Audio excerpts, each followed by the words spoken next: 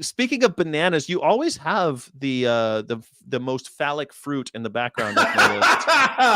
Oh, you say that, but no, I've lived in the tropics. There are far, far more phallic fruits. Then a banana? I don't know. Maybe I'm not that familiar with European phalluses aubergine.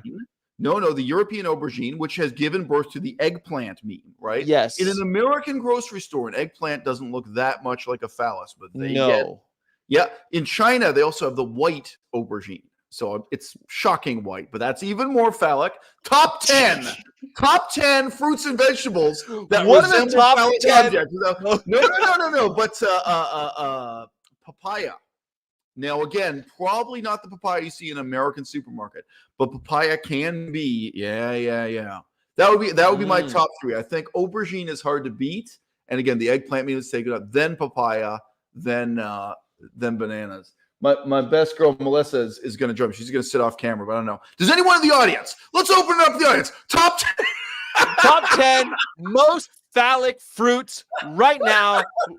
Let's go. You could be emojis, you could be anything. Look, equal opportunity. You could really talk about vaginal shaped fruits. I mean, because it's not just peaches. Almost any fruit you cut in half. Yeah. Kind of. No. It has to be the whole intact fruit, right? Like it can't be you carve it. Well, look, we didn't think with the carrot. The lowly carrot is pretty phallic. Yeah, the lowly. And some of those come in multicultural colors as well. They're not all orange. Yes, I've seen right. white Purple ones, carrot, ones, brown ones. Mm-hmm. Purple. Some guys, when they whip it out at a urinal, they're looking at a. They get excited. They get like that. Yeah. Hashtag not racist, but I mean, can we be real? Can we be real about carrot colors here? I mean, we have all the corrosion arguments of is corrosion a thing? I think actually the female anatomy too. Again, maybe a top 5 list rather than top 10. But there are. I can't think of a fruit that looks or is shaped like a pudenda, like a female pudenda.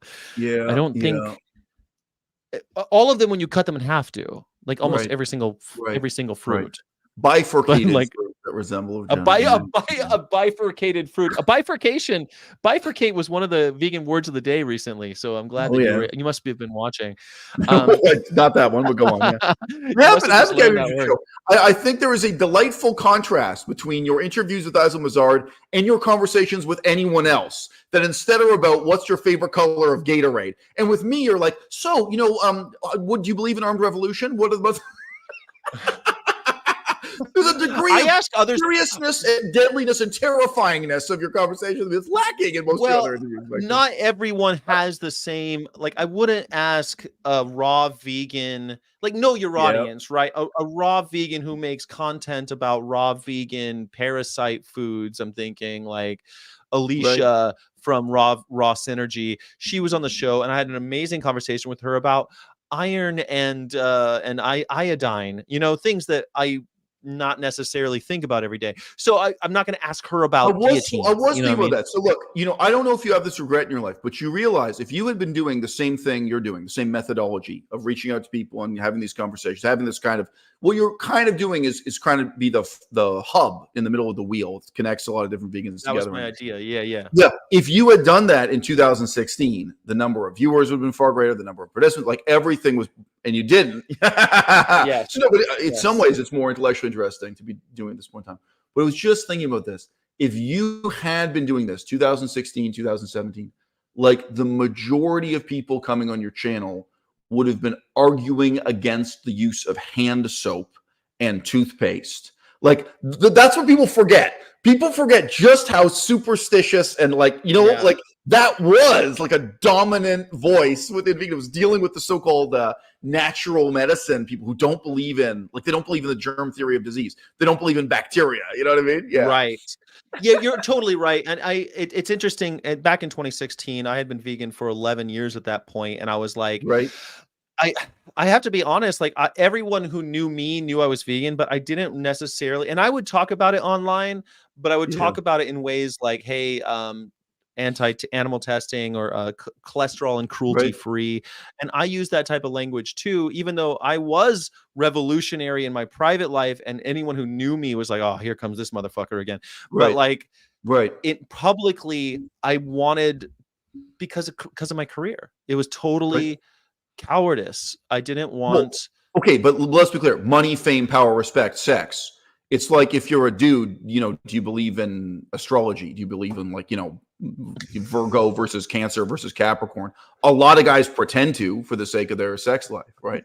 But I mean, what do you think? How many vegan dudes got drawn into that kind of crazy fruitcake hippie shit? Because that's where the white women are at. You know what I'm saying? Yeah. Well, okay, so like you said, so you know this about me. I was nominated for a Pulitzer and a push cart for my books of poetry. Let me live it down. Oh my God. And it was a, but you know what's funny about that? So the Pulitzer and Pushkin.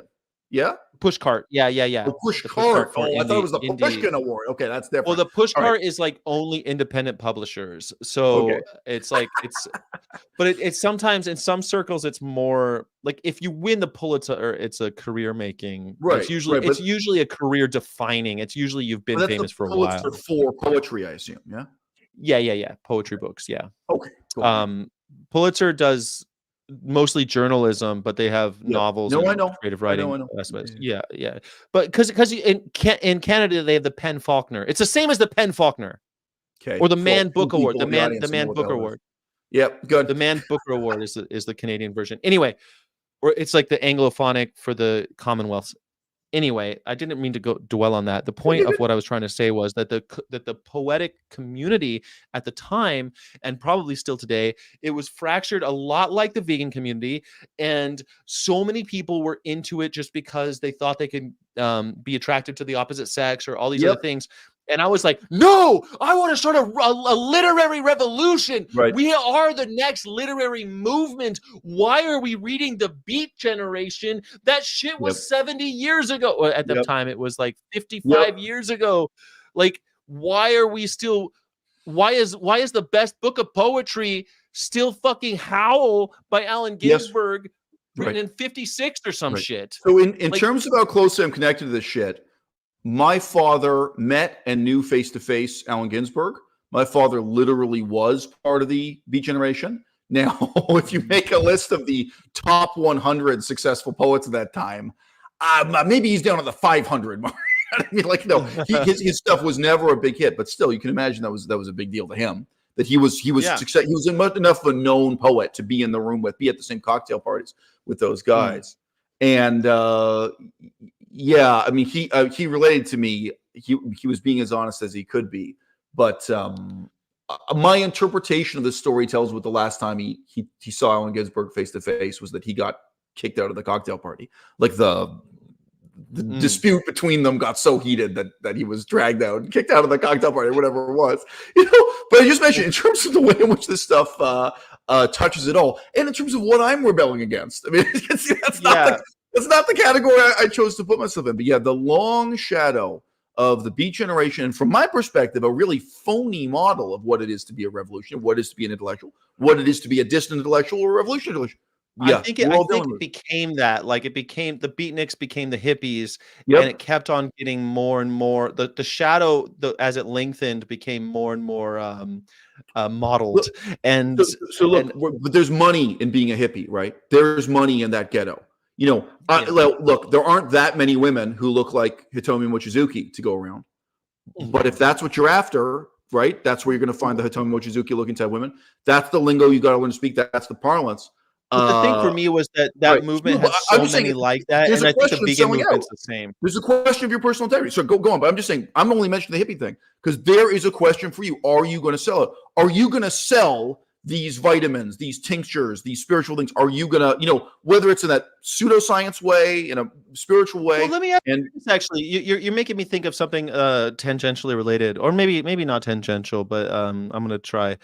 So I recently watched, I thought, a very good video by Earthling Ed about Elon Musk. And as I was watching, I downloaded it even so I can watch it on the plane. I downloaded a few things. I downloaded one of yours. I downloaded the Numquat Year of the Year Award by Turning Veganese, which I thought was fabulous, and this one by Earthling Ed. And it was like he did a supplement commercial, and it's the first time I've seen him do a supplement commercial. Right. And I'm like, wait a second, And I started thinking, like, would I do a supplement commercial? I don't know. I don't know if I would, because I don't believe that we should be reinforcing this idea that all these vegans are on supplements. I wasn't on a supplement till I turned 40, and now I'm still like, I only take a B12 when I remember it. You know, I don't know. Were you a supplement guy when you went vegan? In the sense that I'm not afraid of them. I mean, again, I was surrounded by natural medicine people who believe that, quote unquote, fractionated vitamins are a conspiracy that nobody should ever take. But no, what the fuck, but did you? I mean, do you think that Earthling Ed, is that selling out? Oh, you meant actually advertising? And no, I've never been paid to. No. I've never made money out of it. No, but I was sorry. I was just, even people like a natural vegan herself, when she joined veganism, she was morally opposed to toothpaste. I'm sorry. She tells the executive she got 36 fillings or something, like it was something. I believe it's 42 fillings, but she ruined her teeth because she became convinced that toothpaste is immoral. And there are people who are against soap, and there are people against vitamins. But no, in that sense, no, I'm totally pro. When I had a newborn baby daughter, we got her the vegan vitamin D, droplets. To little babies don't get enough vitamin D because we're no longer living in North Africa as we were evolved to. Yeah, we don't get enough sunlight. Whereas babies, apparently 1 million years ago in evolutionary time, we got a lot of sunlight the minute we were born. So no, I did give my daughter vitamin supplements, just for example. And if someone asked me about that, if someone asked me, like, do you think there's a reason not to take supplements? No. But so in that sense, I'm a vitamin person. But no, I don't hawk vitamins. Yeah, but what you were saying, would you sell this? Like, it's interesting, like to sell the movement. No, Earthling Ed Hawking.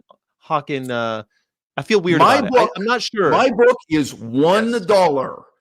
I know. Book, I just checked, $40.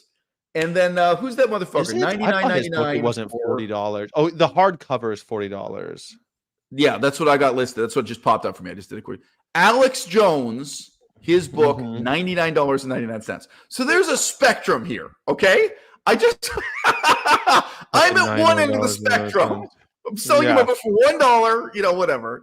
And obviously most of the money goes to Amazon. I get a few pennies, whatever I can. I get some percentage of that, right?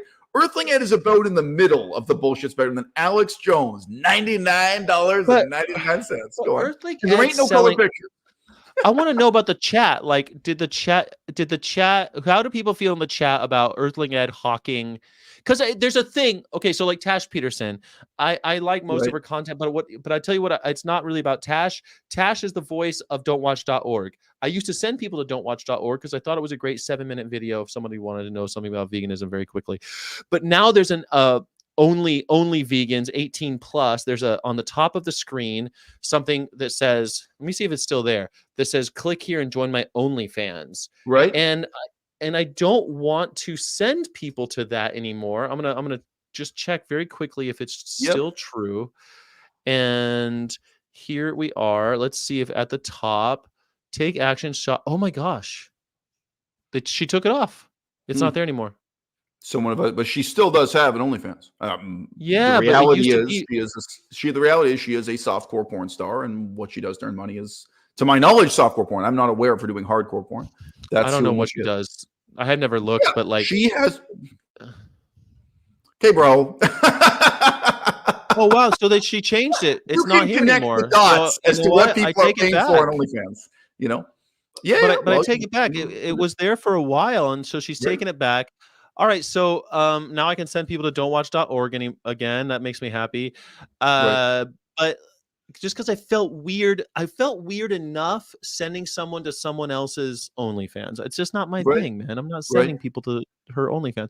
What about Earthling Ed? Is that selling out? I want to know how people feel about right now. She is still doing, to my knowledge, softcore porn on OnlyFans. Tash Peterson at OnlyFans.com, etc. So she also has a vegan booty account. I'm not sure if there's vegan booty. I would remind you, other exemplars of the vegan movement went over to doing porn, including Vegan Gains doing hardcore porn with his wife before she became. Yes. Oh, or are you unaware that right now you could open up a window on Google image search and put in Vegan Gains penis? And you can see this. I don't want to do that. I'm not going to do that. Yes, but perhaps you have never been in a penis size measuring contest with him, whereas I have. I have not done that. Okay, I win, bro. But no, he did hardcore porn with his wife before she became massively obese and had a gender identity crisis. And she's still, to my knowledge, she's still making up her mind whether she wants to be a woman or a man. So that's the state of their marriage. But they did do hardcore porn, and on OnlyFans, as far as I know, it's still up. But they're not creating new porn anymore since she gained all the weight and went into some kind of mental downward spiral. He's also had a series of drug problems. But no, James Aspey. James Aspey has an OnlyFans, yeah. And does he have his penis out too? Look, if you can look at the front panel, I've sent you that screenshot before, and I said, look, if this is not hardcore porn, it's false advertising. So in terms of how they promoted it and so on, when they did it, yeah. What's it called? Like James Aspey's? Yeah, and has a picture of him and his wife lying down and kissing each other in a near nude embrace and so on. It's very clear. I think it's called James and Nikki. You probably got it as a search result anyway, yeah. I got it. I got his link tree. Let's see. Let me see if it's here. James and Nikki. I didn't get it. I'm trying to find it now. Let me see. So we're doing an inadvertent advertisement for this shit. It's OnlyFans. I'm not advertising. Well, just give me the address. James and Nikki. OnlyFans.com/James Nikki. No space. That is it. And you get to see. I mean, he looks like he's penetrating her. He's got trunks on. She's got a James and Nikki. No, but the URL is just James Nikki. Nikki. I can send you the link right here. I'll send you the link right now. Yeah, copy and paste, my dude. So don't get corrupted by it. So, James, don't get corrupted by it. Clearly, he blocked you, bro. Okay, this is a digression from a digression. I am totally cool with this. We are starting with. There you go. Look at that. So what do you think it's selling, bro? It's definitely selling. What do you think? This is diet advice? We got enough diet advice. I don't care. 97 posts, 105 media. So he's posted a lot. Dude, I don't know what these mean. You know, let me tell you, I am sex positive. I am not morally opposed to pornography, but I do not want the vegan movement itself to be pornography. I do not want it to be led by or about pornographers. Yes. Who are the intellectual all right, but what about? But what about? Movement? Yeah. Okay. But what about? I'm the only one. Stefania Ferrario is not going to be an intellectual leader of the vegan movement. Fuck that. Fuck that noise. Stefania Ferrario, know your fucking place, bitch. James, I'm sorry. It's me, not you. You want me to be humble? Oh yeah, I really look up to Stefania Ferrario. She's a fucking personal hero of mine. No, I don't respect any of these people. Fuck James Aspey. Fuck Stefania.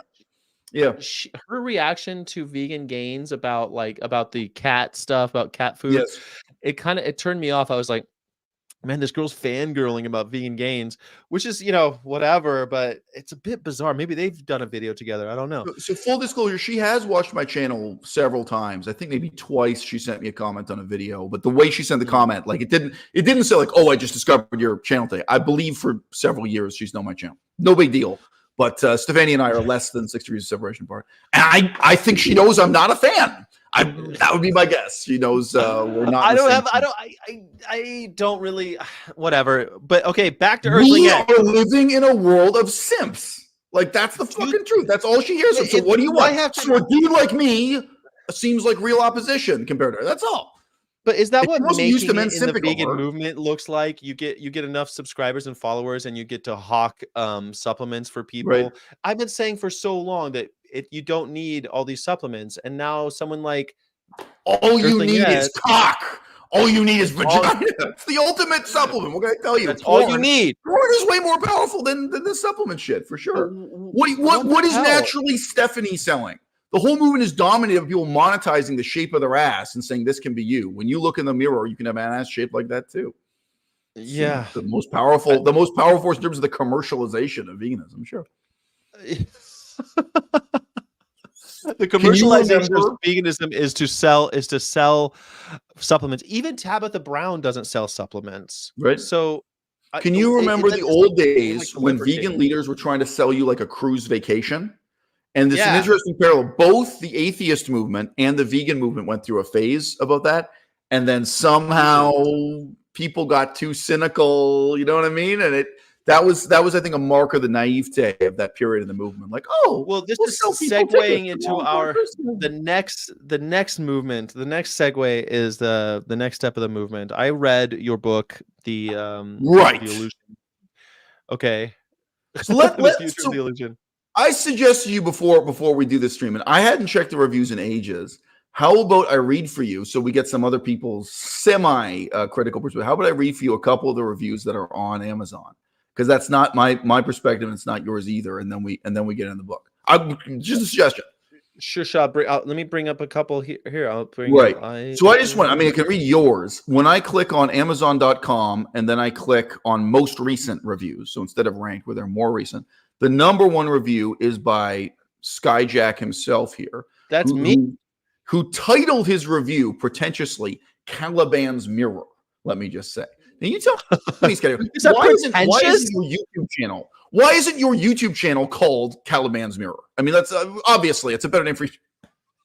You think it's Caliban's Mirror is a better name than Vegan, of course? You're holding back, bro. I mean, why don't you name the whole channel Caliban's Mirror? Sorry, it's an immediately very evocative image from English literature and from Shakespeare specifically.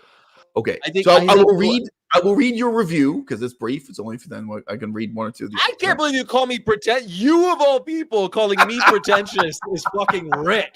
That's all I'm gonna say, Mr. Aristotle. I gave up video games and I only read Greek philosophy now. Right. And half my videos are comedy, bragging low key about my penis size, etc. Yes, I have the comment. I reach out. I speak the language of the streets. So that's the difference. Sky is a poet. I am a rapper. Okay, this is the difference. We both, in a sense, they're two different things. In a sense, they're two can be very sensitive. So, okay, unless you're a slam poet and you're into like all the pop culture references and shit, but like that's a whole other All right, so Sky and I are the same age. We come out of the same culture in the same era and the same epoch. But Sky is the kind of guy who publishes books of poetry and titles his book review "Caliban's Mirror." And I am more like ODB and the Wu-Tang Clan, where I am going to give it to you raw, and I record these rap songs that cause middle-aged single moms to have heart attacks. We're going to type. Okay, the epigram on one of my books was Tupac Shakur, and the epigram read thusly: "He was the last of G's kicking shit to make the white man bleed." Yes, I remember that was. All right, great song. God bless the dead. Okay, so go ahead. Here, full disclosure is Sky's own review of my book. Quote: "I wonder if most vegans are ready to read this. Perhaps most writers and artists should read it first. If you're feeling disillusioned with the vegan movement, Mazur, misspelling my name. Mazer. I said it wrong. Sorry. Should I edit it? I can't spell your name. It's just funny. Mazur won't say you're wrong, but he'll try to find the light with you and get out of this Tom Sawyer cave together." So another needlessly pretentious literary reference. But look, you are catching on to correctly. Mark Twain is pretentious? You think? Come on, Tom Sawyer's like. Well, all my pretension was lost when I misspelled your name. But go ahead. Look, the second line of that, most writers and artists should read it first. Part of my philosophy in both books. I guess it's not convenient. My other book is called No More Manifestos. Part of what I'm presenting here in both books is a philosophy of art. And I know how pretentious that sounds, but no, it is a very pragmatic, real-world philosophy of art. Someone like you, Sky, I assume you're familiar with, someone like that vegan teacher. We say, okay, how am I going to change the world? Am I going to try to change the world by getting out a banjo? Am I going to change the world by trying to be a filmmaker, trying to paint in terms of the difference you can make in the world, whether you talk about it pretentiously or unpretentiously, I do think the creative arts and your voice as an author is something we have to talk about seriously. So both books, that's part of it, and it's completely natural that's what you'd respond to. So yeah. You have anything to say in reviewing your own review? Other than my pretension, I have nothing else to declare. Okay. Yes. So there's one. I'm scrolling down a little bit. And there's one titled "It's a Life Philosophy" from someone named Elena. Got it. It's a life philosophy. I have no idea who any of these people are, interestingly. There was one viewer of mine from many years ago called Elena.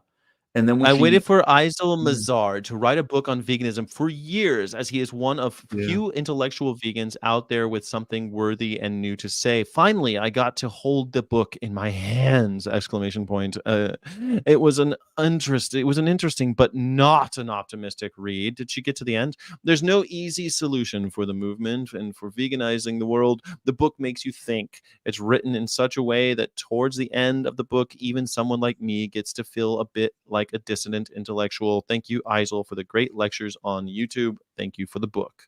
That's quite sweet. It is. And, you know, this is the question, is how do people cope with being confronted with this sort of brass tacks crisis, admitting right up front and openly, you know, there is no way to win using the tactics that every other leader in the vegan movement has preached to you, present tense. And bring out the banjos. Yeah. So no, I mean, that's the, you know, in that sense, it's fundamentally pessimistic. The last time I talked to you, I compared this to, you know, what if you live amongst the Navajo Indians, and you're saying, look, there is a future for our people, there is a future for our language and our culture, but this isn't it. Like armed revolution, trying to have a separate country, trying to, you know, separate from the United States of America. That's not going to be the future of the Navajo Indians, the Navajo people, if you want to put it. And that, you know, we've all grown up with fundamentally false assumptions about what revolution means, what rebellion means, but even what progress means, and what our own identity means, and so on, you know, the significance of our past, future. So in that sense, I'm very, very fundamentally out of step with everyone else and everything else in the vegan movement. Go on. So the future of the illusion, we're talking banjos killing fascists. This banjo, this machine kills fascists. I get that cultural reference. This is a Woody Guthrie reference. Okay, go on. Yes. Talk about the beat generation. Was that pretension? Was that pretentious as well? Woody Guthrie reference? Was that any fucking reference I make now is like nothing before 1997, guy. Okay, nothing people wouldn't have learned from MTV more recently than 1997. That is any more recent from MTV. The great educating, yeah. All right, so the thesis of the book, though, is that we need to make. When veganism is as stupid as everything else is when it will be completely adopted. And because we live in a world full of idiots, a confederacy of dunces, which I'm surprised you actually didn't use that term. But since we're living in a confederacy of dunces, we need to make it as accessible as the latest pop movement, icon, whatever. Well, so again, I'm not here to criticize your criticism of my book, but what you say is part of my message in chapter 5, the conclusion. But it's only one part. It's a bit misleading to look at in isolation. So I give you jarring contrasts to the fight for democracy in Myanmar today, the fight for democracy in Hong Kong, your situation if you were an atheist today in Saudi Arabia or in Iran. You know, of really, you know, situating the hopelessness of the vegan struggle today in being in the midst of a culture that is almost unanimously opposed to it and that vilifies you, right?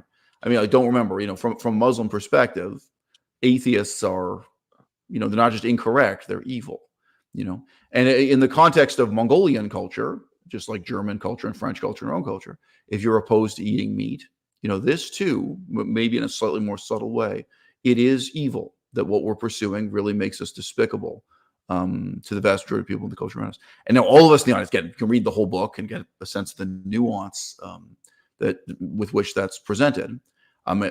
You know, it's not some kind of overly simplistic. No, I mean, I guess like I don't want to distill it to the point where it's on where I don't want, because I think it's. I told friends that I think they should read it, but they should be also ready to be. I guess. Be ready to question some of your previously held, you know, preconceptions or ideas. And I enjoy books that will challenge those, because like there are things I disagree with, but I think that this idea of creativity being the way that we're going to be moving forward, I think is interesting. And I also think in some ways it is happening. Well, to put this very simply for the audience, because I mean we're talking about, we both read the book and the audience hasn't. When you look at Iran and you look at Mongolia, just use two examples. What order do you want to go about doing this in? Do you want to first pursue legislative change and impose it on a population that's totally opposed to you in terms of their culture, their morality, their values, their attitudes? Or do you want to pursue the cultural change first and then pursue the legal change? You know, like which one is going to change first? Now, I can argue against my own position here. I mean, you can make the argument that no, you can just go out and legislate gay rights into existence, equal rights for gay people, and let cultural change catch up with you. Why didn't we do that in Afghanistan?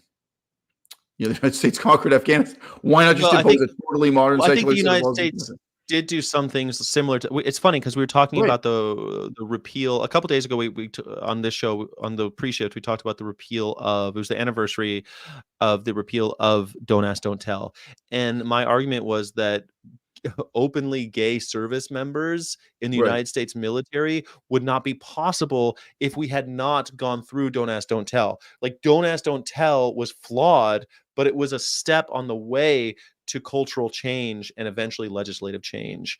So having this is a little too close to Auguste Comte's positivism, Comtean positive. For those of you in the audience who haven't had enough pretentious literary illusions yet, go. We haven't had enough. I don't buy that, but go on.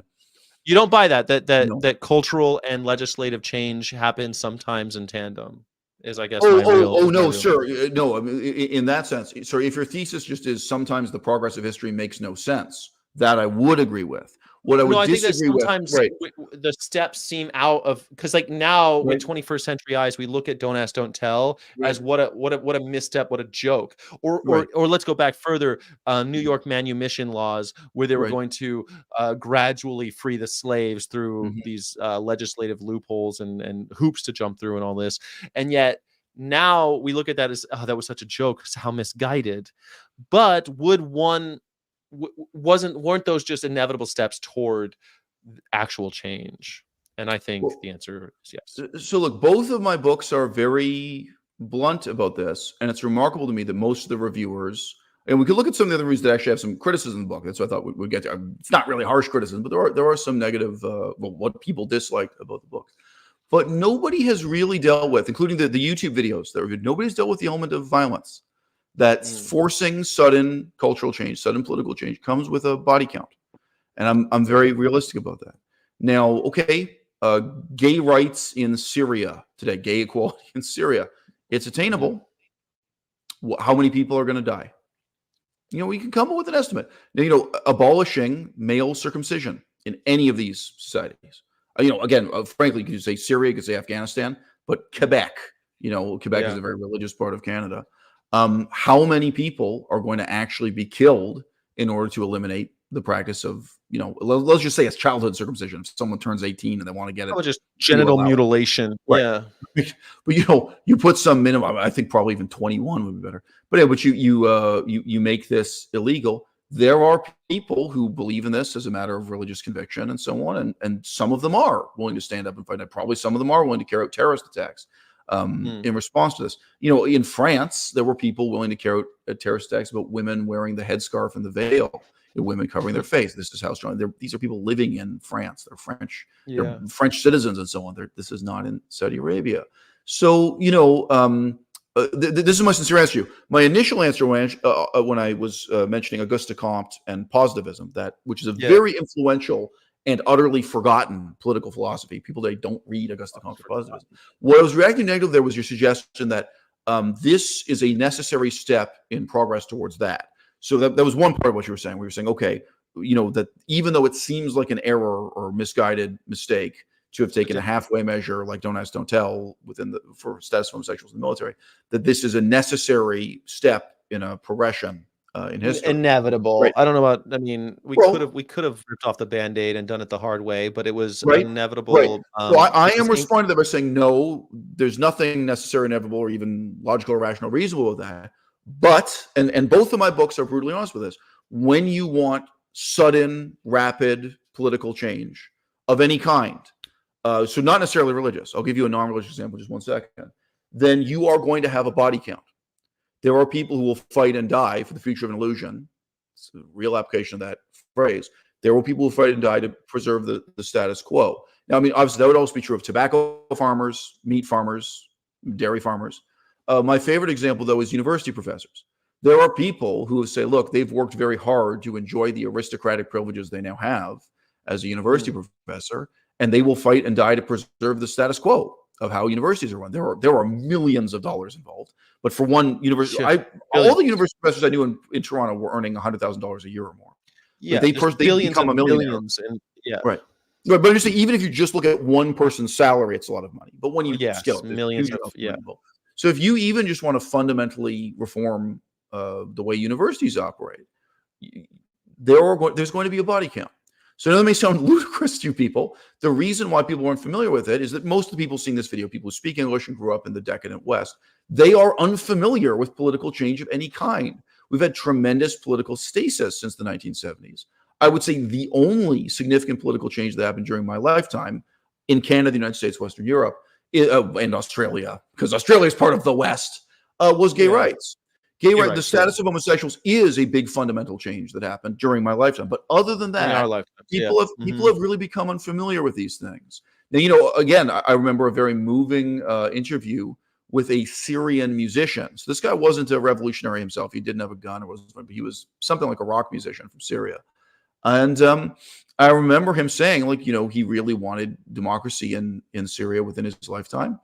And this is a slight paraphrase, but he basically said, look, we're talking about 500,000 civilian casualties. So probably about 500,000 people who die in the struggle.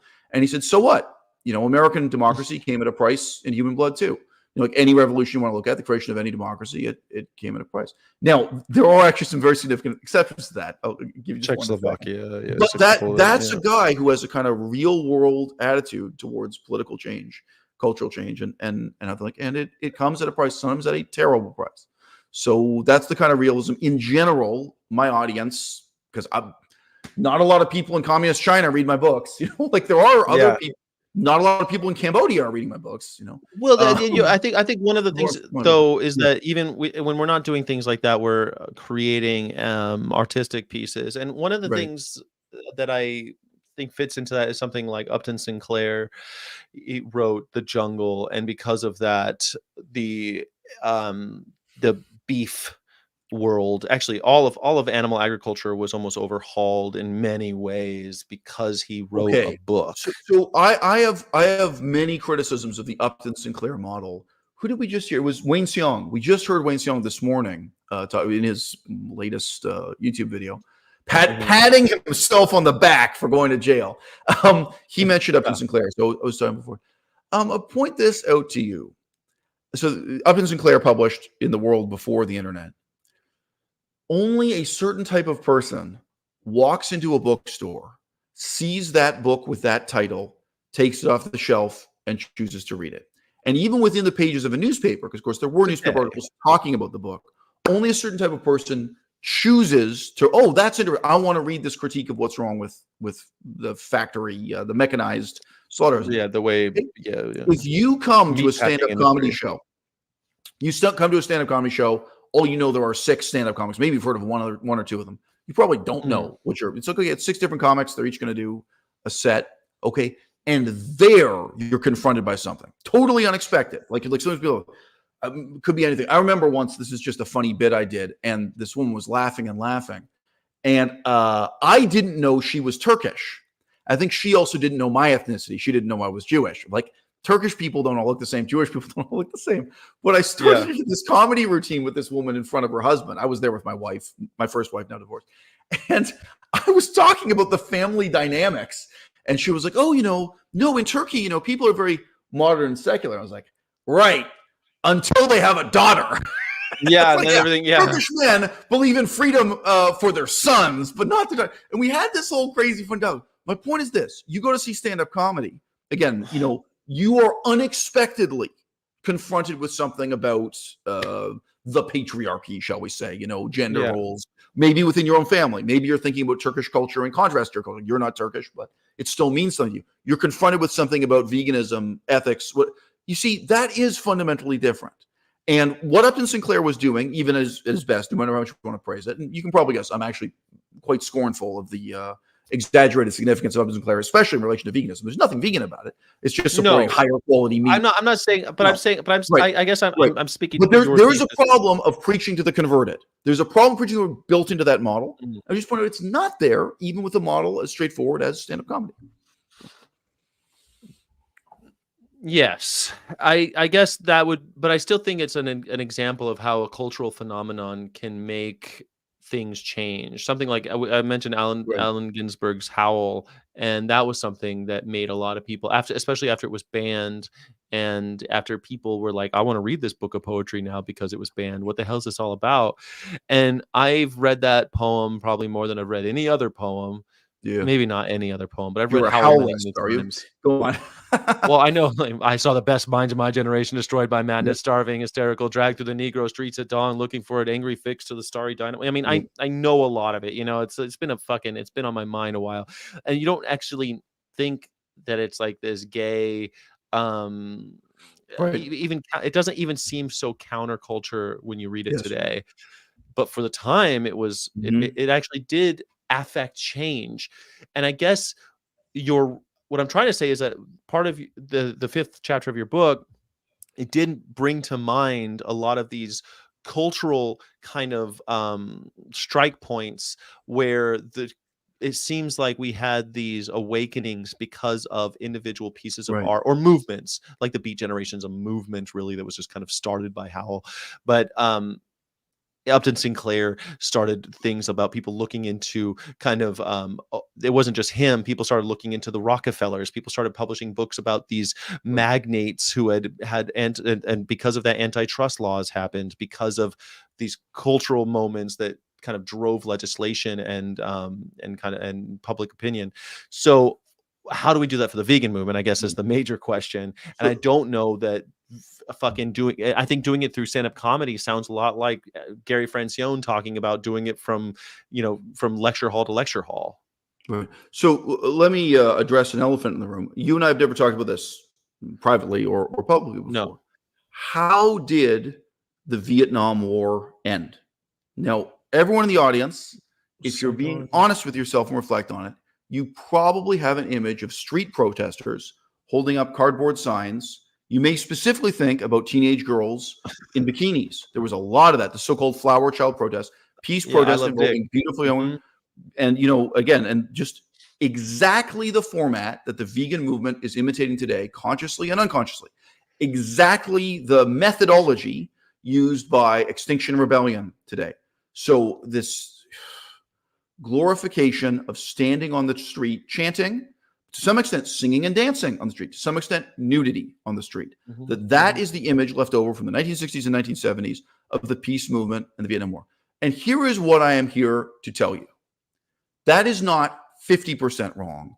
That is not 60% wrong. That is 100% wrong. But what's 100% wrong? Let me just say, sorry, this is a two-sentence version. I mean, what exactly? I really am an expert on this history, and I'm here to tell you, the Vietnam War ended because of an agreement between Nixon and Mao Zedong that committed the United States of America to militarily support communism, not oppose it, support it in Cambodia, and resulted in China and the United States jointly arming and backing Pol Pot and the Khmer Rouge, the most despicable communists. Okay? That's what happened. It was a negotiated agreement between Nixon and Mao Zedong. And again, I am not complaining about NBC and CBS. Talk about saying that somebody oversimplified. That is an oversimplification. No, that did not happen. It is. It didn't happen in the fact. I'm not saying what you said isn't true. I think you're absolutely right. But I'm not saying. But I would also say that in America, we never go to war. Like, let's say we went to war for weapons of mass destruction in Iraq. That's not true. Right. That's not true. We went to war because we went to war because they had a lie to tell, the weapons of mass destruction. They had money to make, the oil that they wanted. They wanted the oil fields. They had a humanitarian bend because they talked about regime change and the horrible things that the Kurds had gone through, and the Sunni and Shiite conflict and what was going on. They also had bloodlust from 9/11 left over that wasn't being quenched by what we were doing in Afghanistan. I am even more cynical about that example, but go on. Yeah. Okay, but to take one of those things and say we did it because of that, I think would be a little bit. It'd be a little bit lazy, because there were a lot of things going on. Right. I do. Well, yes, there were a lot of things going on, but I'm not discussing what was going on. I'm discussing the decision made by one man to sign one document that resulted in political change. That the United States of America don't do things in a vacuum. They have to have the political will. That's horrifying. Public when it comes to foreign policy, when it comes to foreign treaties, American presidents behave exactly like a king from the Dark Ages. So, very briefly, but I'm even more cynical about George W. Bush beginning the war with Iraq. So just to clarify, we're talking about Iraq, not Afghanistan. Right. Because before September 11th happened, there is very solid evidence that George W. Bush had already made up his mind. He would find one pretext or another to eliminate Saddam Hussein. That was his way of putting it, right? So, and now, obviously, the real explanation for that is the relationship between George W. Bush and his own father, and the memory of his father's war in Kuwait, so on and so forth. Thank you, Paul Campbell. Sorry to interrupt. My perspective is even more cynical, even more personalist, in a sense, even more medievalist, where I look at the ways in which government use of power hasn't changed since the Dark Ages. So, go on. Because the way our democracy works. I think that these individuals have to have a pretext on many fronts before they're able to just say. It's kind of like people saying, I went veganism for the environment, for my health, and for the animals. They don't choose just one. They've got all ththese reasons why they went vegan.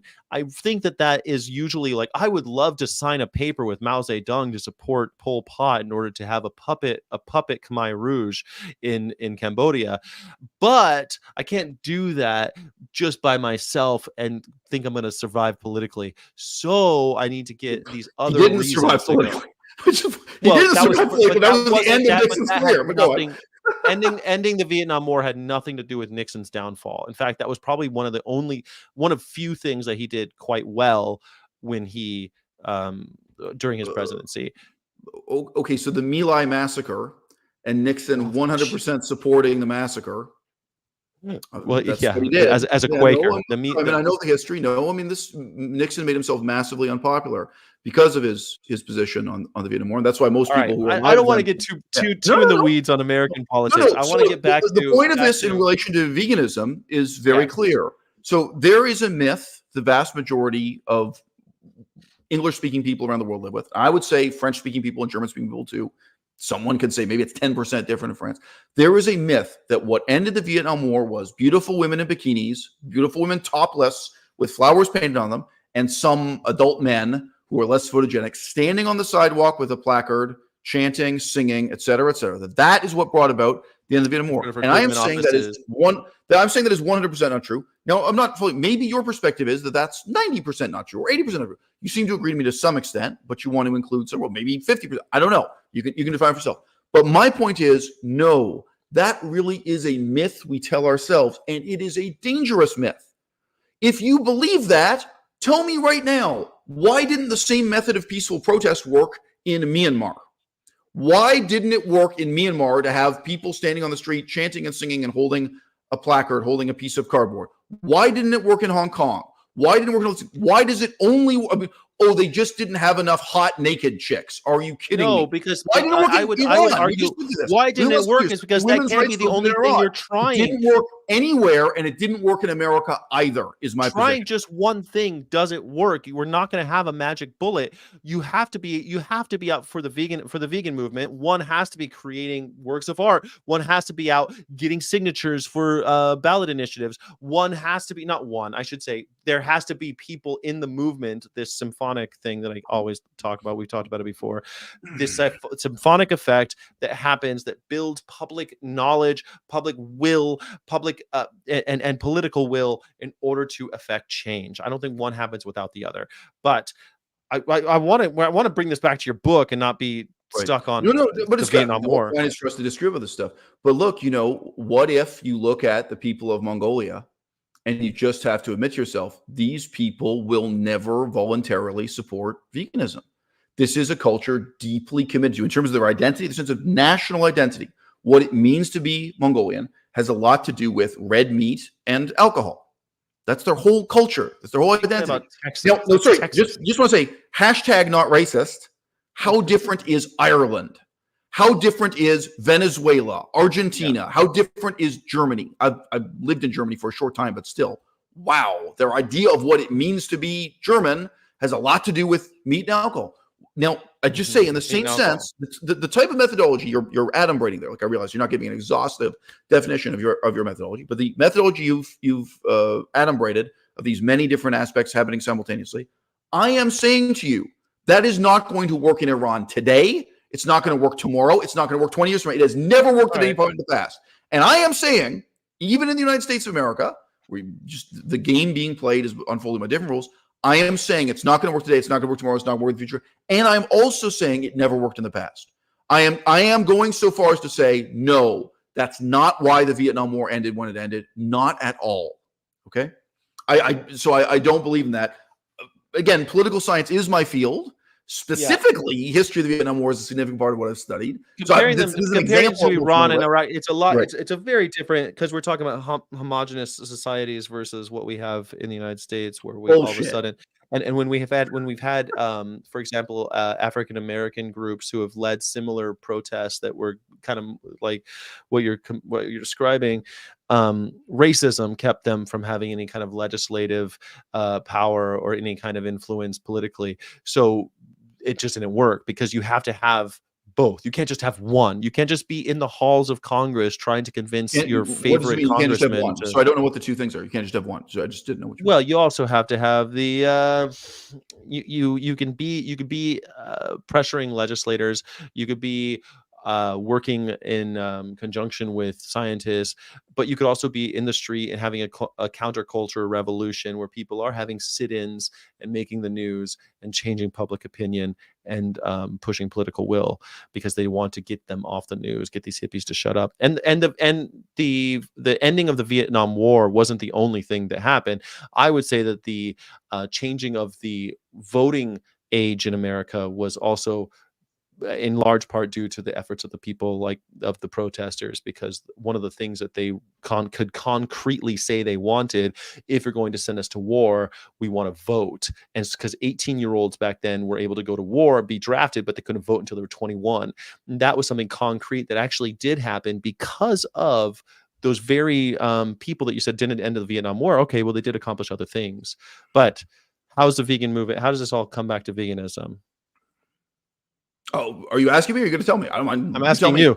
I thought I made that very clear before. The problem with the myth of how the Vietnam War ended is precisely that it has set up this paradigm that is followed mutatis mutandis by Direct Action Everywhere, by Paul Bashir's group, Anonymous for the Voiceless, by Peta. They are slightly different flavors of acting out again and again this myth. And people like Wayne Seong, they will, guilelessly tell you what the myth is. Oh, you can be like Gandhi. Oh, you can be like Martin Luther King. Oh, you can be like the suffragettes protesting for women's equality. You too can strip down and wear a bikini, or get naked, or paint your body. I mean, it's all the same methods. You can stand on the sidewalk holding a placard and you can chant. And, again, so this is a dangerous myth precisely because it's believable. And it has dominated the vegan movement in the last 30 years. And no one is willing to ask, why isn't this working? Because all they do is preach to each other, believe, believe, believe. If enough of us believe in it, if we all believe together, it'll work. No. If we all believe it together, doesn't that follow like the day, the night, that when you have a group of people who are believing in something, that you start seeing these works of art that I think that your book dwells on? I mean, I think it really pushes the idea that right now there's a massive pro-peace, anti-war movement in relation to the Gaza Strip. What do you think the problem is, bro? You think they don't have enough chicks getting naked on the sidewalk? They don't have enough people like Stefania Ferrario? What do you think they're doing wrong? Why do you think that doesn't work? Wrong? Dude, which side? Foreign policy in Jerusalem, same way foreign policy in Washington, D.C., it is the lengthened shadow of just one man.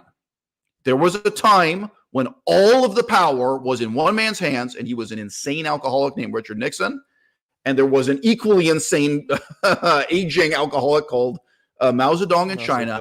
And they sat down and worked out an agreement that nobody in America would have supported. Okay? Congress never debated it. The Senate never debated it. It was a secret pact. No, are you fucking telling me people would have stood up in the House of Congress and said, oh, this looks like a good deal. So instead of supporting this group of communists, we'll support this other even worse group of communists, Pol Pot and the Khmer Rouge. By the way, footnote, at that time, he hadn't yet changed his name to Pol Pot. So it's actually slightly anachronistic. They hadn't yet they weren't yet known as the Khmer Rouge. Some of the nomenclature shifted in the years to come. But regardless, the pretentious we're going to support these guys who go, oh, that's good. That's a fair way to end the Vietnam War. There was zero debate anywhere, Senate, Congress. There weren't even 5 people in America involved in making the decision. It was one man. Okay, I just want to point out the antecedent to this was the equally bizarre and unpopular decision of Nixon to support communist China in their war against India. Nobody in America would have supported that, including the Congress and Senate. They would have said, hey, look, India is fundamentally a democratic, free speech, and English-speaking country. And why would we be on China's side in this conflict? That was one man's decision. So veganism requires one man's decision? Is that how the vegan movement will continue? So one of the recurring leitmotifs in all my YouTube videos, and even came up in our last video we made together, is the most important difference is the one you can make, right? So like, right now, obviously, let's say the year is 1965. You might say to me, look, is the best way to help black people in America, is it really running a stand-up comedy club? And maybe my answer is, this is what I can do. Okay. Like the way I can challenge the status quo for the differences between black and white people is, I don't know, let's say I'm in Memphis and this is the first integrated stand-up comedy club. We have black people and white people on the stage together, black people and white people in the audience together. We have black jazz musicians, whatever. We can have white strippers. We are challenging in Vegas. They had in 1965. They had Vegas shows with Sammy Davis Jr. and that famously happened where. No, I know, but that was a big issue at the time, was whether or not comedy clubs were integrated or separate. Going, or whether Sammy could stay at the hotel he was performing at. I mean, these are things that. Before Sammy Davis Jr., Vegas was a horribly racist place where black people weren't allowed in the same swimming pool and things like that. So yes. No. So I'm aware. I'm alluding to that. People in the audience may or may not be aware just how vicious that separation is. Yeah. But my point is this: the difference you can make matters more than the difference you can't. Back in 1965, maybe we would agree with each other. Well, the most efficient way to solve this problem is armed uprising. You have, a military coup d'etat. But okay, guess what? That's not an option. What I can do within the next 10 years is own and operate a stand-up comedy club, and this is what I'm going to do, and this is the difference I'm going to make. So that's all. This is a kind of deep assumption in my approach. But so the question you asked. So why did we just have this discussion about how the Vietnam War ended? Because a false paradigm, a misleading myth about that is resulting in people wasting years of their life standing on the sidewalk, holding a placard and chanting. And they do it for one cause after another. These same dumb fucks who did it for veganism for 20 years are now doing it for quote unquote free Palestine. They're the same people with the same method, and they can't figure it out. Oh, if we all just close our eyes and hold hands and believe, it's going to change the world. They're not 50% wrong. My position is they are 100% wrong. Well, wouldn't you say that not everyone has the wherewithal or the means to open up stand-up comedy clubs? I mean, not everyone has the means to do that. Some have the means to start YouTube channels. Some have the means to start other creative outlets where they can and do explore these things, these ideas, and share these ideas. And I would say that PETA, for example, uses. They do things in legislature. They do meet with legislators in America. They do have scientists on staff. They do have investigators. They have all of these things. But one of the major wonderful things they do, I think, is they have animatronic creatures that talk to children, and they have these I think extremely creative ways to get to kids and talk about in positive ways about speciesism and things. So, I mean, look, it's a very difficult one. It's a very difficult question for people to ask themselves. I've been doing this for 10 years. So maybe like 8-9 years ago, I got a letter from the audience that I then read out, and it was really kind of answering the same question. And the point was this: it was someone writing in who had participated in direct action everywhere style protests, whether or not it was exactly DXE, but or Anonymous to the Voiceless. They were doing the street protest time, and they're like, I can't help but feel, just like you discussed in YouTube videos, that this is fundamentally a waste of my time, but I'm not sure what I should be doing with my time. They were a married couple, and I think the husband was an architect.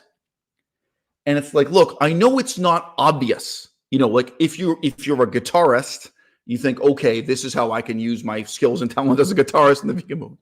But you know what? Like, if you are an architect, there is something you can do. There's something far more meaningful.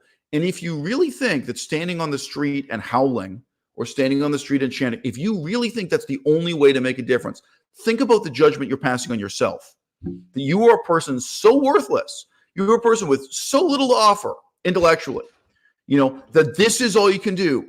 You know, I have a half brother who is mentally disabled. He has never spoken a word in any language. He cannot communicate in English. He is, you know, severely mentally retarded.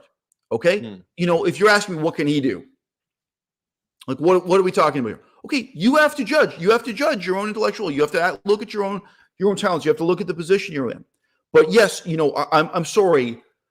I do not believe anyone is really so mentally disabled that the best thing they can do is the currently dominant, you know, paradigm. The best thing to do is what Earthling Ed recommends you do. I think Earthling Ed's recommendations are terrible and counterproductive. They're going to ruin your life, and they already have ruined the vegan movement. I can't really remember what Earthling Ed suggests, except to have more conversations. Pretty much the norm. So I don't know. It's pretty much the norm. Stand on the street and harass people. Woody Guthrie traveled around America singing songs, and he used his banjo to be creative. But he wouldn't have been successful had people not sung with him. People sang the songs with him. They came to see his shows. He disseminated information and ideas that way. Right. So Woody Guthrie, interesting comparison. So in the last 20 years, has there been one equivalent to Woody Guthrie in the vegan movement? I know some have tried. Oh, in the vegan movement? No. I mean, the answer is no. Okay. There's been some good. Let me ask real quick. In Myanmar today, is there an equivalent to Woody Guthrie? In Saudi Arabia, is there an atheist equivalent to Woody Guthrie singing about tear down the whole society? No. So this is the thing. These examples, they're contrasts. Like, I'm not attacking you for daring, but they're not parallel. They're contrasting examples. But what we're saying is that we need more Woody Guthries. We need more of that in our thing. We need more Upton Sinclairs. We need more. But what if the audience is empty? What if Mongolia will never produce a vegan Woody Guthrie? What if, you know, Saudi Arabia will never produce an atheist Woody Guthrie because the population are fundamentally against it? So look, I'm sorry, but this is the greatest delusion in veganism, is this kind of parallel thinking. The last time I talked to you, today you're probably prepared to say more about it. I confronted you with this example. Oh, great. Now I've lost my own train of thought. Woody Guthrie on a train. Yeah. No, Woody Guthrie it's on a train, changing the world. There's no Woody Guthrie in Mongolia, and But I mean, I would say that Woody Guthrie did. Martin Luther King. Right. Last time we talked about Martin Luther King, I said, you look, Martin Luther King, when he did a tour coast to coast, going from college to college, black college to black college, basically, you know, black majority universities, 99% of the students and 99% of the professors supported him. So how do you think it's comparable in any way to talk about a vegan intellectual like me or like Earthling Ed doing a campus-to-campus tour? Not even 1% of the students support him. Not even 1% of the professors support him. So, like, you know, we have to really check ourselves. We have this delusion that these are parallel examples, and they're not. They're contrast examples. You can learn from the contrast how utterly hopeless the position of the vegan movement today. But no, you cannot reproduce the success of Woody Guthrie. You cannot reproduce the success of Martin Luther King, not even the United States of America. Likewise, the situation for Iran, Saudi Arabia, Myanmar today. No, this is a false paradigm. But where are we going to make inroads then, if not through creative pursuits? Because to me, that was kind of that is what I'm suggesting. That is the suggestion of your book. But what it seems like what you just said is contradictory to what to the thesis of your book. Okay, so do you remember the vegan movie Oksha, and what was that one? There was one about a giant monster that kind of looked like a I've heard so. I haven't seen it. Everyone keeps telling me I need to watch it. Okay. But Oksha, So if Okia, you make whatever. a movie, this comes back to the Upton Sinclair thing. If you make a movie that basically says in the title and the cover, this is vegan propaganda, it's only for vegans, right?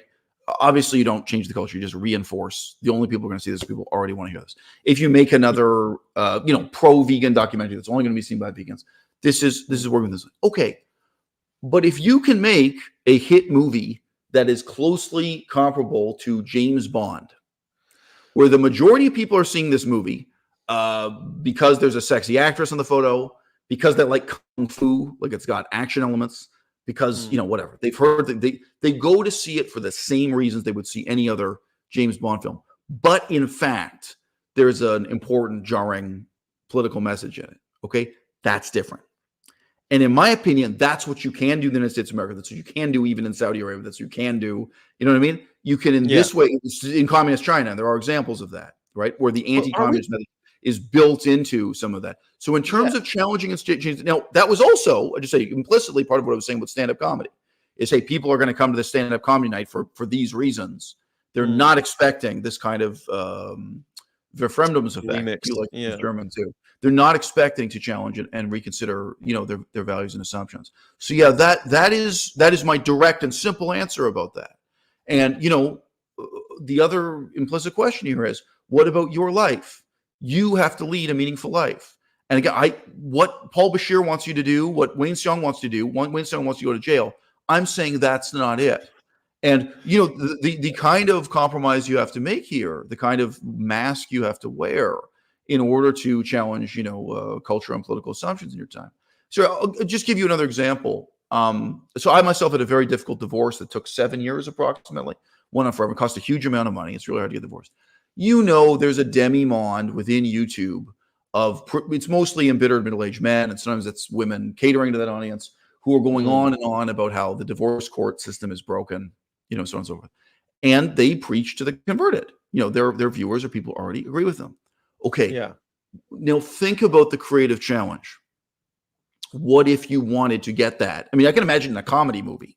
It's easier than a comedy movie than an action movie or a spy movie or something, where that's not what the movie's about. That's not the title. It's not a documentary preaching to you. It's not a documentary called, Divorce Equals Bankruptcy, the secret truth about the American court system.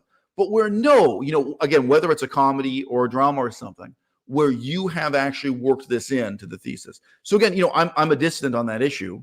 Sorry, another great example. How are you going to take on the status of Prozac in our society? I have made YouTube videos directly preaching, explain to you, Prozac is debunked. Prozac doesn't work. It's this huge issue. I don't want to write the next thesis that's going to be ignored by the political establishment itself. Not even senators and congressmen give a fuck about the scientific evidence. There is no interest. Not even at the regulatory level of the American government. There's no political interest in this. Okay. And I don't want to write a book that's only going to pander to this tiny minority of people who are interested in the debunking of Prozac and related psychiatric drugs. But okay, that's the creative challenge. How do you make literally, it could be a sexy romantic comedy, but where the recurring theme is how psych meds ruin all of these relationships. Right. It could be, oh God, she was on Adderall, and I couldn't. But to say we need more vegans in Hollywood writing stories, though. Go on, yeah. But how does the average person? Okay, so here's the challenge, though. Not everyone is a writer in Hollywood, so we're not going to have everyone in the vegan movement able to work on the next cocaine bear that has, a secret vegan message. We're not going to have that. Or the cocaine bear is also cocaine's dangerous, whatever. Whatever the moral of that story is supposed to be. But you get my point. A good slasher, even a good slasher film, when it's really good, has a bit of a soul there, has something a little bit meaningful in the slasher film. That's how you can escape canon. Something Sky is not revealed. Sky, you're aware of my attempts to write and illustrate children's storybooks. Yes. And you will have noticed they're not vegan propaganda. They're storybooks that are intended to reach a wide audience. And yet the vegan message is actually in there. If you read the full sequence of the Socrates stories, it really is. Sorry, but not everybody's going to be able to write that. I'm a writer, illustrator, guitar player. No. But this is my point. Okay, so I get an email from someone who's an architect, right? So you're correct in saying this guy who's an architect, he can't write his own comedy movie or write, direct, and produce his own comedy. He can't become the next Kevin Smith, one-man writer. Okay, right. But then think of what he can do.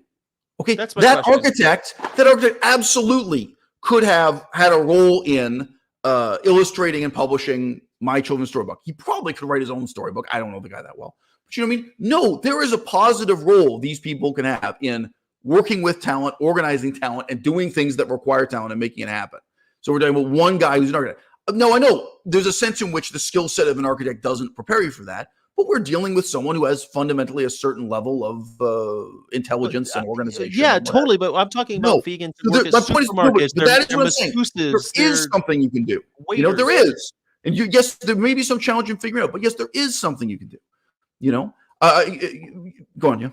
It's interesting because that's one of the challenges I think that faces America in very profound ways, and one of that is how do we support the arts in America? And we can't even agree on how to support the arts in America. And what we're saying with this conversation, with your book, and something that I agree with almost 100% on your thesis, because I think it's the funny thing is my thesis is incredibly flattering to you.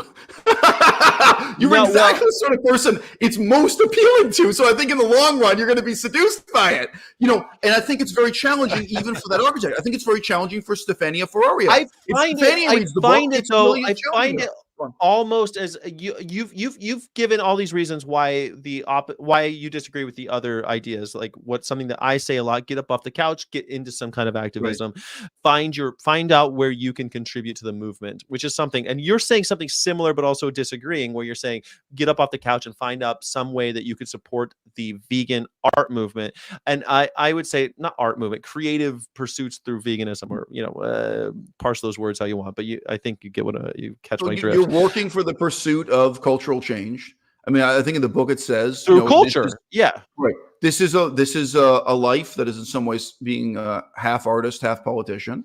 It's a life that involves, political art and yet also the art of politics.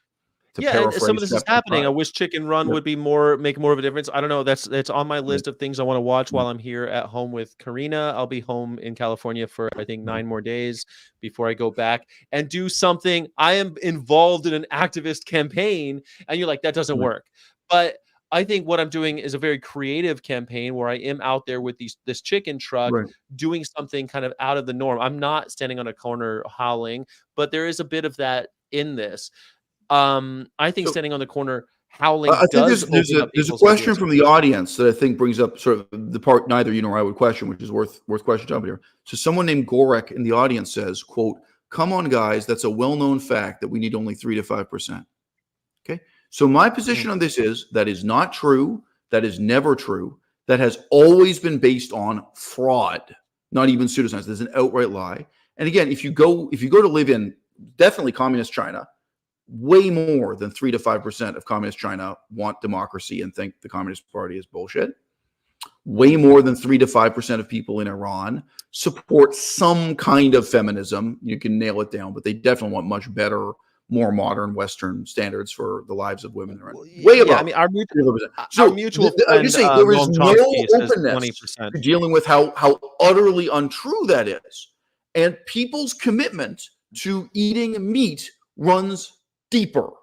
Like, people are profoundly committed to their model of the meaningful life, of happiness, of what it means to have dinner with their grandma, whatever, Thanksgiving, Christmas, whatever say.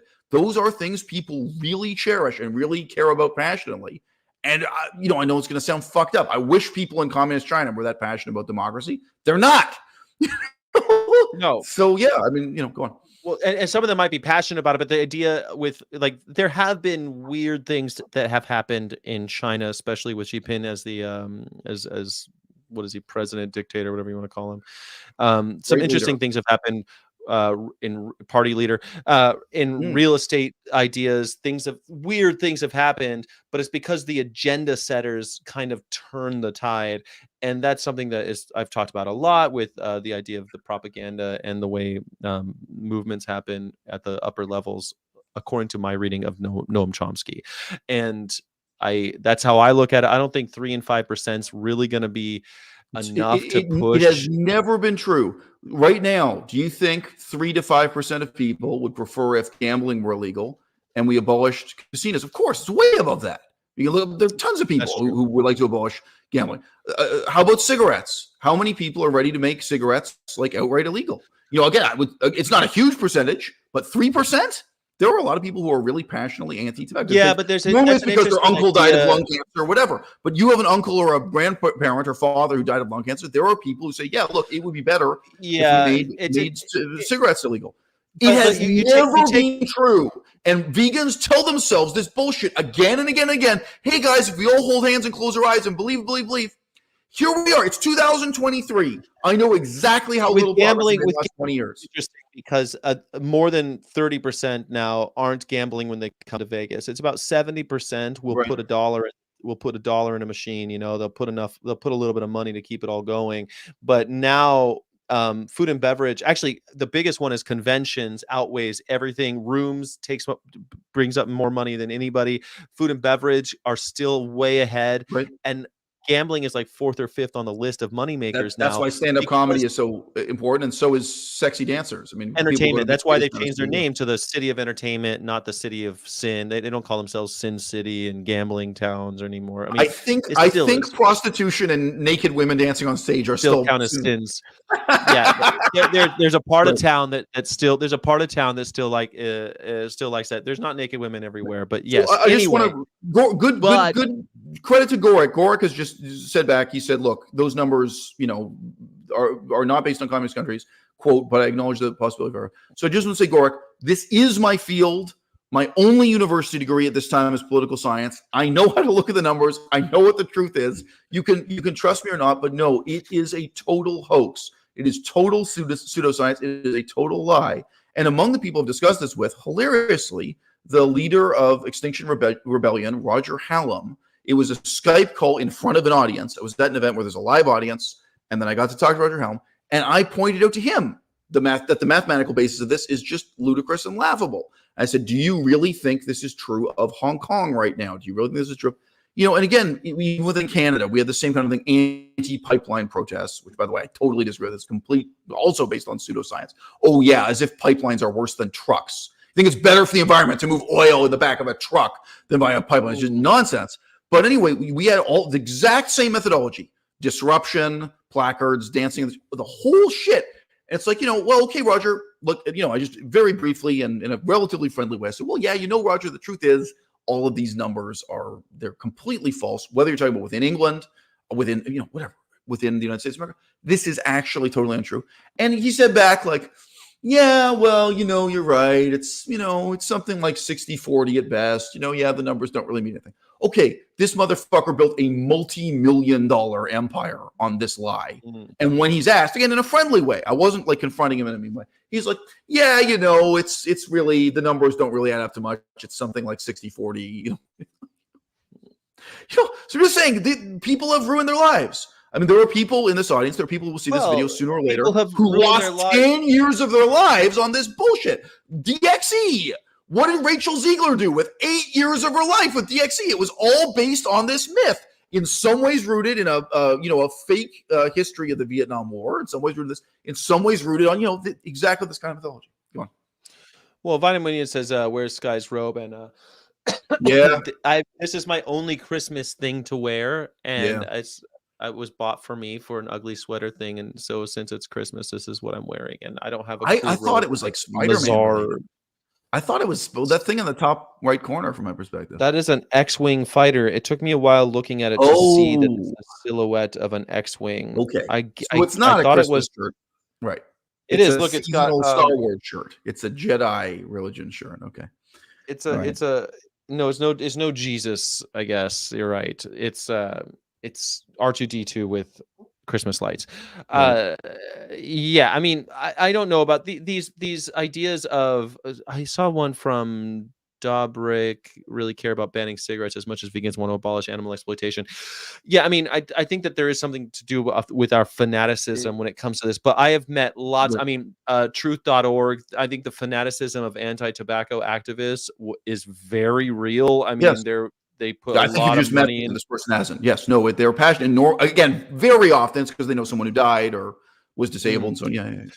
Oh yeah, or they're just people who've researched, who've researched the whole history of how there was like cigarette denial science that like corrupted Congress. You know what I mean? That there was like donations. Which also, by the way, the science was based on the efficacy of animal testing. They tested beagles. And beagles famously didn't develop cancers, and until they did all these other things, and so they said, "Nah, cigarettes are safe because animal testing doesn't work." Anyone in my audience who remembers this from season 1, from like 8 years ago on my channel, does anyone remember the comparison I made between the state of the vegan movement and Mothers Against Drunk Driving? Mothers Against Drunk Driving still to this day has an office in every major city in America. At any given time, they have a minimum of 50 active offices, one for every state in the union, including fucking Hawaii.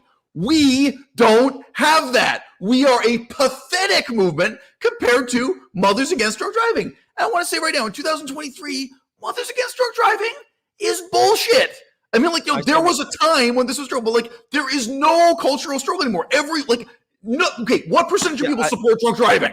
There's no. Yeah, I thought so. And I thought that they won when they got the age of drinking to be 21 in America. That was their big thing. You have to be 21 in America in order to drink. That was what they did. They got it tied during my lifetime. There have been a sequence of ever more draconian rules against drunk driving. There was a time when both in England and Canada and the United States, it was sort of like, okay, if you've had 2 or 3 drinks, that's all right. And no, Mothers Against Drunk Driving were part of a transition to a no tolerance policy. No, if you've had any alcohol at all, for teens drinking, that was their big thing. Mothers Against Drunk Driving, teen drinking, and but they were against drunk driving of any kind. Go on, they were against middle-aged men. Yes, yeah. Their main thing was about teen deaths and high school deaths and drinking and stuff like that with alcohol related. Look, I am just saying they've already won. I'm not saying their movement is bullshit in the sense that it wasn't worth pursuing. But alcohol is worse than it's ever been. People are drinking more. The people are drinking levels of pre-prohibition. Like, we are drinking at a clip that's ridiculous now, and it's something that you've talked about. But this is just drunk driving. Everyone accepts if you go out and drink, you have to take an Uber, you have to take a taxi. Everyone, no, that's their cause. Yeah, they won. Yeah, I agree. My cause is actual sobriety. I drink absolutely zero alcohol. I smoke zero. I wish that Mothers Against Drunk Driving would change their names, but I think they'd have a different. They'd have a problem. Right. Look, all that we can agree with each other about. But my point is this. My point is a little more simplistic here. Mothers Against Drunk Driving. At least 50 offices in 50 states, and they have several more, just other major cities. So some states, there's more than one office. That is a real movement. There is real passion and real organization and real money backing anti-tobacco movements, anti-alcohol movements. Yeah. You have to compare veganism to something. And we suck compared to that. We are pathetic compared to that. But don't you think that's because we're fractured in a way that's very bizarre? Like you take earlier you put AV, Peta, and DXE all in one basket, and I don't think they're in the same basket. Like, they're part of the same movement, sure, but one does not fit like the others. AV is not Peta, and neither is DXE.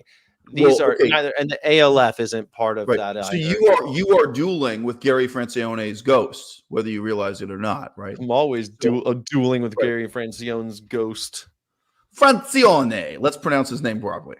I heard he hates it when people say it that way. I know, including me. I mean, he knows my work. I've seen him on the microphone getting angry at the audience that it's Francione. Oh, it's Francon. That's very, very intensely called.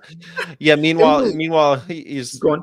The relevance to your argument, what you were just saying, is this: Gary Francione, who is one of the only other intellectuals who have ever been in the vegan movement. Like, there's me, there's him. I don't know. We have Tom Regan. We have Leslie Cross. We have. I mean, I hate to do deep cuts like that, but I mean, saying that Tom Regan is an intellectual is like saying that Richie Rich is a superhero. Okay? The fact that Richie Rich has his own comic book does not a superhero make. Okay? On my desk. That's my position. My desk right now. Defending animals. I've got Post-its in there. We have people asking the audience if I'm on. They're not specifying the drug. I don't know. What do you think I'm on? Loiclatom? What do you think I'm on, guys? They said yay. Yay is the good old fashioned Charlie. That's snow riding the white pony. Is that what that is? That's what yay is. Yes, yayo. No, I am sober. It's all you're drug and disease free. All right, so look, coming back to Francione's one, the point is this: Francione massively influenced the movement, in my opinion, in a negative way. I know he had good intentions, but he was wrong in terms of driving this wedge between so-called single-issue causes and whatever the fuck he defines his methodology as. Okay, mothers against drunk driving. The abolitionist approach is what he calls this. Yes, and I think we all have a certain soft spot for Francione. He's wrong about everything, but in a kind of charming way. I certainly like Gary Francione more than I like Durian Ryder or Freely or a lot of these other. You will like intellectuals. He's an intellectual. He has sound arguments, even if you don't agree with him. His arguments are quite good, but he's wrong about everything. So look, mothers against drunk driving. I don't agree with that, but yeah. From Francione's perspective, mothers against drunk driving is a single issue cause par excellence, and that's why they've succeeded. So a Christian. A right-wing Christian can support mothers against drunk driving. A left-wing, freaky, polyamorous, liberal, weed smoker, vegan, can also support mothers against drunk driving. Why? They're united by the single-issue cause. So what you were saying, I'm saying, well, actually, you're dueling with Gary Francione's ghost, because that really is the problem. All right. Watch him silver eyes just like half the time he's mumbling random things, the other half the time he's blaming me for. Shout out to everyone in the audience who's bold enough to tell me I'm wrong about Gary Francione. I think you're partly wrong. I think that his ideas about how, first of all, that abolitionism is the way forward, that the idea of protesting Michael Vick, protesting the NFL because Michael Vick drowned puppies is a bit ludicrous. That would be Peta, right, Sky? There's a conflict of interest here. Sky can't really criticize Peta. That is actually both what Gary Francione is going after, and also what you were going after at this moment. Well, no, I think especially, well, Peta's an interesting one because they will have these single issue ideas, but their net is so wide. It doesn't. People are like, well, I disagree with this one thing that they're doing. Okay, those other 99 things they're also doing. Peta engineered the ambulance chasing approach to vegan activism, which includes anyone can go to Google right now and put in Peta Michael Vick, and they will see exactly what you're talking about. And that's also what Francione is against, right? Yeah, it's what he's against. But I think that he's right when it's like, well, that's not abolitionist, and I'm like, okay, but.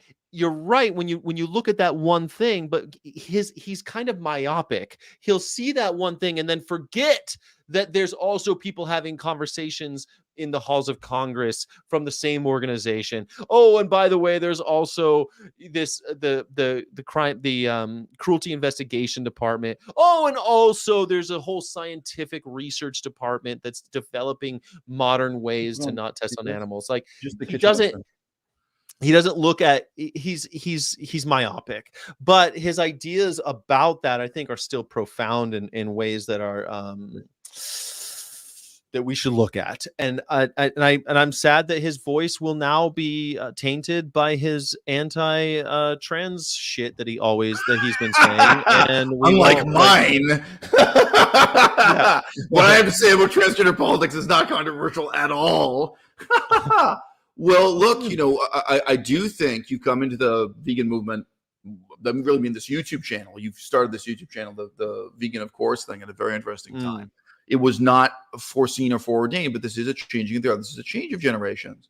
I know it was one of the most shocking parts of my last interview with you, but the era of Peter Singer is over. The era of Gary Francione is over. Now, I could add many more names, but even someone as recent as Freely, as Durian Ryder, that is all over. And the question we all have to ask ourselves is, what now? What next? Even this kind of jargon, the difference between abolitionism and the animal rights paradigm and the citizenship paradigm. Yeah, I mean, that is all over. And we're making this transition at a time when just interest in veganism itself is at a low ebb. Melissa suggested to me yesterday that we do a rap song. So, it's mostly me, but she participated in Sports Me First Place. So I say we because of her inclusion in this. But anyway, that we do a rap song joking about all of the events in the vegan movement in 2023. This is called a wrap up, where it's a wrap up. I got you. And I said to her, look, I don't think 400 people would watch the video. And back in 2016, it would have been 4,000. Now, okay, we can get into a big digression here, but how do you create metrics? A fascinating one. So I really should mention this to the audience. Here's an experiment anyone in the audience can do. Just within YouTube, search for the DXE chapters. So what do I mean by chapter here? Direct Action Everywhere, DXE. They used to have one organization in San Francisco and one in San Diego and one in New York and one in London and one in the Netherlands and they're like We the Free. They got different chapters in different places. So city by city around the world, Direct Action Everywhere put itself forward as a global organization, in case you know. And guess what? Again, you look at the YouTube. We're only seeing the YouTube channels that are still up. Lots of them, the channel itself has been deleted. It's like, oh, this one hasn't uploaded anything in 8 years. This one hasn't uploaded anything in 6 years. It's a ghost town. Now, again, Pacific Northwest. So I'm in Victoria, west coast of Canada. It's a very short trip from here to Seattle. We're connected to what's going on in Seattle. It's a very short trip in the other direction to Vancouver. Vancouver used to be number 2 in the continent. It used to be number 1 was Berkeley, California. Number 2 was Vancouver for vegan activists. It is gone. The movement has collapsed. And I was talking about that before it happened. I was talking about while it's happening. And now people like me and you, just literally your YouTube channel, you are operating in the ruins of what's left over of the vegan movement. So, now look, in some ways I'm optimistic. In some ways it's like, wow, I sure am glad I don't have to deal with all those fucking people who don't believe in soap and don't believe in toothpaste. I'm really glad they're all gone. I think it's easier to find. We're still dealing with the utilitarians. We're still dealing with the that to me is the new thing. Right. It's no longer this anti-soap people. It's the rights violations suffering people that don't understand what veganism even is, but they have a utilitarian mindset, or the new thing is the threshold deontology. I'm a threshold deontologist. I'm not a utilitarian. Right. It's just another word for autism is real. A very large percentage of the people you meet and talk to on the internet have autism. A very large percentage of the people you are going to meet in the Discord server for Ask Yourself, a vegan YouTuber, have autism, are somewhere on the spectrum. Okay. Once, this is just an example I gave off the top of my head. I was talking to someone who believed that utilitarianism was this incredibly important philosophy in this world. I said, oh yeah. Can you remember what the utilitarians did about the Vietnam War? So, again, this is kind of contrasting one myth to another. Do you think it was like utilitarian university professors or activists or anything? Do you think the utilitarian movement was important in the history of the Vietnam War? And of course, they have to stop and reflect and realize, no. Either you say utilitarians did absolutely nothing about the Vietnam War. It's like, okay, I can search through the footnotes and find maybe 1 or 2 essays from the war. No, I know what they did. Utilitarian. Richard Nixon was utilitarian. Well, that's an interesting question. No, okay. So we all just lived through the war in Afghanistan. What was the? Can you remember a utilitarian conference on Afghanistan? Was there even a party? Was there a fucking champagne swilling social event? Was there one the utilitarians did? Oh, gee. So it turns out every single significant historical and political issue in my lifetime, in my father's lifetime, utilitarians did jack shit about. But for some reason, you think veganism is going to be different. It's really interesting. Like, the crucial variable, the crucial vector. So it reminded me of Sam Bankman-Fried. He had all that money, and yet what did he do with it? Like I listened to a podcast about how he lost $8 billion, how he stole and disappeared $8 billion. Depending on how you count it, it can be 22 billion, it can be 42 billion. Amazingly, I've looked into it. Yeah, I've made rap songs about it too. Go on. Yeah, I mean, but about 8 billion just evaporated. We don't like they know where it went, but it's gone. It's unsalvageable. He's going to jail for that Right. $8 billion because what could be recovered was recovered. Anyway, he was vegan, quote unquote, but he was an effective altruist utilitarian. Effective altruism popularized by Peter Singer, the idea that you make a bunch of money and then help as many people as possible based on how because now you've made all this money, you've clawed your way to the top of the food chain by fucking over other people, but now because you have so much money you can do the greater good. Nobody ever seems to get to that point for some reason. They claw their way to the top saying, oh, I'm going to give it all away. In his defense, he actually did give a lot of it away, but and he really is vegan. I just want to say FTX. So guys, you know, I have made comedy videos ridiculing FTX. I've also made dead serious videos talking about FTX, cryptocurrency, talking about cryptocurrency as a problem within the vegan movement, James Aspie and so on. So I have talked about this a lot, and I've done a lot of research on it, both serious and silly. But you know, one thing I want to say, FTX is literally vegan in prison right now. SPF, not FTX. Sam Bankman-Fried, he is literally living on peanut butter and white bread in prison. So he is practicing what he preaches in that respect. So a despicable person in many ways, but yeah, he's one of ours. He's one of ours in the Peter Singer sense. I mean, he was a quote unquote vegan, and he did like to push that because he believed in this greater. I think he's actually kind of he's. So look, the other thing is here again. He's on the spectrum, fucking 100%. He's on the spectrum. I believe I am the only person in the vegan movement who has been a critic of utilitarianism. You know, okay, again, if you search through the footnotes, somewhere did Gary Francon say something or something. But, you know, there are many, many videos on my YouTube channel, and there is a playlist of videos that are the critique of utilitarianism. And from the jump, from day one, I really perceived the role of utilitarianism and veganism as something very dangerous, very immoral, and very dark. So back when Cosmic Skeptic was vegan, so Cosmic Skeptic is now known as Alex O'Connor, I was taking him on. I was challenging him and excoriating him. He doesn't go by Cosmic Skeptic anymore? He goes by Alex O'Connor? Yeah, now he just uses his real name. As far as I know, it's his real name. That's now the name he uses. I was taking on and demolishing Peter Singer on this. I was demolishing Unnatural Vegan on this for years and years. So again, it's very easy for me to talk about this. It's sort of my strong suit. And one of my questions for other would-be leaders and influencers in the vegan movement is, what about you? You know, why am I the only person? I do not agree with, and so, you know, I talked about this recently with Karen Dawn. So Karen Dawn, former lover of Peter Singer, former metamor of Peter Singer, former side bitch of Peter Singer. Metamor. What is a metamor? Is that like not a paramour, but somewhere in between? Oh, that's Sky. You don't know. That's how you put the moves on a bitch. You're like, no. Metamor? No, it's not cheating. No. You're not my side bitch. No, baby. You're my metamor. Metamor. What are you on? You're my metamor. And as long as my wife doesn't find out, we will maximize my enjoyment and minimize her suffering. It ain't called juggling if you only got one ball. Fair enough. So, yeah. Anyway, I talked to Karen Dawn about this, and the funny thing is, basically what Karen Dawn says is that she's not totally opposed to utilitarianism. She's like, well, look, she's like a moderate. She says, well, the utilitarians say this, their opponents say that. I think the truth is somewhere in between. It's a moderate utilitarianism. But my position is no. I find utilitarian, I think it's completely evil and completely false in principle and in practice. I reject it totally. Go on. Yeah, even the concept of greater good. I don't believe in this abstraction greater good. I'm morally opposed to the greater good. Greater good can justify any evil imaginable, you know? So, you know, from the Muslim perspective, right now, massacring the Jews can be justified as being for the greater good. There's no doubt about that.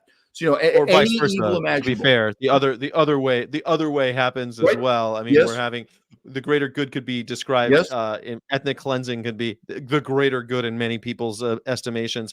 I think it's very weird, this whole utilitarian. Can I be totally honest with you?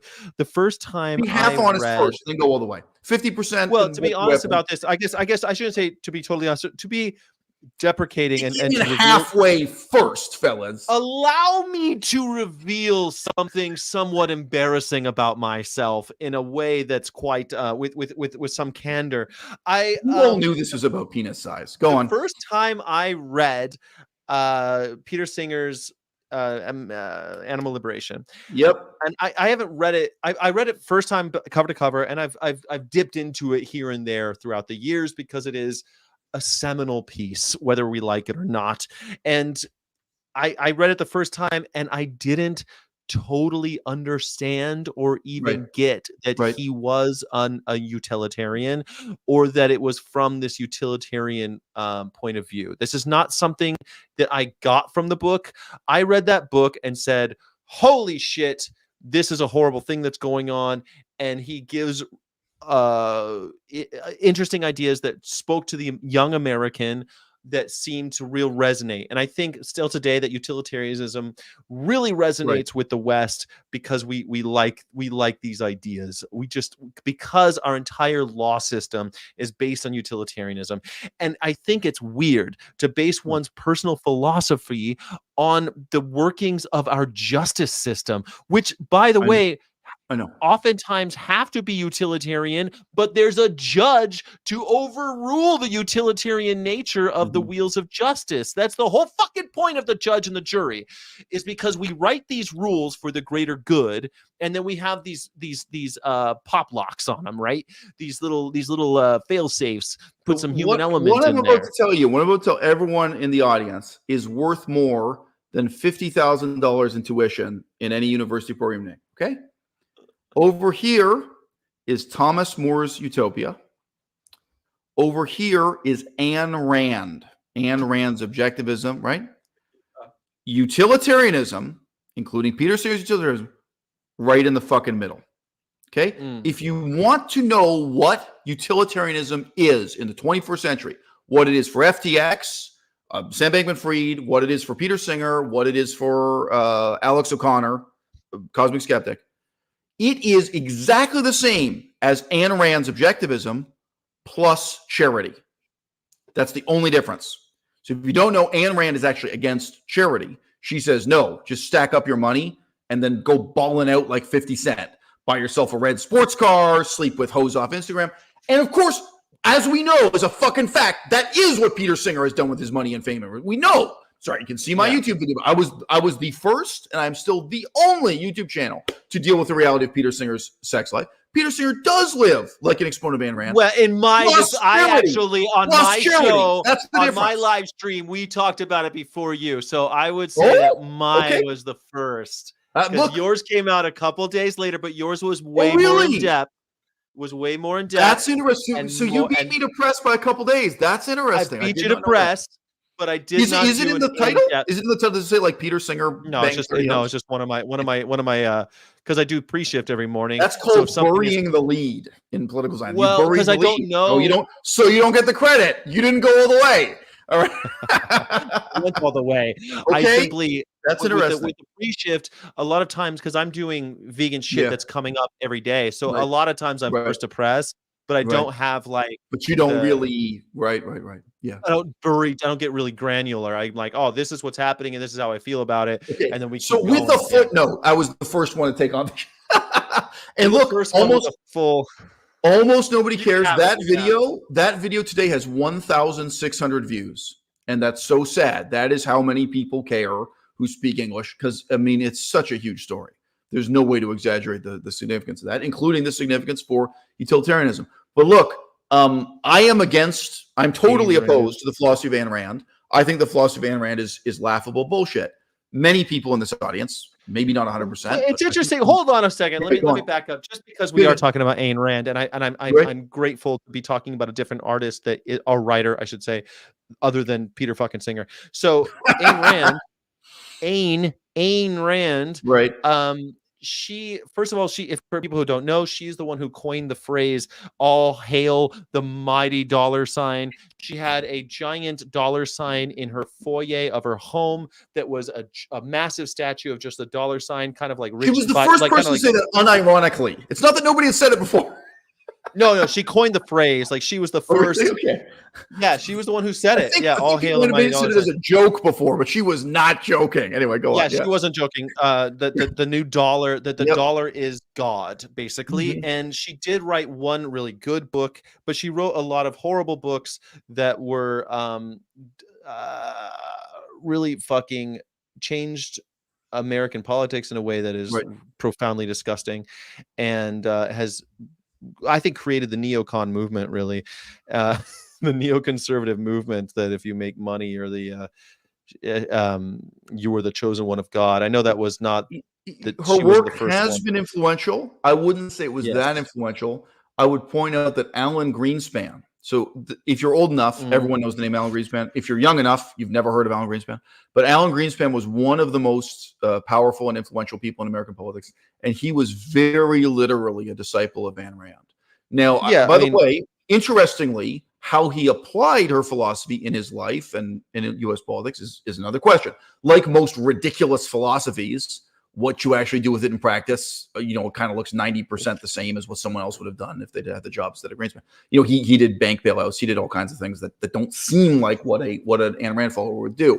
But nevertheless, it has been influential. I would not say it created neoconservatism. I wouldn't go that far. But yes. Okay, but let's go back to like voice.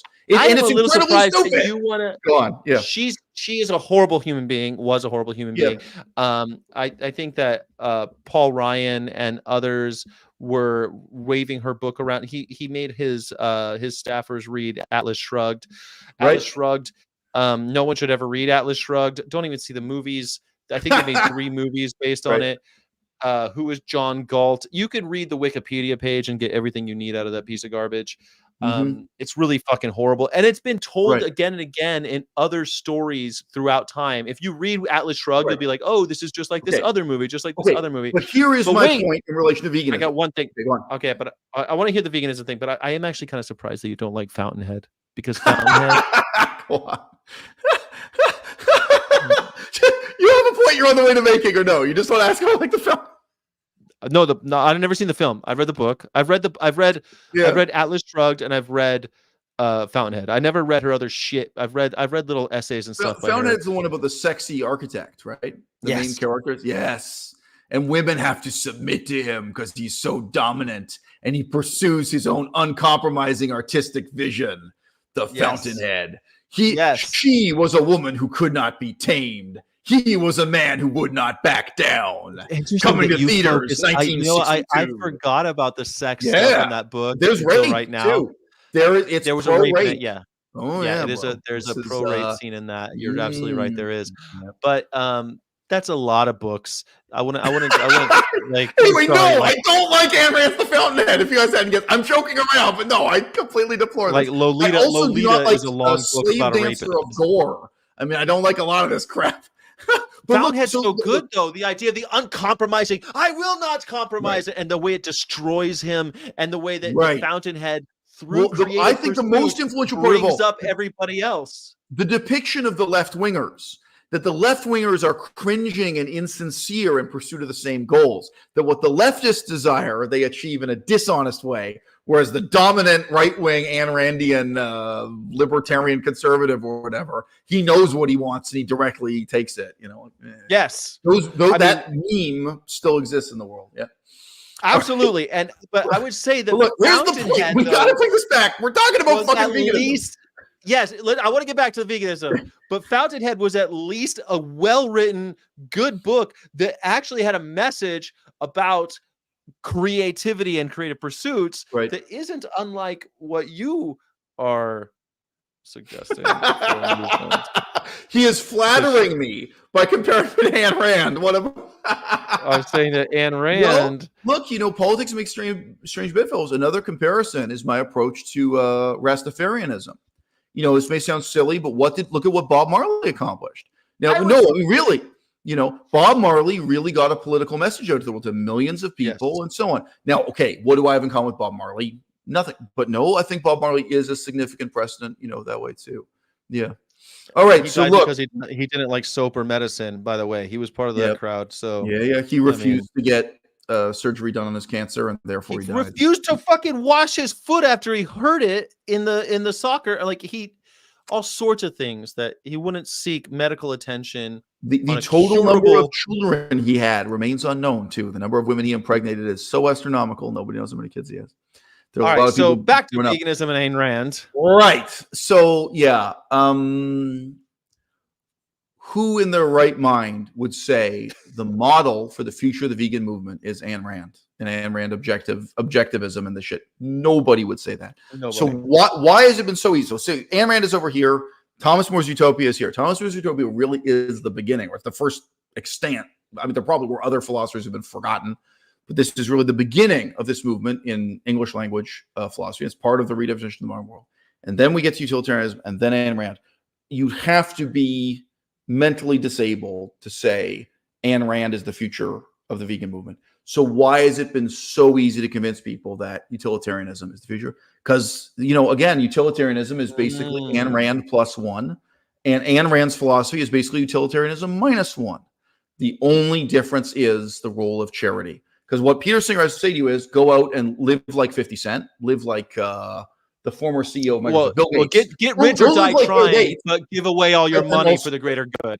That's right. So it's Bill Gates, 50 Cent, ballin' millionaire crap. I mean, it's just so ludicrous. Yeah, bro, the future of Cambodia is millionaires and yachts. Totally. What the future of democracy in Myanmar? Apply this to any real world problem. Hey, how are we going to bring about feminism in Iran, equal rights for women in Iran? That's funny because we got some millionaires on yachts. That's going to solve the problem. Come on, Well, if the millionaires on yachts sold all their yachts and gave their money to the poor, and maybe you would have something. Well, right, but this is the thing. So James Aspie himself fell into this trap. James Aspie, he is not intellectual enough to understand utilitarianism at all. I mean, he is not intellectual enough to join this conversation at all. But I've clips of him directly saying where he explains his methodology. His methodology was to become a millionaire on a yacht.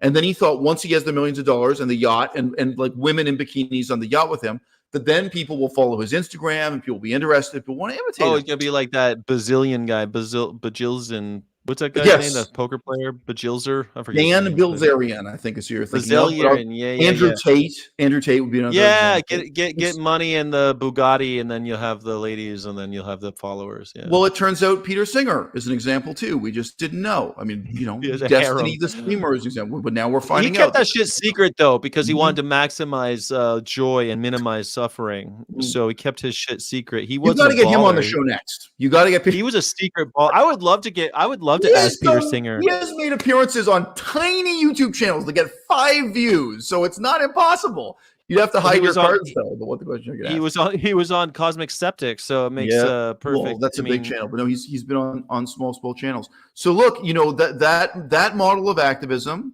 it does influence people. It does change people's lives. People like Sam Bankman-Fried, but even someone like James Aspie, because James Aspie, to my knowledge, was not a multimillionaire. He has enough money that he can be constantly on vacation. It's an interesting point Corrick makes. To be honest, the people world had been a long time ago from billionaire to billionaire. So if you become a billionaire, you can buy the people. I think that's an interesting thing, right? People have already been bought and sold. So the idea that I've got yachts, I'm a billionaire now, come follow me, I'll be the next one that leads you to the promised land. Right. But the very fundamental thing here is this. The method being described, the method that James Aspie signed up for, all these people signed up for, it has already been tried and failed. So like how many times do you have to fail before you admit this isn't going to work and you've tried it from it? So yeah, go on. Peter Singer, airplane food singer. Yes. It's interesting because I think about, yesterday I took a flight from Florida to California, stopping in Denver. There were no vegan options along the way. I brought some peanuts because they don't give you peanuts on the road on the flight anymore. And they come by, would you like a snack? Would you like pretzels or chocolate? And I thought, which is least likely to have animals in it? Right. And I said pretzels. Wouldn't you guess the same? But pretzels was the one that dead cow pretzels. It was pretzels. It was called cow secretion pretzel mixture. And and so I look at it and I went, what the fuck? And the person next to me, I'm like, can I see your chocolate? And so I grabbed his chocolate and I looked at it, turned on the light, bing. And I'm looking at it and okay, it's vegan. It's quinoa chocolate. Wow. Okay. Yeah. And so I'm like, hey, can I get I need a vegan snack. Can I give you back this shit? She goes, do you want both? And I went, no, this shit has milk in it. She goes, it does? Right. And I'm like, yes, it does.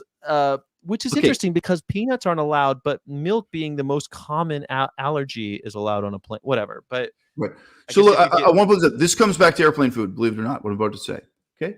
I had a female friend that I don't talk to anymore. and we were just having a completely sincere conversation about my book, the same book we're supposedly talking about now. No big deal. And she said to me, "This is the holiday episode. This is the long boy holiday episode. Don't worry about it. Don't worry about it. I don't need to sell this book. The book sells itself. Okay, the book sells itself. It's $1. Anyway, I was talking to this female friend of mine, and she said to me, "Oh, like everyone who's an extremist is bad. Like in politics and these things." The reasonable people are always in the middle, and you can't be an extremist.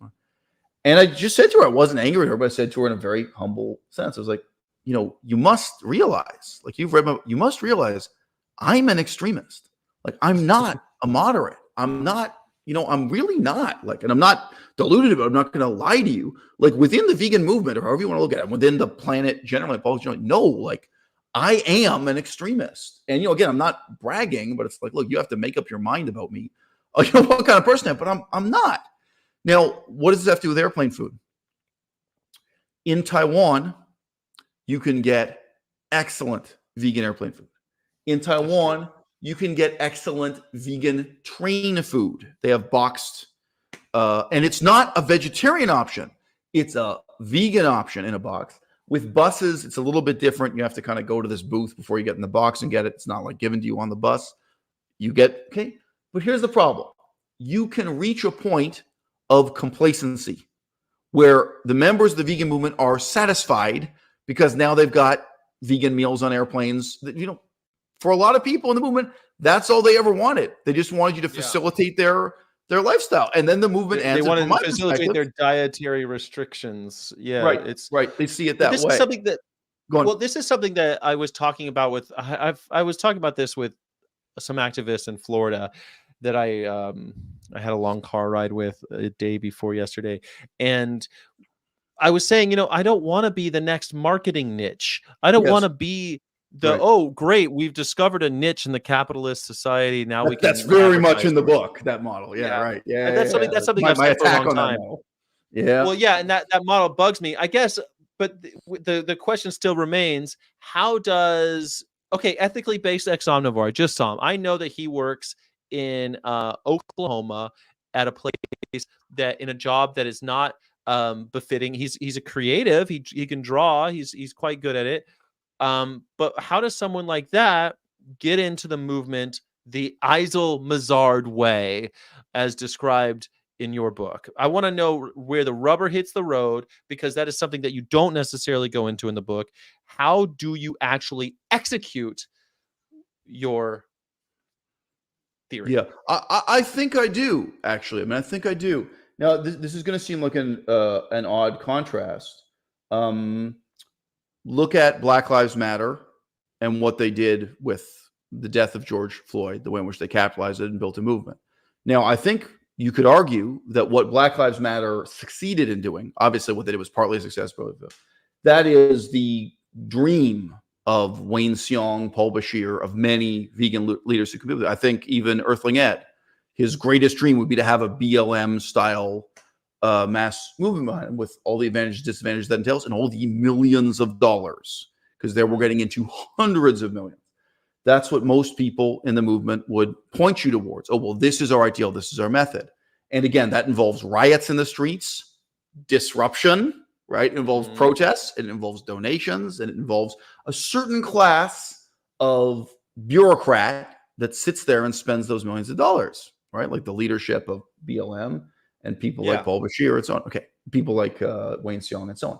Okay. That is what, and now Peta itself fits into this paradigm also. I'm totally opposed to what Peta says. Okay. Here's a contrasting example for you. I don't want to get Benjamin Franklin. I'll let that slide. Yeah. Benjamin Franklin. So Benjamin Franklin, what did he do? How did he change the world? Believe it or not, it started with a book reading club. In terms of how he built up his social capital, he describes this in depth in his autobiography. Benjamin Franklin started organizing. His junta. He started the Benjamin Franklin junta. He had his. This is a time before the internet, and he had this sort of highly systematized, organized book reading salon. And books themselves were much, much more expensive back then. A book was like a month of your wages. So sharing the actual copies of the book was significant too. Certainly books in the United States of America, like books imported from Europe, were very expensive. And then this starts to create a salon, and then this starts to create a basis for dissident intellectuals to really change the world. Now, something that's relatively commonly said about the American Revolution is that the real work of the revolution was accomplished in the 15 years leading up to the violence, not during the violence itself. And this has everything to do with Benjamin Franklin as newspaper editor, as dissident intellectual, as writer, as creative person. So I'm just saying, if you think I'm only going to reach for some really extreme and exotic example of how to be a dissident intellectual, how to change the world, again, Benjamin Franklin was a creative writer. He was also a scientist and man of letters and all these things. And he owned the printing presses too, which I think That's is he always had a little bit of a Yeah, he owned a newspaper. He probably printed the book as well. Yeah, he didn't control all the newspapers in America or something. He owned one newspaper. I'm just saying. So he wasn't a magnate like we have today who controls many newspapers. No, but that's right. He was when they started making when they started making money out of paper. He was quite a bit of money. Yeah, I mean that's after the revolution happened. That's right. He was involved with discussing how paper money should be printed, which also failed, by the way. Those were also failures. Those experiments in American money coinage. But anyway, you can look at the life of Benjamin Franklin. Now, let me be honest about Benjamin Franklin. He did not have even a high school education. He did not have a university education. One of the most common lies told about him was that he could read Latin and Greek. No, he could not. He did not have any refined learning of that kind. He had a very humble manual job. When he lived in London, England, he gave swimming lessons. Interesting detail. And then, as you know, he moved on to working at a printing press, which at that time, correctly, was seen as a completely manual form of labor. It was physically taking pieces of metal and placing them in a wooden frame and pouring the ink. Yeah. It's factory work. It's factory labor. So if you think you are not much of an intellectual, whoever you are watching this video, you are probably much more of an intellectual than Benjamin Franklin was. You are probably starting with advantages, like including the existence of the internet, to meet other dissident intellectuals and get organized, do something positive, that he, with his book club, didn't have. One of the main ways he had to meet people was walking door to door. He did door to door knocking on things and going to church groups, even though it's obvious he was a total atheist. I'm sorry if you read his stuff. You can debate at what, atheist, but yes. At what, yeah, no, but it's bullshit. At what point in his life did he become an atheist is interesting. But no, I mean, certainly after a certain point, he's a total atheist, but he was willing to go to churches and participate in these church groups, which included, at that time, Quakers were a big deal and so on, to try to find talent, to try to find people, he could work with. And he changed the whole history of the world. So that's my answer to you. I like to talk about Ben Franklin. I like to talk about Voltaire. Voltaire didn't kill anyone, but he changed the world. What did Voltaire do? Comedy. I'm sorry, but Candide is comedy. Candide is a comedy, yeah. In terms of getting you thinking about what you can do in your life, right? Sorry, really quick contrast, because you put the question to me as, what if someone asked me how today do I hit the ground running? I got an email years ago, and I believe I made a YouTube videos about this, but I talked about it somewhere, maybe in a podcast. But I got an email from someone who wrote to me, and she said she's a woman who has lifelong body dysmorphia images, and she can't stand hearing back the sound of her own voice, and she can't stand seeing her image, like on YouTube or on Instagram. And if someone makes a mean comment that she's not particularly beautiful or something, she weeps about it for days. She told me all these kinds of cycles. She says, what I really want to do is the same thing you're doing, like what I'm doing on my YouTube channel, I guess on Instagram and so on too. I want to do the same thing you're doing. I want to move in the same mold. She cares about politics, she cares about vegan activism. And I wrote back to her 100% honestly and said, well, you are going to have to come with a new method because this is not for you. This is never going to be for you. So you have to take that dream and crying all the time. Yeah. Because, like we're just being real. So the point is this, different people. Now, maybe in theory, that woman could be an illustrator. Maybe she can draw or paint. You work alone and you don't, it's just not the same kind of thing. It's not your face. It's not your voice. It's not your insecurities. Whatever she can do, I can't give a prescription that's going to apply to everyone equally. It's not going to work that way. And, when you do give prescriptions that apply to everyone equally, it ruins most people's lives. Again, nobody gives me credit for this. Not a single one of my followers has ruined their life the way Zoe Rosenberg has. No, and I wouldn't say, yeah, but I wouldn't say like get out and go and get. Zoe Rosenberg is in jail. She followed the philosophy of Wayne Young right up to a prison sentence. His whole thing is come out and get arrested with me. And I think the idea is different for what I'm saying. I want people to get up off the couch, get into activism, get into the movement. How your journey after that goes, I think I would love to push people more into the creative pursuits or to support the creative pursuits of others in order to get to these aha moments for more and more people. I think that that's noble, and I think that that's a great message. I just don't always know how to tell people get off the statement, get off the couch, get into the movement. Yeah, I live in Victoria, Canada. There is no movement. In Vancouver, Canada. No, I'll give you examples. There is no movement. In Seattle, there's movement. Right now, like if you think there is a pre-existing movement I can participate in and join, it's just not true. So I can talk about what organizations you started your own thing, and you've got something that you've started. You wrote a book. You've contributed to the movement. You're in the movement. The first part of get up off the couch is easy to agree about, but thinking of this in terms of there being an existing movement you can join is utterly false. And so whatever. My daughter is now 10 years old. So a couple of years from now, when my daughter is a teenager, do you think I'm going to say to her, "Oh, sure, get off the couch and go to a Chipotle restaurant with those protesters from DXE"? No, that's not the same thing, and that's not what I'm saying. That's the movement that I know, but that's the movement that exists. If you tell people get off the couch and join the movement, that's the kind of somebody get off the couch. That's what's out there to join. Well, I don't think people should get off the couch and immediately go into illegal activity. I'm not saying, and I might defend some of the illegal things that people do, but I would never tell people to go out and do illegal shit, because I'm not going to be the person to tell someone else to go get arrested intentionally or accidentally. And it's funny because there are. My problem isn't just with illegal. My problem is with things that waste your time, waste your life, leave you embittered and disillusioned. Like nothing is a waste. Nothing can be totally illegal, but it's pointless and meaningless. Nothing is wasted on the eyes of a poet. And when you go forward and you're getting inspired by these things, that's how creativity happens. That's how we get to these points where you start doing, start having these fountainhead moments that would bring up the movement, like the ones that you described. What could Rachel Ziegler have done with 8 years of her life instead of what she did do? Well, that's fair enough. You've just said nothing is wasted. On doing 8 hours. Well, maybe she'll do something really meaningful now after having. I'm sorry. People look at Joey Carbstrong. But your time is not wasted. I spent a lot of time. No, your time is wasted. That's where I disagree. No, this is a waste of your time, and you're passing a judgment on yourself that there's nothing better you can be doing with that time if you're out there imitating Joey Carbstrong. It is. Well, it depends on how. It depends on a lot of things. A lot of people hear opportunity knocking and they don't answer the door. But you have to be in the situation where you can hear the door knocking. You have to be putting yourself out there and getting involved. Now, to say 8 years later, getting involved, assume there's something there to get involved in, and there isn't. No, that's my perspective. Getting involved with what? With Joey Carbstrong, with a bunch of losers who are imitating Joey Carbstrong? No, it's a disaster. Don't do it. That is my advice to everyone.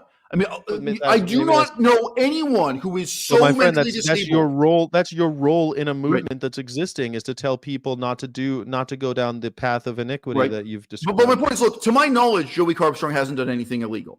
Maybe he has something minor. The vast majority of what Joey Carbstrong does is broken into some things, and the vast majority of what Joey Carbstrong does is legal. He stands on the sidewalk and talks to random strangers, right? So that's legal. Yeah, he's done a little trespassing. He's done a little bit of.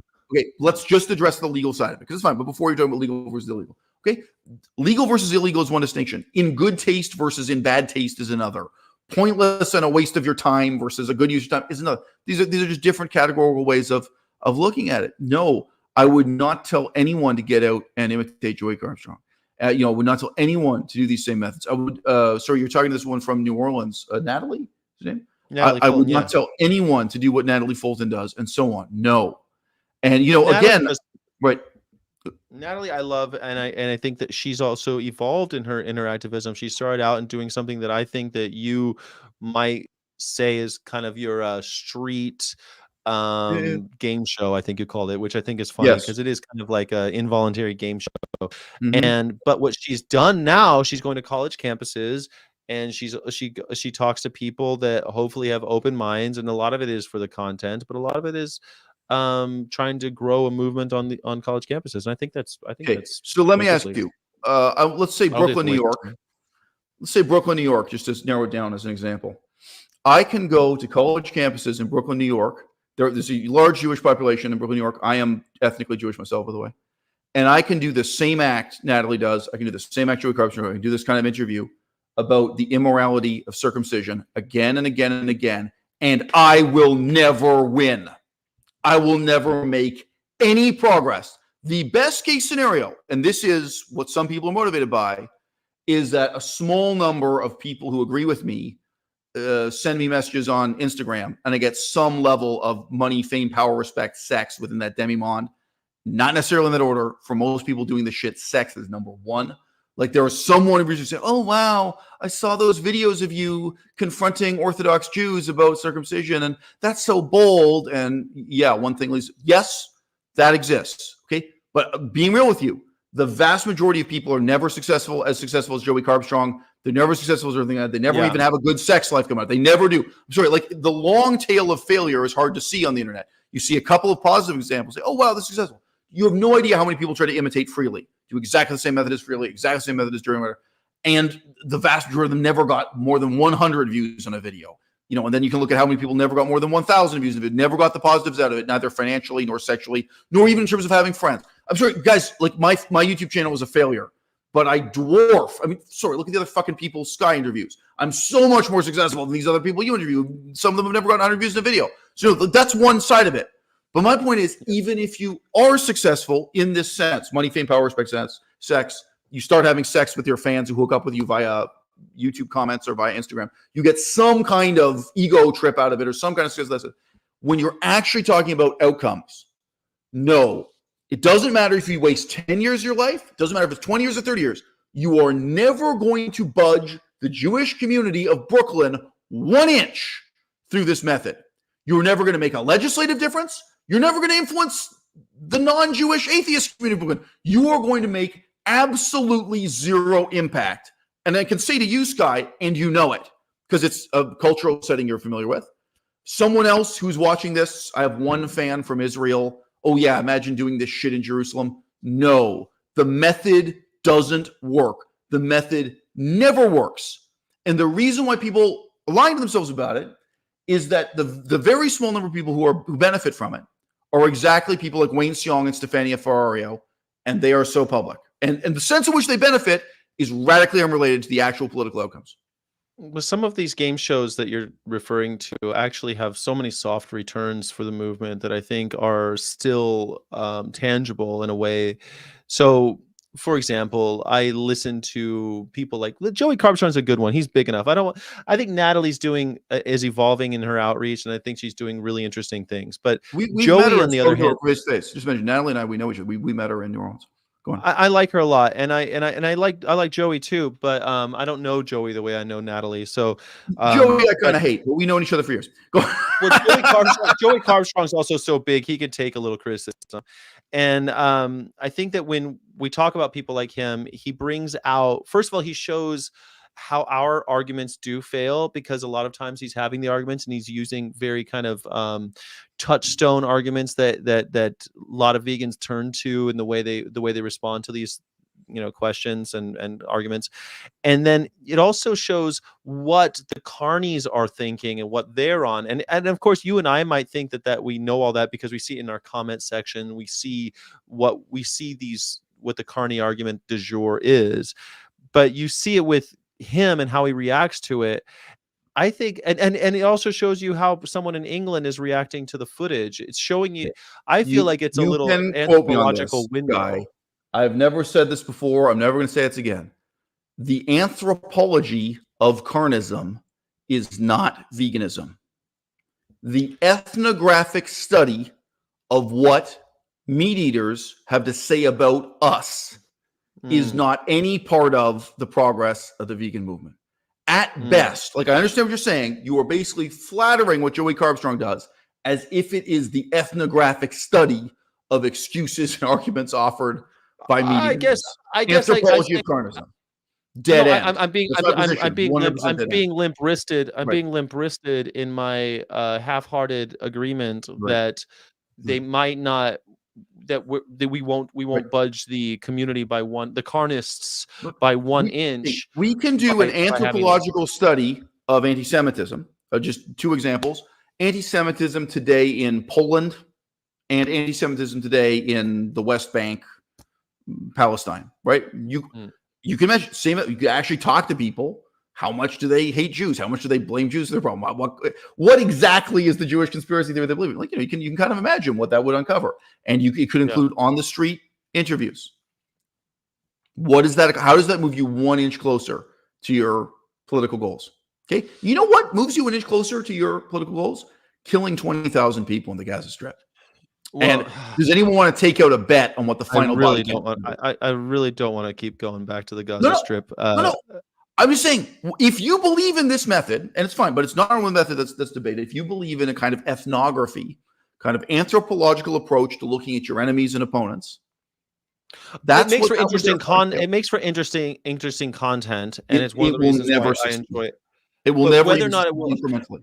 But it might succeed on each. Anthropology. How many individuals have told Joey Carbstrong, I've gone vegan because how many people have you met that have gone vegan because they've heard Gary Yourofsky's speech? How many people have you met who have gone vegan because they people became vegan because of me?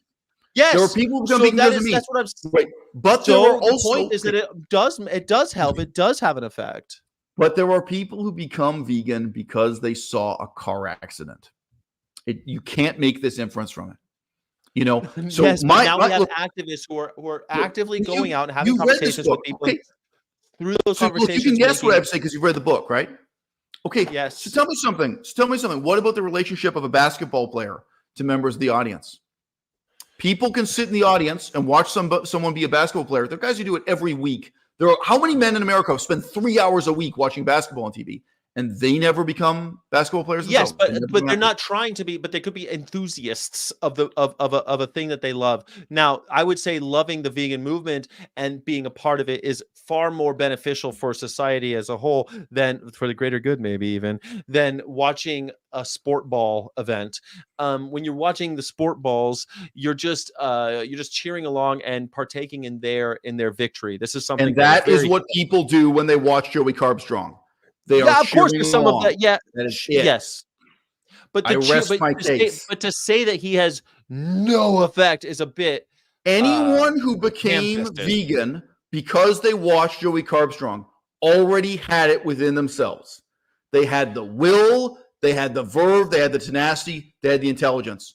And I give no credit to Joey Carbstrong at all. There's a very powerful image in my writing of a Buddhist monk who walks back and forth holding a stone to warm himself up. It's known as the parable of the stone robe monk. I don't know if you remember some of my writing, but he's a monk living in poverty, and the other monks light up a fire. And he instead, to save money, he doesn't bother burning firewood. He gets a heavy stone, and whenever it's cold in his monastic hut, he closes up the doors and windows. He holds this rock, and he walks in a circuit. So you can imagine why that warms you up physically, and also if the doors and windows are closed, it warms up the air around you. Okay, now here's the error, that you point to the rock and say, this is the source of heat in this room. Thanks to this rock, I'm not warm anymore. No, it's you. It's something in you. It's something you did. And anyone who becomes vegan because they got a pamphlet from Peta, anyone who went vegan because they saw my YouTube video, Joey Carbstrong's YouTube video, or again, I've known people, they saw a car crash. They saw something like that.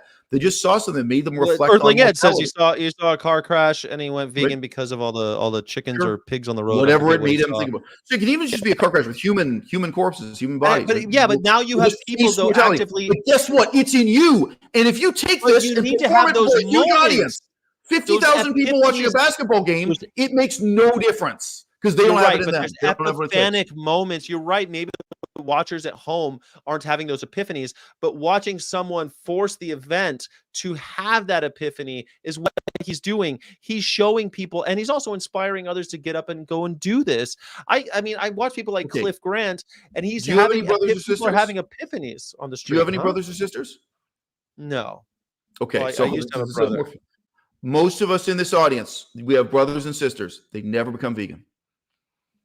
Yeah, I don't have anybody like that. Doesn't matter. Doesn't matter how much they see the benefits. Doesn't matter how much they see my that's a YouTube whole videos. different phenomenon. I mean, that's because brothers and sisters don't respect each other like they do strangers. If you have what it takes, if you have what it takes to be a basketball player, you cannot inspire even one person in the audience to become a basketball player. That's not how it works. Some people are couch potatoes forever. The vast majority of the audience will never develop the skill, the self-discipline, the athleticism to play competitive basketball. Doesn't matter how many hours they watch. They watch more hours, and it doesn't help them in any way. Michael Jordan inspires people for greatness. By watching basketball, you only become more of a couch potato, not more of an athlete. The real athletes turn the TV off. And that's the idea. The people who have it in them to be vegan benefit nothing from Joey Carbstrong, and the people who are not vegan and never will be vegan also benefit nothing from Joey Carbstrong. So I am not saying there is absolutely zero value to anthropology. I've had sex with a huge number of anthropologists. He's also had a wonderful. He investigates. He's anthropologists are an important part of my sex life. Let me just say. All right, but Joey Carbstrong. I'm all about anthropology. I used to know anthropology, but look, he's anthropology, cameras and gas chambers. Look, he's done. So right now, there's a military dictatorship that rules Myanmar, and you could ask the question: the people who support the military dictatorship, what are their excuses? What are their reasoning? Interesting area of anthropology. Like, we can go out and study that. The people who make excuses for communism in China and support the we can go out and study that. You know what I mean? That's a form of study. Is that a movement? Is that a revolutionary movement that is going to challenge or overturn that political regime? And even at this lower level, is that something that's going to bring about the type of cultural change that I'm preaching? The book is $1. No, neither incrementally nor in large measure. It's neither one. Yeah. It's just anthropology. It's just ethnography. Yeah, I get it's also kind of navel gazing. So everyone who doesn't know, anthropology can be great. Sure. Joey Carbstrong's a moron. He's an idiot. I've known Joey Carbstrong. I've spoken to Joey Carbstrong. He is dumb. Okay, he ain't got nothing to offer the vegan movement, intellectual otherwise. All right, just real talk. Okay, but no, a brilliant, insightful, intelligent person. with his talk. He talks about animal rights. He talks about some things that maybe he wasn't talking about before. Look, an intelligent person could do interesting ethnography. Anthropology could study this stuff, but all right. My opinion, that's unrelated to the real topic of discussion. Mr. Mazard does not subscribe to the common pronunciation of acronyms. He thinks that each letter in the it should be Peta. Actually, he says Peta, but it should be Peta because ethical animal. We have a bone. I have a bone to pick here. Last time you suggested to me that if I believe Peta can instead be pronounced Peta, that therefore FBI can be pronounced FBI. Right? Yeah. No, but this is a false analogy. You see the problem? Because FBI is based on the pronunciation of each letter, right? It's the pronunciation of each consonant and vowel sound. Whereas PETA is the pronunciation of the acronym as if it were a word as a whole. So I've got you there. Okay. Well, MAD, Mothers Against Drunk Driving, should be MUD. It could be made, for all I know. Yes, there could be a different pronunciation. Against. It's Mothers Against, so it'd be MUD. Well, made or made or something, a long A sound. I don't know. Some other. How do you say the word against? Against. It's mud. Look, my point was the E in PETA is pronounced as in ethical. Therefore, I pronounce it PETA. So then why isn't the A pronounced as in animal? Do you want to be? Do you want to be on the right side of history? Do you want to look back and think you were on the wrong side of history? Think about the abolition of slavery. Okay, PETA. When you're telling your grandchildren you were one of the people who pronounced it PETA, you will be on the wrong side of it. You might have come on, man. Get on the winning team, guys. I will not be. Social changes that we got to support. I will be on the right side of history when it comes to the pronunciation of that particular word. The TV sitcom South Park. PETA, I'm holding melons. PETA. I will say.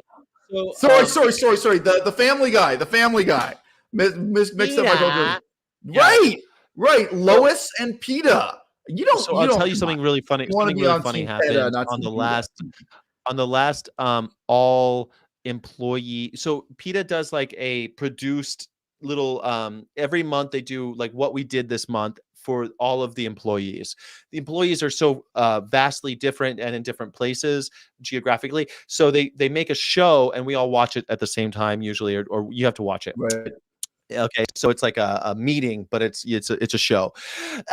So Ingrid Newkirk is talking about, there's always like a employee of the month too, like any other organization, they have like an employee of the month. And this year it was a person named Peter. But Ingrid Newkirk, of course, has an English accent. And so she says Peta. Right. And the whole time it's like, wait a second, because Peta and Peter are the same word when she says it. Right. But But here we go. Her name is Ingrid Newkirk. She started the damn thing and she pronounced it Peta. Investigation, exposure, or abuse, neglect. Can't pronounce his own name. Wayne Xiong can't pronounce his own name. Problem in veganism. None of these people know how to pronounce their own name. Izard can't pronounce his own name. That's it. And investigation, exposure, abuse, neglect makes it credible. Video footage is undeniable. Otherwise, farmers and core just say we are hysterical liars. I think there's truth to that. But even people like Joey and Ed are saying that they're not trying to change people's minds. They're just trying to find common ground. So it was within them already. Money, fame, power, respect, sex. That's all that act is. Come on down and play my game. It's a big game show. But look, I want to point out your example of MAD, Mothers Against Drunk Driving. The word that the A is initializing is against. So therefore it should be MAD because it's the same mud. Well, if you want to try to imitate the vowel sound, against. You don't say against. You go against. It'd be mud. Mud. Mothers against drunk driving. Mud. Can we do a poll? People in this comment section have not read Veganism: Future of the. What's that, a poll? A poll. It's mad. Everyone knows it's bad. So, I mean, everybody, there have been a few people who have wanted concrete ideas. That I think the only way to resolve this issue is to abolish Peta. A la Benjamin Franklin. I'm like, well, what can we all do? Start a junto. Start the Leather Apron Society. Right. Become Benjamin Franklin. And I'm sorry, not just become Benjamin Franklin. It's easy. Everybody. Not everyone can become a medical doctor. If everyone became a medical doctor, we would starve to death. There'd be no one working on the farms. That's right. Not everyone can be an NBA basketball player. Okay. But the question I'm asking, you write this great book with that's right.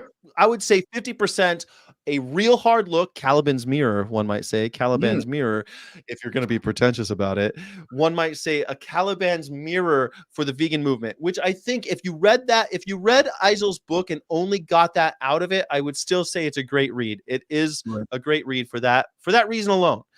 But you also have a thesis, which is through the creative pursuits through the humanities, let's even say, through the humanities, we might actually make a cultural impact and have a future movement. Otherwise, we're doomed.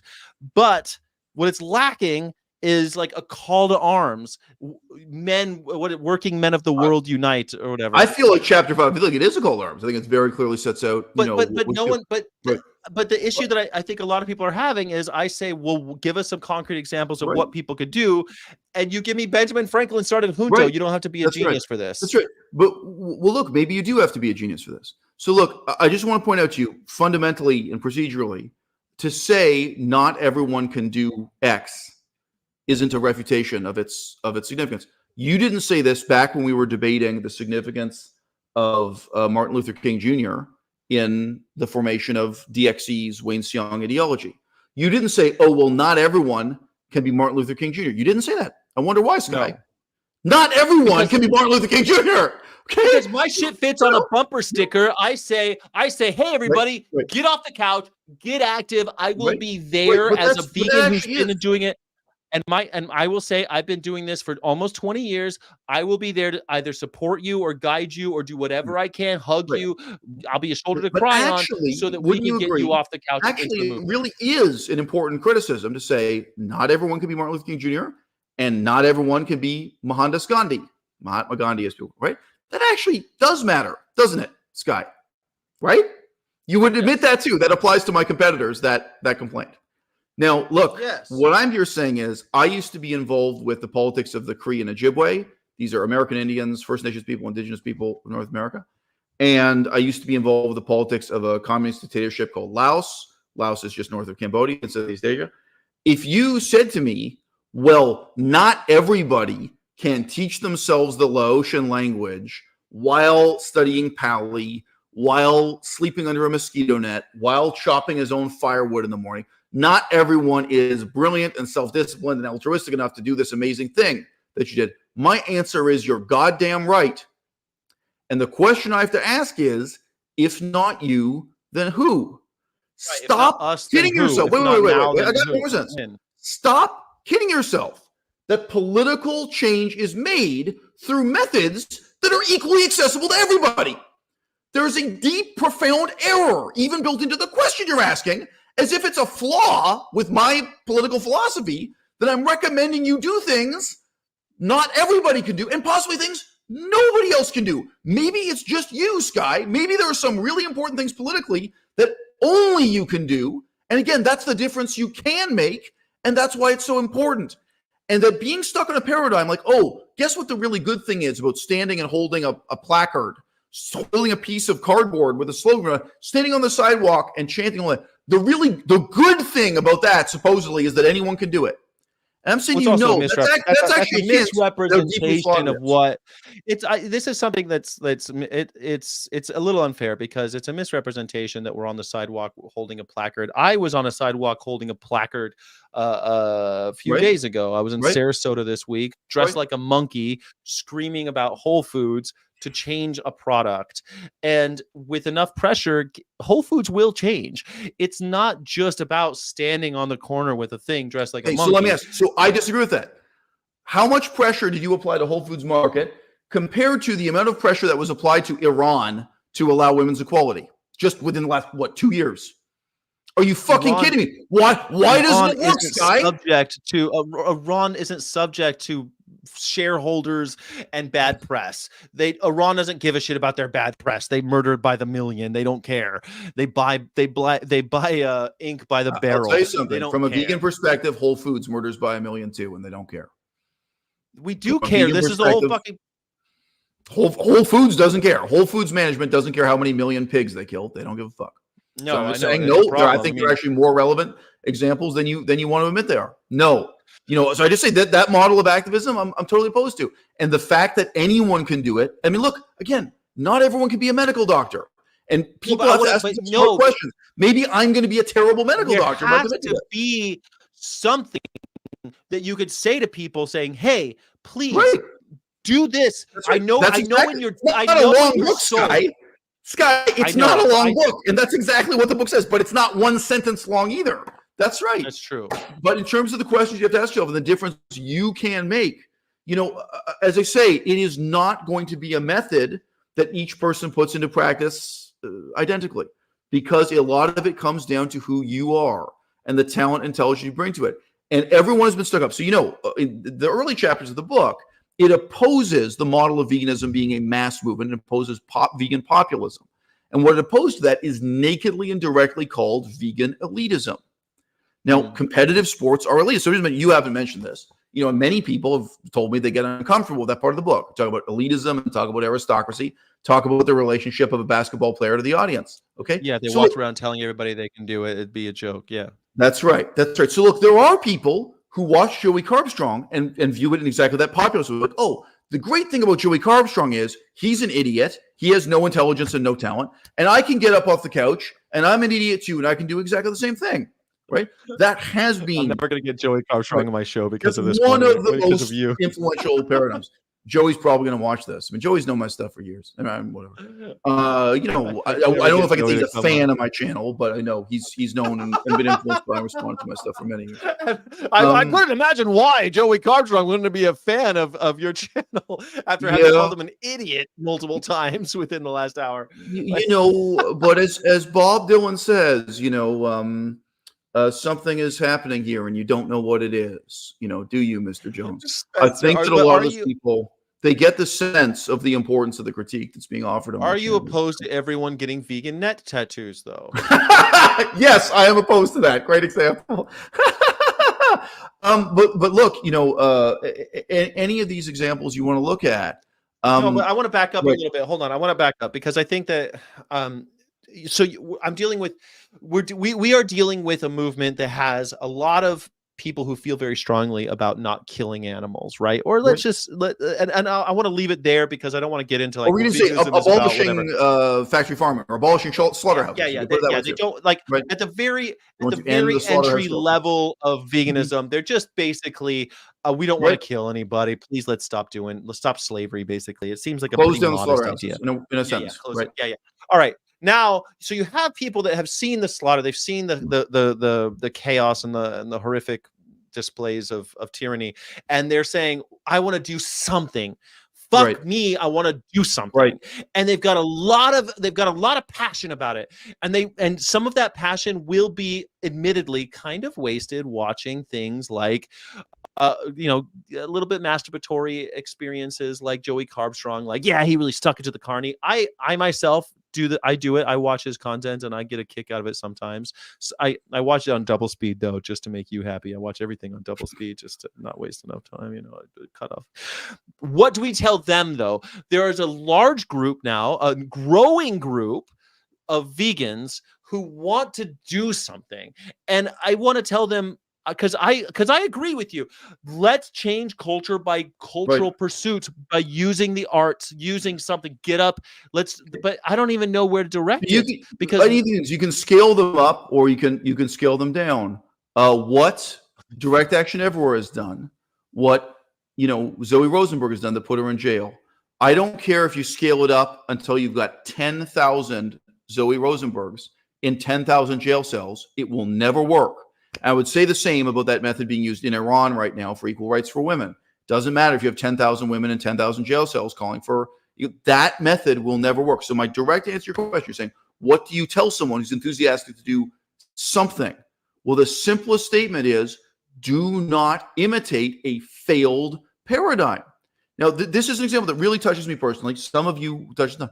I have known so many young people who were enthusiastic about communism, who were enthusiastic about Karl Marx. And let's just say their only intention is they want to help the poor.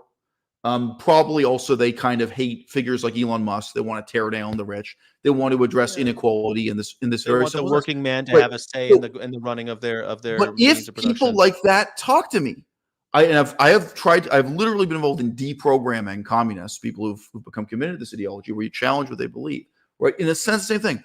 Do not commit yourself to what has already proven to be a disaster, a failure, and an element of both. The failed methods in veganism and the failed methods of communism is ethical. Ethically, what communists do at any level, like at a tiny level, and also when it's a huge dictatorship that kills millions of people, is actually immoral and bad. And I know the last interview we had, you were kind of astonished at this. I actually regard what these vegan activists are doing as immoral and bad. I'm not going to say this in length because this was literally the last live stream together. People would still watch that.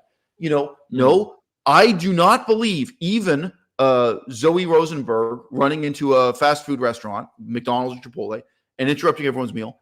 I would not allow a Muslim protester to do that in a Jewish restaurant, which is happening right now. If you agree that method is permissible for us, for our political movement, it's permissible for every political movement, including the anti-abortion movement. Form of activism, but you paint them all with the same brush. Look, because I don't want the conversation to be 10 hours long. I'm not going to give you 10 examples. I am giving you one example, but that is my direct answer. Is look, the book is short. I think you read it in 2 or 3 days. You could read it in one day. I mean, I could have read it in a sitting. It's not hard to read. It is well written as well. But no, I do have an answer. My answer is fundamentally different from what have already proven to be false paradigms. And I just want to say, so I gave you one. You're right. It's one example. Zoe Rosenberg going to jail by ruining people's lunch at a fast food restaurant. That is one example. You haven't even mentioned all the people who tried to do this through fitness, bodybuilding, nutrition. We can talk about a lot of examples. But that is my position. And again, these are examples that are not illegal. The position, I understand the position. What I don't understand is the call to arms, the call to action, the CTA, if you want to get, Right. What is our CTA? Right. So, if you thought you were going to change the world by playing basketball, if you thought I am playing basketball so that all these people in the audience will get up off the couch, you use this phrase, get up, that's literally getting up off the couch, and so that they'll become athletes too. You have to realize this isn't working. In fact, all you're doing is reinforcing the culture of being a couch potato. You are providing a kind of entertainment for the complacent masses. This is fundamentally getting rid of that mass movement participatory paradigm and instead looking at an elitist and frankly conspiratorial paradigm where you realize that you are part of a despised minority that will always be despised. Veganism is not going to be respected in California, and it's not going to be respected in Mongolia or Germany or France either. And then you start to organize on that basis in the pursuit of the difference you can make. Now, when I give you an example, like one related to filmmaking, you agreed with me probably. You weren't hostile to that. But what you said back is not everyone can be a filmmaker. And I agreed. And then we went through a whole bunch of other examples. So I'm just saying, it's not the case that you could say, I didn't give you. We've, within this conversation for however many hours, we've furnished the audience with tons of examples. And again, my point is, no, the best answer for you, the difference you can make, if you're an architect, is going to be different from someone else who's a high school dropout or who's a filmmaker or who's a comedian who takes some other creative approach. But in each and every case, the way forward cannot be what is already proven to be a failure from the past. It's so weird that you think that that sports just gets people to be, because I'm not a couch potato and I still need people to relate to. Yeah, I think that when I think of Arnold Schwarzenegger and his Get Up and Move America, or I think of people like these major stars in athletics who have actually inspired people, maybe not to be elite athletes, but they've gotten people into basketball and they want to go out and play and get active and work out and better their health and maybe develop camaraderie, and there's all the other soft returns that happen. Here's the thing, right?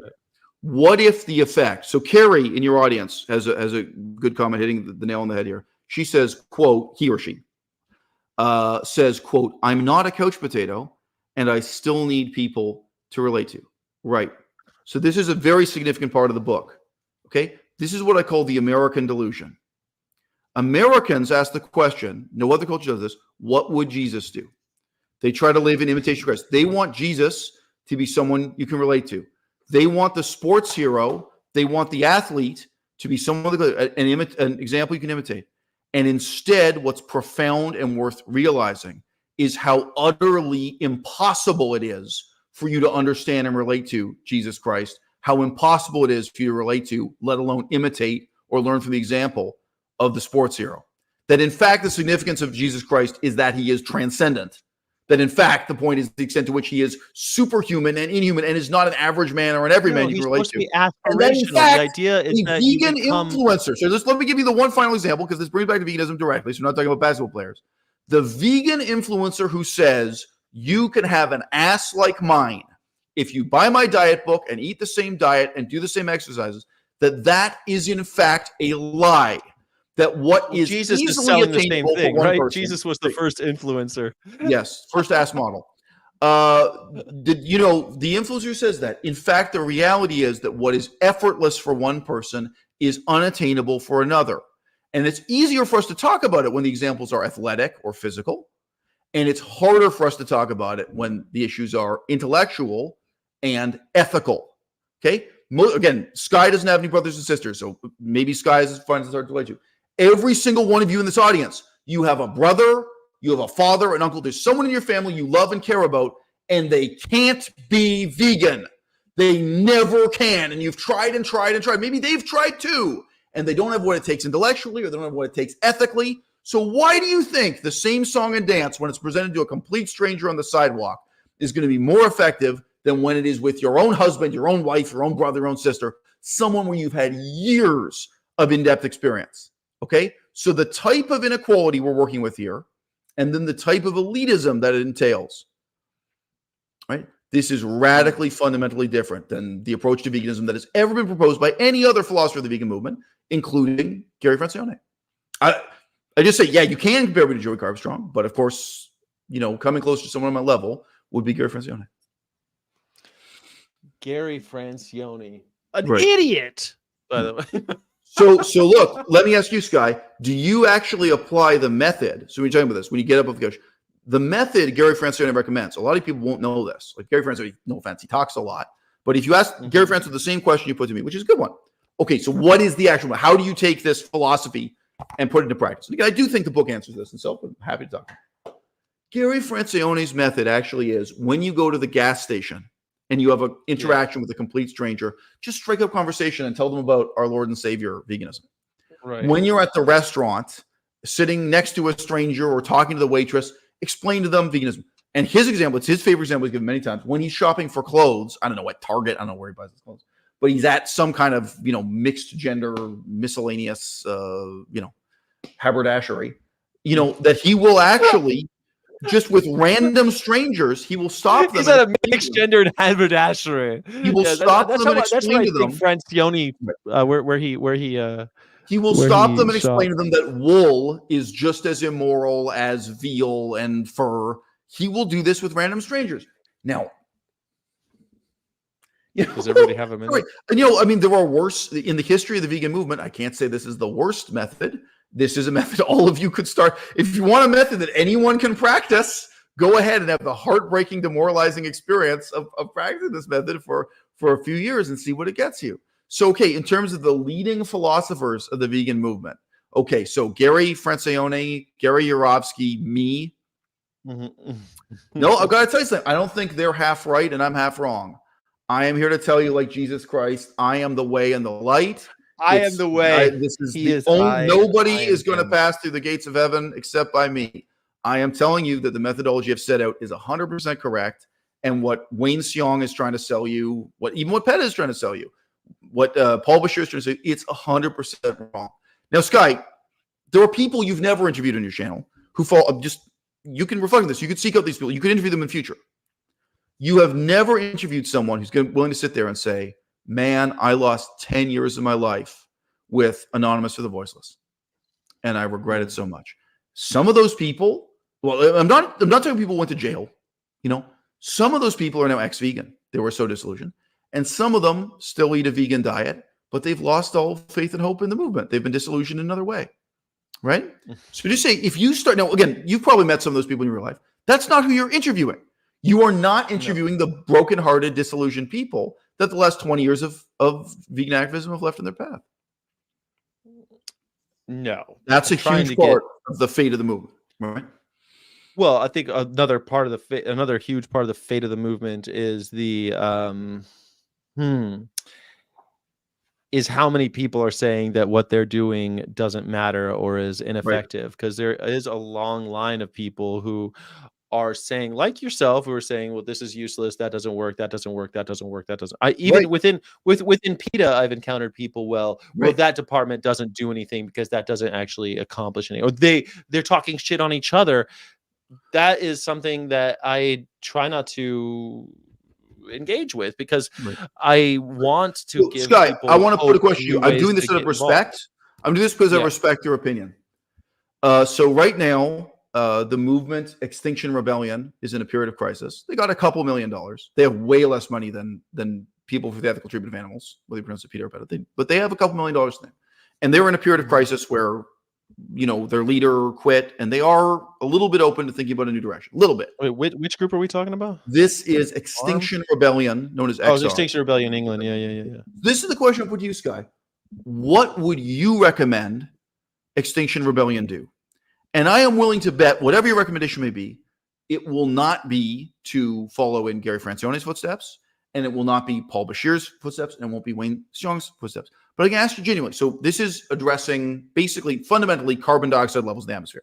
That's fundamentally what this is about, is carbon dioxide in the atmosphere. Yes. What do you have to say to whether there are, so there's two types of people here. People who are currently diehard supporters of Extinction Rebellion, and people who are disillusioned. People who say, look, I care about climate change, I care about ecology, and I've been in and out of this movement for years. I've been trying different things. And like you just said earlier, seems like nothing works. I've been to different kinds of events. What is the methodology you recommend to those people? Okay, so all of a sudden I inherit a group that is about so let's say you're brought in as a consultant. It's not that you become dictator, but you're brought in as a consultant to give a feasibility study and a proposal. And they say, okay, what do you want to do with these millions of dollars that we have? We're going to refund, we're going to readdress and refigure You have out a what couple kind of $1 activism million, and you have a certain level of notoriety in the mainstream press, and a certain number of people who are willing to listen to the new direction you're going to propose, which is based on a recognition what you've been doing for the past several years either hasn't been working or has been this much positive and this much negative. It's not working enough, right? That's the situation. That is a very fair assessment of what's been going on in climate change politics the last 5 years. Sure. What would I do with my millions of dollars? Well, yeah, you're making a proposal. You're not the dictator. You don't just get to decide. Well, I would propose that I'll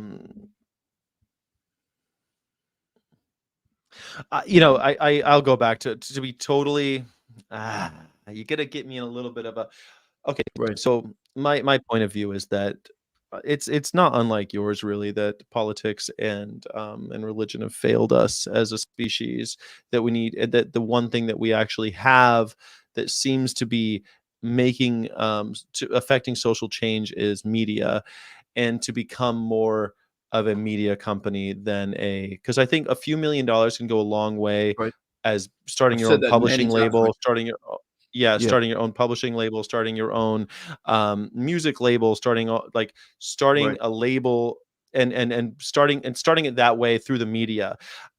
If I had many more millions, I would think of other things, but thinking of just a few $1 million to go a long way. And I just mentioned, if you want to make a $10 million movie, it is normal to put forward $1 million of your own money and then get a 10-to-1 loan for this.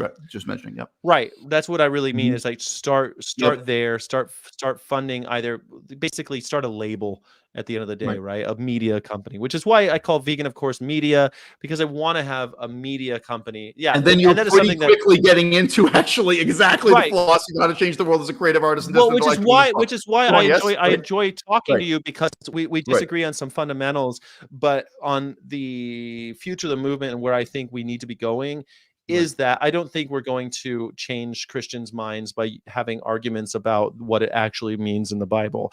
I don't think we're going to change people's minds by getting them stuck into logical fallacies that they're going to have this aha moment, like, oh my God, I also think that dogs shouldn't be. I don't think we're going to have those moments in a way that's going to be significant. So, but I could see having a few $1 million and really hiring James Cameron or someone who's willing to work for cheap because they believe in the movement, and make a movie, make something that that perpetuates itself too. Like have a vegan book company that publishes novels, publishes vegan authors, because you're just going to have a vegan vibe with everything. And they'll eventually kind of seep in. So for everyone who doesn't know this, I've framed it this way because, of course, climate change includes veganism, the issue of carbon levels, but it's not exclusively or especially about veganism. I wish it were. I mean, I wish the general public saw veganism as the crucial variable for dealing with climate change. It is, but they don't. Right. That's my approach. That's my philosophy. But nobody in Extinction Rebellion agrees with me. They absolutely refuse to endorse veganism. Interesting part of this.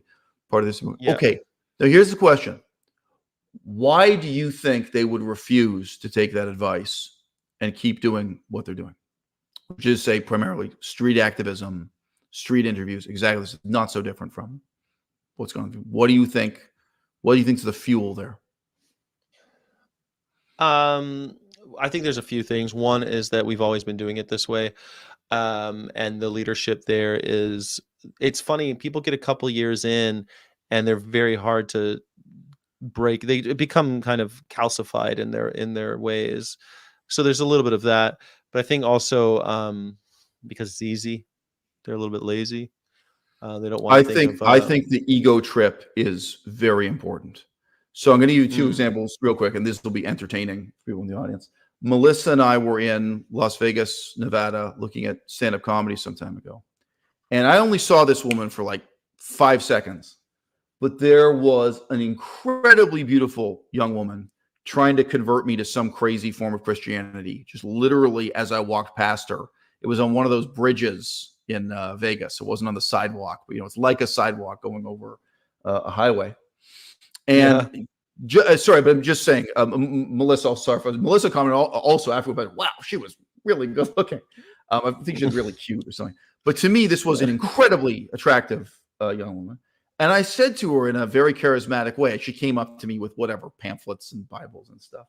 I said, I've got bad news for you. I'm working for the other side. And, and she went for it. She really, she was, I'm sure I could have asked her to come to a coffee shop or have a conversation with her, or I could have stood there on the sidewalk at a coffee shop with her. Okay. I know I've seen you recently criticizing Wayne Xiong for the extent to which his sidewalk demeanor, maybe pickup artistry, talking to these people, before I met Melissa, back when I was actually single, there was a Mormon missionary, so good-looking Mormon. She actually looked a lot like Melissa, truth be told. But I was incredibly attracted, and I could tell she was attracted to me.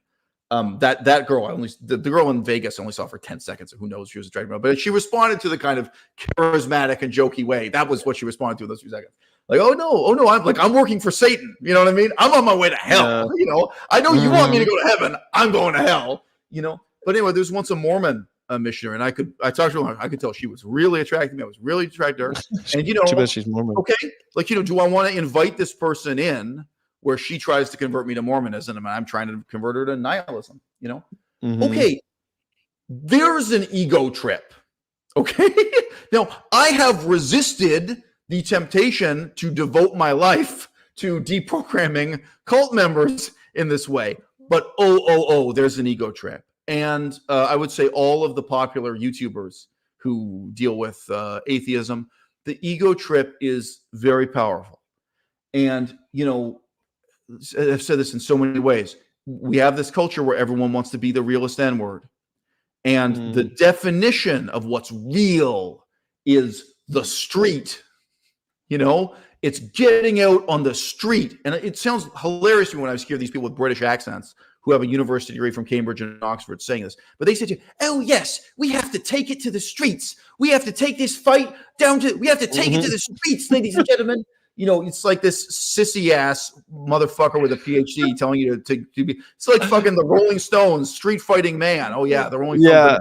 Yeah.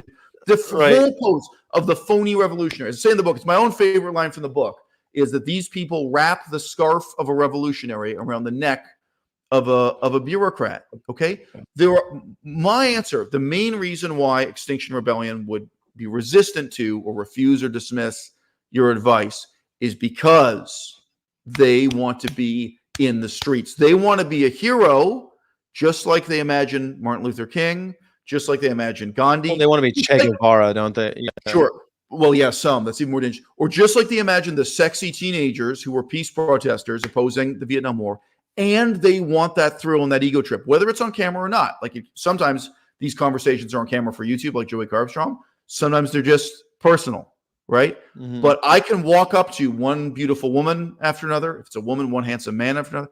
And you have this ego-affirming doubt where you're the one who's smart. You're the one who knows the truth. You're the one who represents this religious doctrine. And where you're like, there is an ego trip here. And that's even when there isn't money involved. Again, I'm not hating for this guy, but even for you, Sky, there's money involved. You've probably made more money out of the vegan movement than I have. If you add up all the money I made out of the vegan movement. And no, but there are other people for whom it's hundreds of thousands of dollars or millions of dollars. So I've not made money off of vegan movie. I guess if you count the fact that I work for Peta. Yeah. Right. You paid a salary. I assume your airplane tickets are paid for, hotels are paid for. It's a lot of money. Well, yeah. I pay for my own hotels and airplane tickets. I'm not faulting you. I'm just saying when you add money, this is another major motivation. Money, yes, fame, I do have a job. I do have a job in the movement, but I am I don't know if you've ever worked for a nonprofit before, but this is the second nonprofit I've worked with, and I'm telling you that nonprofits do not pay well. So they are very tight-fisted with their cash. Very simple question, Dr. Gregor, CEO, 35. Dr. Gregor, you think nonprofits don't pay well? Freely and Durian Writer. There are people who become millionaires. There are. You're right. I mean, Red Cross. You could take some ones that there's definitely. But I mean, Peta is a it's well documented. I mean, Ingrid Newkirk makes $35,000 but we recognize money is a significant motivation. The life of Rachel Ziegler. So again, guys, you can search my own YouTube channel for the name. Just search for Rachel and you'll get her. But anyway, search for Ziegler if you know how to spell it. But look, Rachel Ziegler, if you don't know what I'm talking about, she's not the most famous vegan activist in the world. She was working at Chipotle. Now, again, I don't know if that's a minimum wage job or something. She had a normal job for a person with no education and no hope and no career prospects. The little bit of money that was paid to her by DXC is a lot for her. So, like, it's easy for you to say, oh, well, the nonprofit sector doesn't pay well. Oh, well, compared to a dead-end job at Chipotle, and this massively motivated her and influenced her for 8 years of her life. So $2,000 a month is real money to people who need it. And there are enough people. I'm sorry. How much money do you think Peter Singer has made out of this movement? He is a multimillionaire. I know about an award he received where the one award, this is something like one Gary award was $1 million. He made $1 million in one day. Okay? Peter Singer is a multimillionaire. Yeah, and Peter Singer doesn't have anything. How much money has James Aspey made out of this movement? What would he be doing? Like, would he be working at Chipotle? Well, the money matters. The money is real. Money and the fame and the power and the respect. Well, the mission needs money. The mission does also need money. Like, you need money to make the mission, and that's something that every nonprofit knows. You can't just do everything for free. I'm not going to begrudge people for making a living. I do sometimes feel a little bit wary of people like James Aspey, who, you know, have made so much money that they go and retire to Bermuda, or people like even Gary Yourofsky, the hallowed Gary Yourofsky, who seems to have cashed out his chips and gone and retired. It's something that bothers me, because I feel like, well, those animals are still in cages, bro. Like, what happened to you? Like, you just gave up. It bugs me. So I get what you mean. I'm not going to say that everyone, like, for someone like Ingrid Newkirk, she makes money off her book and then she puts it right back into PETA. So there's something that, like, there's certain ones that you have to look at the financials, and you're right that there's people out here just for the money. But I mean, I'm not one of them. I mean, it would be nice to be able to pay my rent and not have money problems anymore. But yeah, there's no problem with making money. It's all in how you use the money. It's absolutely right. Yeah, I think it's. I just want to say again, I am not a communist and I'm not left wing either, but I totally disagree. I think there's a lot wrong with making money, if we're being honest about it. And I'm sorry, you can go into any hospital today and you can figure out soon enough who became a doctor because they were motivated by money, and who became a doctor because they were motivated by sex, and who became a doctor because they were motivated to make the world a better place. And you can ask those guys. This is part of my real life, part of my what I used to deal with. You say, hey, we're looking for doctors who are willing to volunteer to go to Myanmar and work, on the edge of a mine site. Okay, but I've known people with Doctors Without Borders who did a lot of time in that, and I'm like, wow, this person's really kind of altruistic, and yet they still had money for their house at home. They still had enough to live, and to say that money wasn't a consideration would be a lie. When money is the motive, which is like, to quote, Lil Wayne, money is the motive. If that's the only motivation, you're not going to make it. You're not going to do all right. You're going to be exposed as a charlatan. And which is why when people like Earthling Ed start hawking supplements, it gives me pause. And it makes me think. The same thing, we talked about sex scandals a lot. When people have the sex scandal, I think, well, sex scandal on its own isn't a problem, but sex scandal and you're doing something weird with the money and you're doing this thing and you're selling it starts to look a little bit. I think people expose themselves. They evince their own nefarious intentions. Well, I go much further than that. No, I do think the money motive fundamentally is a problem. I think it's fundamentally always bad and evil and wrong. Now, without getting into Doctors Without Borders, and by the way, I think nothing else is sex. A lot of people in the vegan movement want to treat sex addiction as being like drug addiction, like they kind of treat it as the same thing. No, I just don't think it's, without getting into a monologue about it, I don't think you can examine human sexuality as something equivalent to cocaine or marijuana or alcohol. Nothing else is love. Nothing else is sex. And I definitely do not think you can put money and sex together the same way either. But, for some people, veganism is a money-losing endeavor. And for some people, it is a money-making endeavor. And no, I am not even going to make this kind of blanket generalization of acceptance that you've made. I wouldn't say any of that at all. I wouldn't just say, well, the movement needs money, so therefore. No. To me, I am completely morally opposed to all of these vegan foundations. So FARM, there are 2 organizations of veganism called FARM. One is called Farm Animal Rights Movement, and one is called Farm Animal Sanctuary. So they get confused a lot. As I recall, Farm Animal Rights Movement, their annual budget tanked from $4 million a year to $1 million a year or so. We could bring up. I've sent Sky the statistic. What's his Alex name? Hershaft. Right. As I recall, Farm Animal Sanctuary is more like $15 million a year. Peta, multi-million-dollar a year organization. DXE, $1 million a year organization, roughly. They have $4 million in the bank, $1 million per annum being spent. No, these are millions and millions of dollars, and I am not here to say to you, well, it's 50% legitimate and 50% illegitimate. No, I'm pointing my finger at it and saying this is all entirely bad and evil and wrong. Now, Dr. Greger is a great comparison for me. So if you guys know, Dr. Greger is associated with the brand name Nutrition Facts, but he's also his own brand name. He has a hit book. His hit book, I think, could pay for him to retire. He made enough money from that book. What are you asking for donations for? He wants to have a multi-million-dollar budget to do less work than I do. He has described his own methodology. So he has described exactly how little work he does per video, and it shows. He sits and casually leafs through peer-reviewed studies, which he doesn't have a good understanding of. He really doesn't. Someone with my level of expertise has caught him on major factual errors in his own videos. But he describes them. He sits there and for 5 minutes flips through a couple of new peer-reviewed studies, and then records his voice, and then someone edits, just zoomed in shots of the text. You're telling me, look at how many thousand YouTube videos I've done. At this point, you've done a couple hundred yourself, Sky. Oh, you are telling me you need millions of dollars per annum to do this. Okay. And that's what the whole vegan movement is like. Okay. It seems that way. Yeah. I think that people, if you're full-time, you should be able to, try to make ends meet and do your thing. But this idea of getting rich seems a bit. Starbucks makes. Look at how much a barista at Starbucks makes and double it. That's the maximum salary for any vegan activist. Nobody should be, including Earthling Ed. Earthling Ed is a wealthy man. Earthling Ed got rich off the movement. How much does a barista make? It can be in London, England. It can be in Chicago. That is all you need to live. There are no Starbucks baristas. What if the barista writes a book? Okay, it's indexed. A Starbucks barista makes enough to live. If you're a Starbucks barista in Chicago, in London, that's the way the company operates. You can say they're evil. You can say they're good. But Starbucks pays more than minimum wage basically everywhere. When I worked at Starbucks, I was paid more than minimum wage. They give you a living wage. That's their company policy. If you take the wage from Starbucks, a full-time worker at Starbucks, if it's full-time, but most of these people, most of the vegan actors are not remotely working full-time. They're on permanent vacation. They live like James Aspey. They live like Freely. And fucking how many hours a week do you even think Dr. Greger puts into it?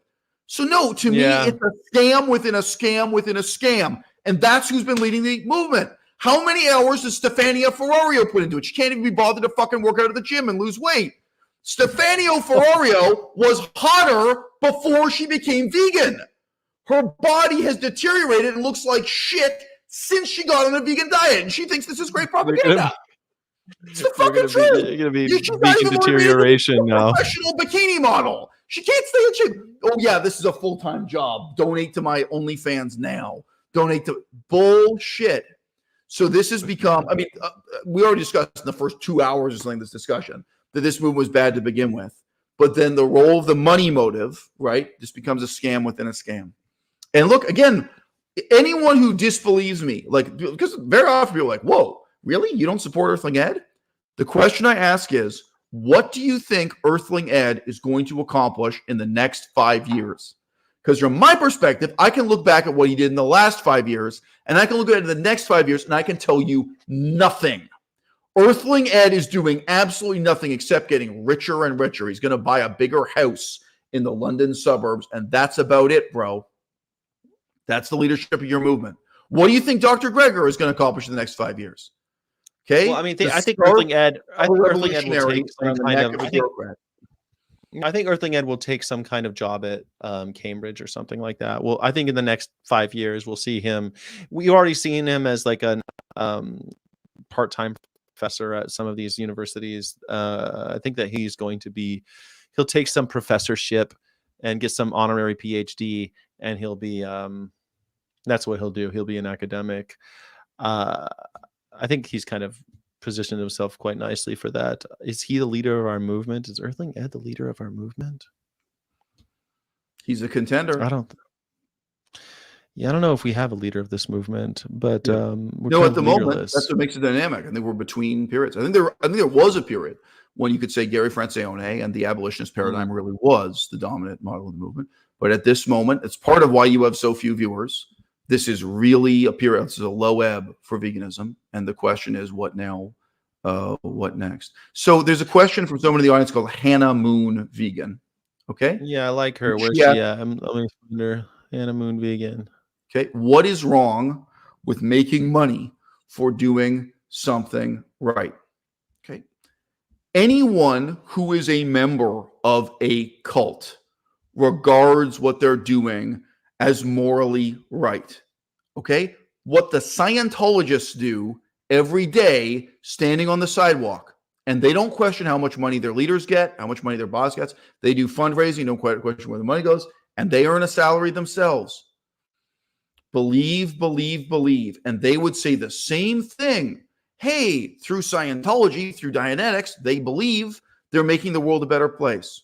Now, I'll tell you something. Within my lifetime, Scientology and Dianetics has shrunk. It's been, like, in its own terms, it's been failing. It's been failing to achieve its own objectives. It's also failing to achieve what would be my objectives in the world. Like, it's not making the world a better place. It's bad. So I'm glad that they're failing, right? But nobody within that movement can look around and say, hey, guys, what we're doing here is failing in every conceivable way except for making our leaders wealthy and providing them with a certain kind of jet-setting lifestyle. Again, money, fame, power, respect, sex. It's all of the above. That, in fact, that's all they've accomplished. Look back at the last 20 years of Scientology. Look ahead to the next 20 years. What do you think they're going to accomplish? That is the situation we as vegans are in.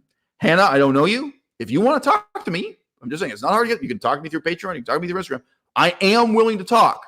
But, like, if that really is sincerely your view of it, I've got to tell you, you are as blind to what's wrong with the movement as someone who's supporting Scientology as it gets. Well, you're talking about. I mean, I think there's a lot to. We're talking about these major influencers and stuff like that. Right. So mine are too. Sorry, I mean, the woman I mentioned, Rachel Ziegler, she's not a she's nobody. Go on. Yeah, I'm including little people whose lives are ruined. Sure. Well, yeah. I mean, I don't think I'm ruining my life by working at Peta, and I think that I'm doing something that I enjoy, something that I'm good at, and finding a way to work in a field for a nonprofit. How, you know, I don't think that it's the same thing as somebody getting rich off of the movement, like a James Aspie or something like that. And if I were to overnight get rich like James Aspie, I could totally, I would start a media company that published other people. I don't think James Aspie's doing anything like that with the money. And this is the thing. We keep giving money to leaders in the movement that kind of squander it, which I think is really the insult. It's not the fact that they're making money, it's the fact that they're using it for such frivolous idiocy. I think that's really the offense, you know. Okay. You made the statement that what you're doing is not the same as James Aspie. That's correct. I mean, I've never suggested or insinuated that what you're doing is the same as James Aspie. However, what James Aspie is doing is going to fail. It has failed. It is failing. Present continuous, right? What Peta is doing, and you know, you're a small part of it. I'm not blaming you. You're not the CEO of Peta or something. But what Peta is doing has failed and is failing. So there are some things in common, right? Now, likewise, DXE and so on, Anonymous to the Voiceless, right? They are all different. Each one is. None of them are doing the same thing James Aspie. Well, how do you measure that failure? You're saying these are failures because they haven't created a vegan world. I mean, what do you mean they're failures? Let's set the bar even lower. Okay. Even lower. That's a pretty high bar that I just said. So even lower. That's the highest bar is the vegan world. No, so to make any progress toward a vegan world. Okay. So, you know, veganism today is despised and hated and is a laughingstock. And people like Vegan Booty, Tash Peterson, and all these people, they have taken the name and cause and ideology of veganism and have dragged it through the mud and made it Despicable have made it a subject of scorn, not one that's respected. Okay, so like when the mayor of New York is vegan and he tries to distance himself from being vegan, when Cory Booker is asked about, oh, are you vegan? Are you a vegan activist? You can see exactly how he squirms on stage. Do you think Peta is in part responsible for that the cultural status of veganism, of it being thus despised? No. My answer is yes. My answer is yes. Peta most of all. Now, look, there are specific advertising campaigns with Peta that I was thrilled to see. I remember an advertising campaign they did in the London subway. It was just a bunch of posters. They paid for it. They paid for advertising. And they did it. There have been specific, advertising campaigns or publicity campaigns where, for me as a vegan, it makes me feel like, oh, somebody cares. Well, that's kind of the feeling. Oh, wow, here's this thing I care so much about, and I'm not all alone. Guess what the reality is? I am. Okay, the reality is nobody cares. The reality is those things accomplish nothing. I'm not looking at that the way a meat eater does. Okay, Peta has contributed to the caricature of the vegan movement and what it's all about. So no, I don't see Peta as having accomplished something positive in the last 20 years. I think they have accomplished much more negative. Now, that included, the construction of the completely false myth, the complete lie that the former host of the TV show Jackass, the tattooed guy, Steve-O, that Steve-O was vegan. Guess what? Steve-O was never vegan. Peta packaged I don't know. Lie. Steve-O said he was vegan. I remember the only thing that I remember Peta ever did. That was a Peta campaign. Wrong. That was a myth Peta created. It was a negotiated agreement between Peta and Steve-O. It was an ad campaign by Peta. That is 100% Peta's fault. Absolutely. The construction of Steve-O as a phony vegan animal rights activist was Peta. That was their work. That was their publicity campaign. Now, look, I'm just saying, even if that had succeeded, I don't see it as positive. Of course it failed because Steve-O was just a scumbag who never was vegan and never really cared about animal rights. So, I don't. The only time I ever saw him with anything was wear ink, not skin. I don't even remember him being pushed as a vegan by Peta. I think, dude, he did one ad campaign. They did a whole bunch of publicity stunts where he climbed up things. He climbed up the SeaWorld and did dude. It was a whole period in the history of Peta. I mean, there's no point going. Yes, that was a big deal, and yes, that was a collab between Peta and Steve-O. So no, and they've done tons of collabs with people who are non-vegan. People even showed up for their photo shoots wearing leather boots. It's a big tension. But no, I am just saying, I'm not going to rationalize that and say, isn't it wonderful that Peta has gathered millions of dollars and does this stuff? I am willing to admit vegans in our culture at this time are utterly despised. Now, and that's Peta's fault. Yeah. I mean, that's a bit of a weight to put on one organization. Who's been more influential than Peta over a period of 50 years? Of course it is. Of course it's Peta's fault. How vegans are regarded in the mainstream press and mainstream American culture and British culture, of course it has everything to do with Peta. I love how people say that. Yeah, when I go out, I find people all the time that have no idea what Peta even is. Look, dude, you are kidding yourself. Peta's anti-fur campaign all the time. I'm sorry, but I just said Pamela Anderson. You think Peta's campaign with Pamela Anderson didn't reach millions of people? No, Peta has reached far more people than, say, Vegan Gains.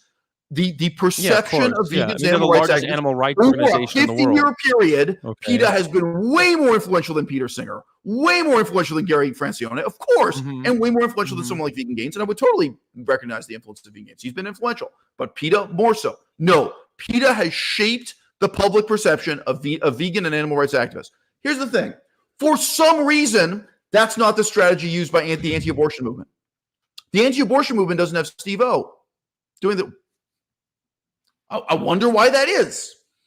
I wonder why that wasn't a strategy used by. For some reason, Mothers Against Drunk Driving doesn't do that. You show me any other movement that has made a mockery endorsements of the way veganism has. Sorry, go on. I mean, PETA's an interesting organization that they've had these celebrity endorsements, but I mean, a lot of organizations have used celebrity endorsements over the years. I mean, that's not something that's unique to them. I don't know about Matt for doing that. But I think that they've had celebrities on, for example, St. Jude. I see celebrities all the time endorsing St. Jude. This is happening, and drunk driving, horrible individuals that kill children type of celebrities doing St. Jude commercials. This isn't something that's unique to PETA, and it's ridiculous to think that PETA is the organization that's blamed for the reason why people hate vegans. Hey, who's more responsible than PETA? Sorry, I think that the Humane Society of the United States is responsible. You think? I don't think that there's anyone responsible for the fact that people hate vegans when there's a collaboration of multinational organizations like the meat and dairy associations of the world that are actually to blame for people hating vegans, not PETA. It's so ludicrous. PETA literally is called to provide representatives to appear on the TV news to represent the vegan side. Yes, they are. They are, right. But that doesn't mean they do shape public perception. You're talking millions of dollars trying to shape. They attempt to shape public opinion. You're absolutely right. That's what they're in business to do. Right. But to say that they're so the effect of that is negative. They have taken the veganism and dragged it to the mud. They have tainted the idea of veganism to the point where we just had this negative view of veganism. The whole world. No, it's the billions of dollars that are being spent by the FDA, the USDA, all of the animal slaughter business.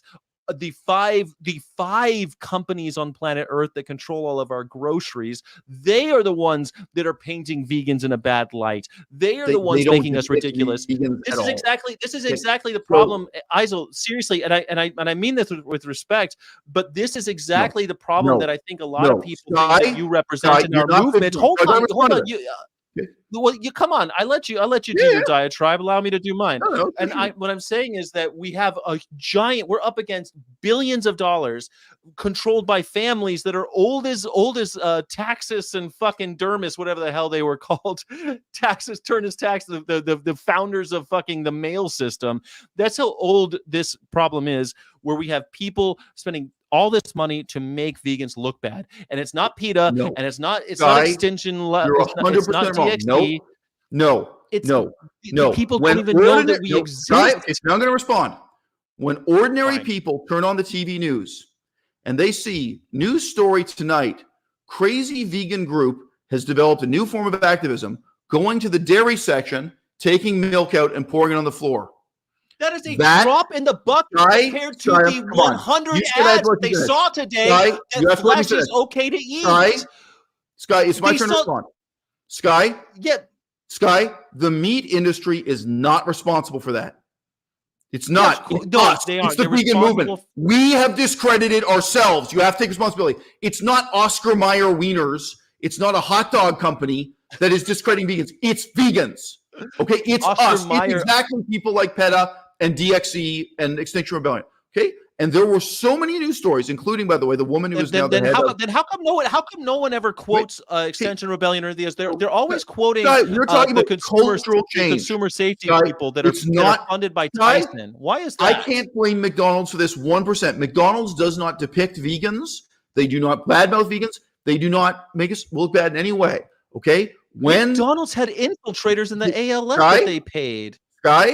When DXE is in the news because this woman, I sent you her name recently. She used to be called like Kathy Witkowitz. She's now the head of the Sentience Foundation because she's standing there. I think it was in a Chipotle, but in a fast food restaurant with a Chipotle and McDonald's, holding up a sign of her pet chicken and weeping and saying, "This is my pet chicken called Snow."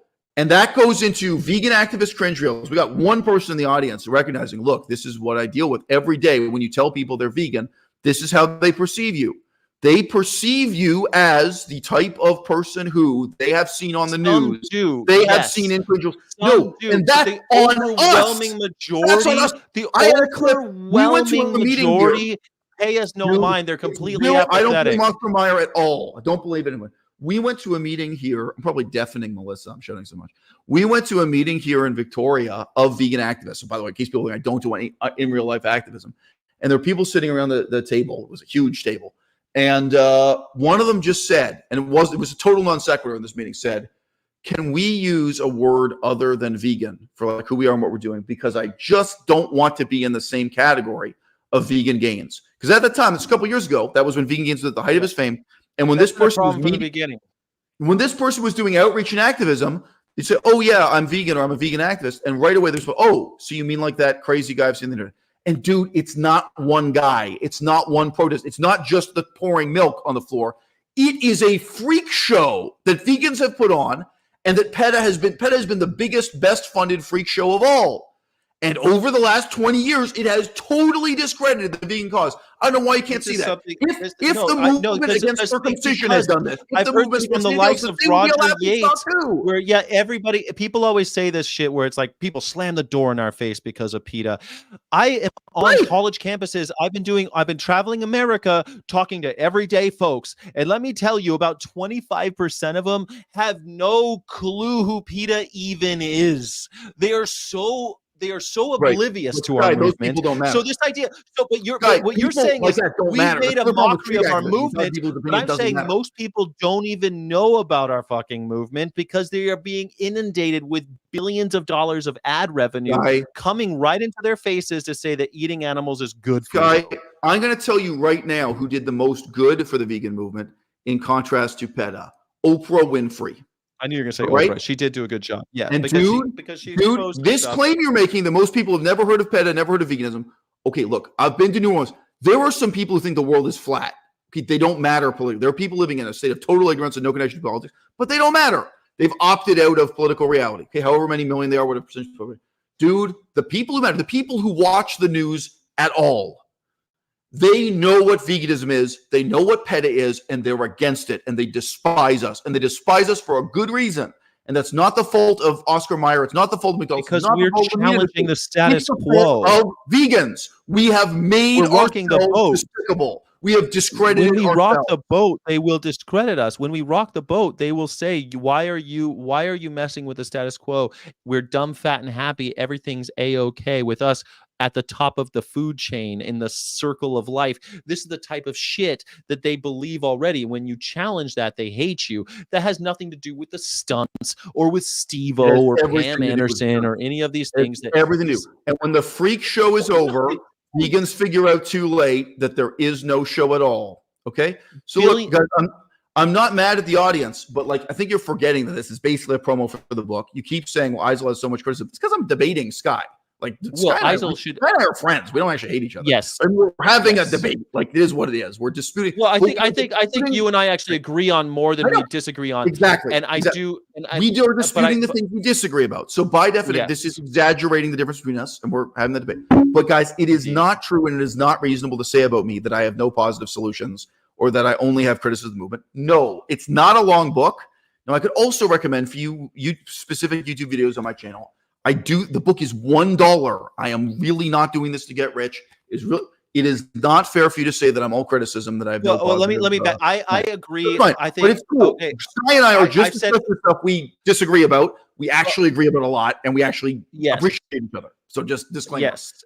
Some people absolutely, and I do actually recommend your book because for a couple reasons, and let me be frank about them. One, I think it challenges a lot of my preconceptions about the movement, and it does bring people up very quickly up to speed with us in contrast to other movements very, very quickly in a palatable way. It also presents, I think, an interesting and innovative way of looking at the future of veganism, and one that I actually subscribe to. I just think I will. There's my book endorsement. That's my book endorsement. I just will add that I think that PETA is carrying out the very thing that you are describing in your book. We are doing things where we're like, there's a PETA children's book coming out. There's an animatronic elephant that talks to children about circuses and speciesism. There's all sorts of really cool creative things that are going on. And shout out to Leo Brown. Leo's in the audience. Leo says, people not knowing who PETA is does not mean that the caricature in their minds of who and what vegans do hasn't been influenced by the advertisement efforts over the year from PETA. I have to agree with that. I'm looking for Leo. Here we go. Leo. Peta is the single most influential voice that way. I'm not saying they're the only one. Every time, so now, British news, there's a lot of this. They invite people, including Joey Carbstrong, to illustrate the vegan side there. TV news, posters, propaganda campaigns. Vega is the single largest, and they have the most millions of dollars. They've been the most influential. But yes, also people like Joey Carbstrong, people like Vegan Gains, people like Freely, they've all had an impact on this. And again, whoever the anonymous people are who did this stupid dumping out milk protest. No, I'll ask you this question. I'm going to use. The dumping out milk people was animal liberation. There was a animal. Right. Animal. It was a fad. It was another fad that came and went, just like all the crap DXE does, just like all the crap. Who they were now. God damn it. Right. Doesn't matter. But look, this is what I ask you. So I personally do not support the Tibetan independence movement. Tibet trying to become a separate country from communist China. I don't. But I'm like, I understand. I mean, it's kind of obvious. I think, just very briefly, I think the better approach is to try to make all of China into a democracy that has freedom of speech and what have you. I think that would be better. And then people in Tibet can have democracy, and people in Hong Kong and everywhere in China can have democracy. Animal Rising. Animal Rising. Right. Yeah. Right.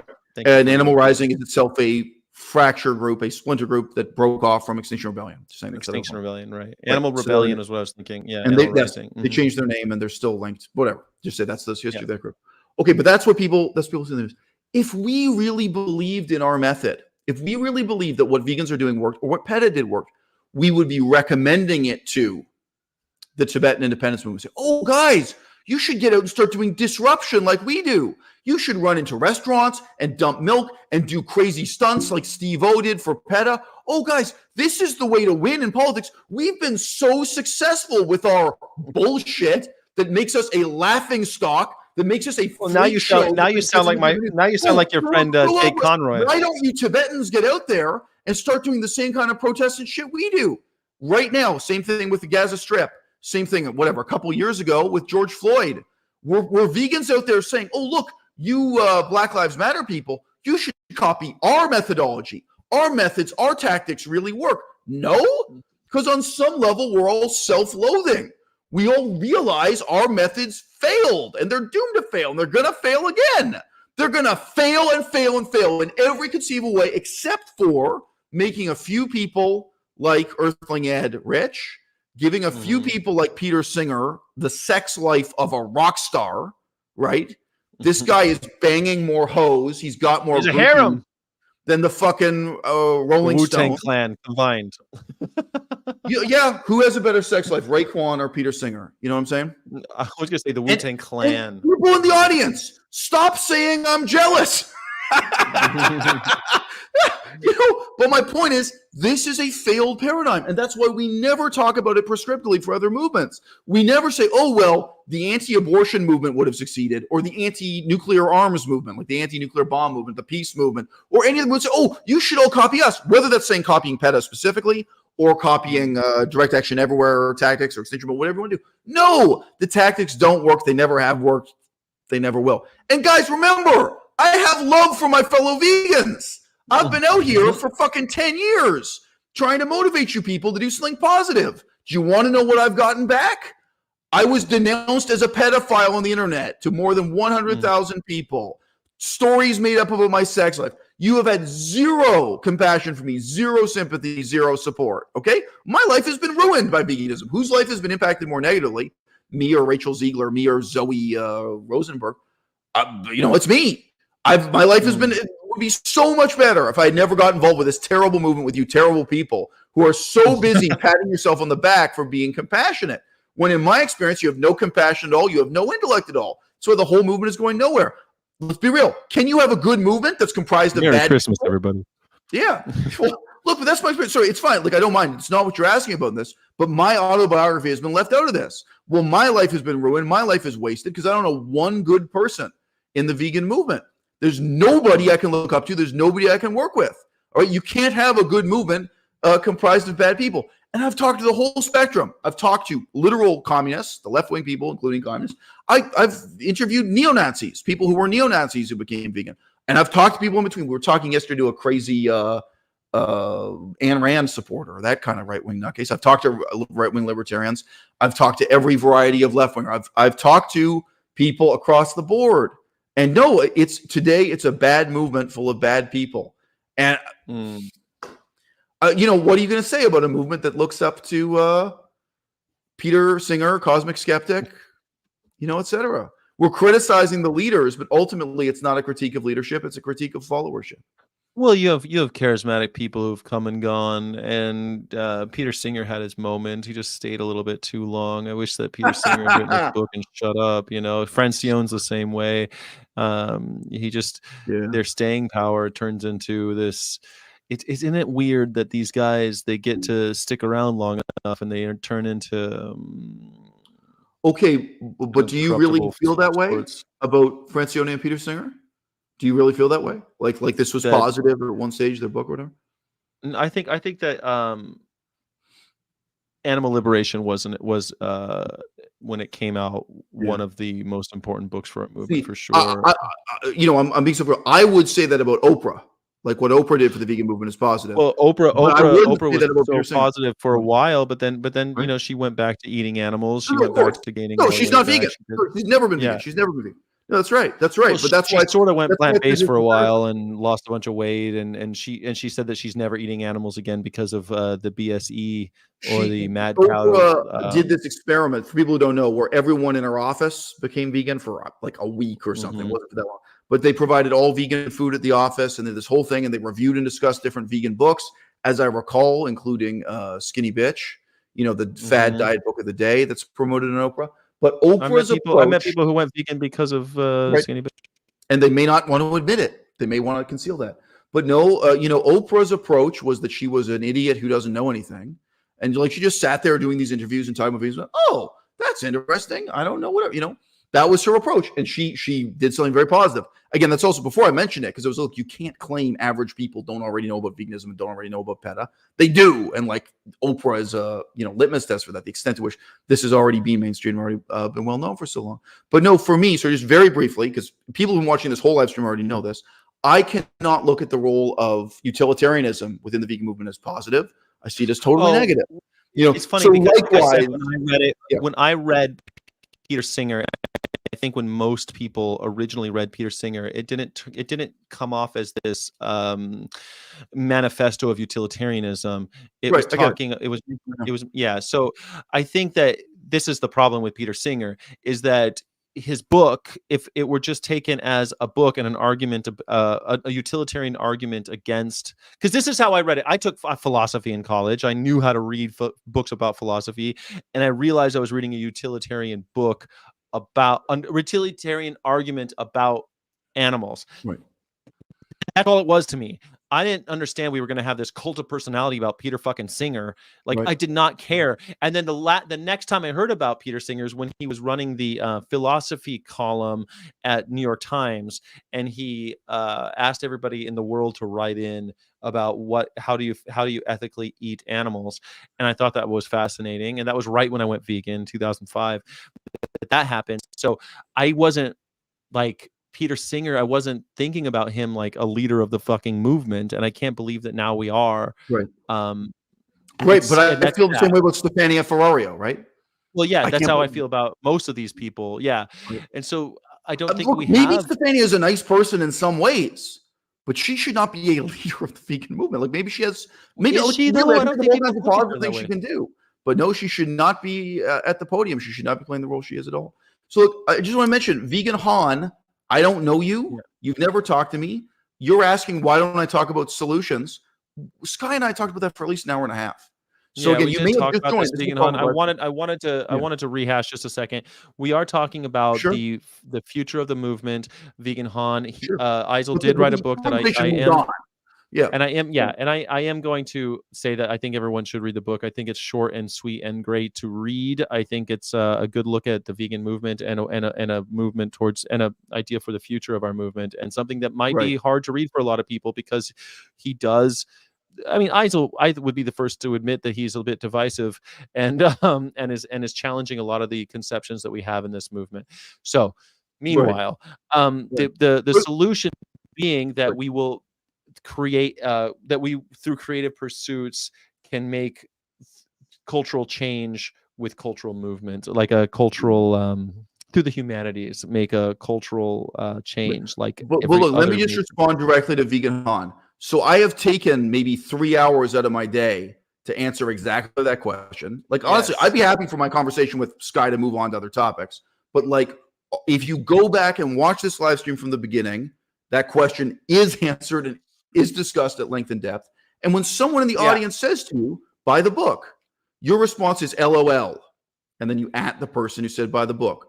Why? What the fuck is wrong with people in this movement when they are told the complicated answer to a complicated question cannot be covered in a Twitter statement? It cannot be one sentence or one soundbite. Yes, I haven't answered that question. Yes, we've talked about it. I would say at least an hour and a half. We talked about exactly the answer to that question. This person may have joined us so late. But why is that a laughing matter? You know, I'm sorry, what kind of movement do you think you're a part of? Like, again, people say I'm a cult leader. I'm not a cult leader. I'm not going to pretend that there's some cliche in one sentence that I can sell you on. And again, this book, it is pretty brief, but I'll admit, that's a complicated question with a complicated answer. Respect it or check it. You're going to have to take a whole hour to think about it. I am not going to sell you a cliche, which is what Wayne Xiong does. Oh, you know what the solution is? Chanting, it's not food, it's violence, again and again. Okay? Now, look, to give a slightly deeper parallel, we've talked a lot about Gary Francione. You guys may not know. Gary Francione's thought-terminating cliche, his one-sentence answer, is that the solution is to move animals out of the category of property and to refuse to treat them legally as property. Now, I actually have made videos criticizing that I think his whole approach is limited. But that's his solution. That's one sentence. So if you say to Gary Francione, okay, well, what's your solution? How is what you want to do different from Peta? He says, oh, well, because my approach is fundamentally based on the premise that the problem with slavery is that people were property. The problem with the way we treat animals is that animals are property. So therefore, as soon as you remove animals from the category of property, then the problem is solved. That's a solution in one sentence, bro.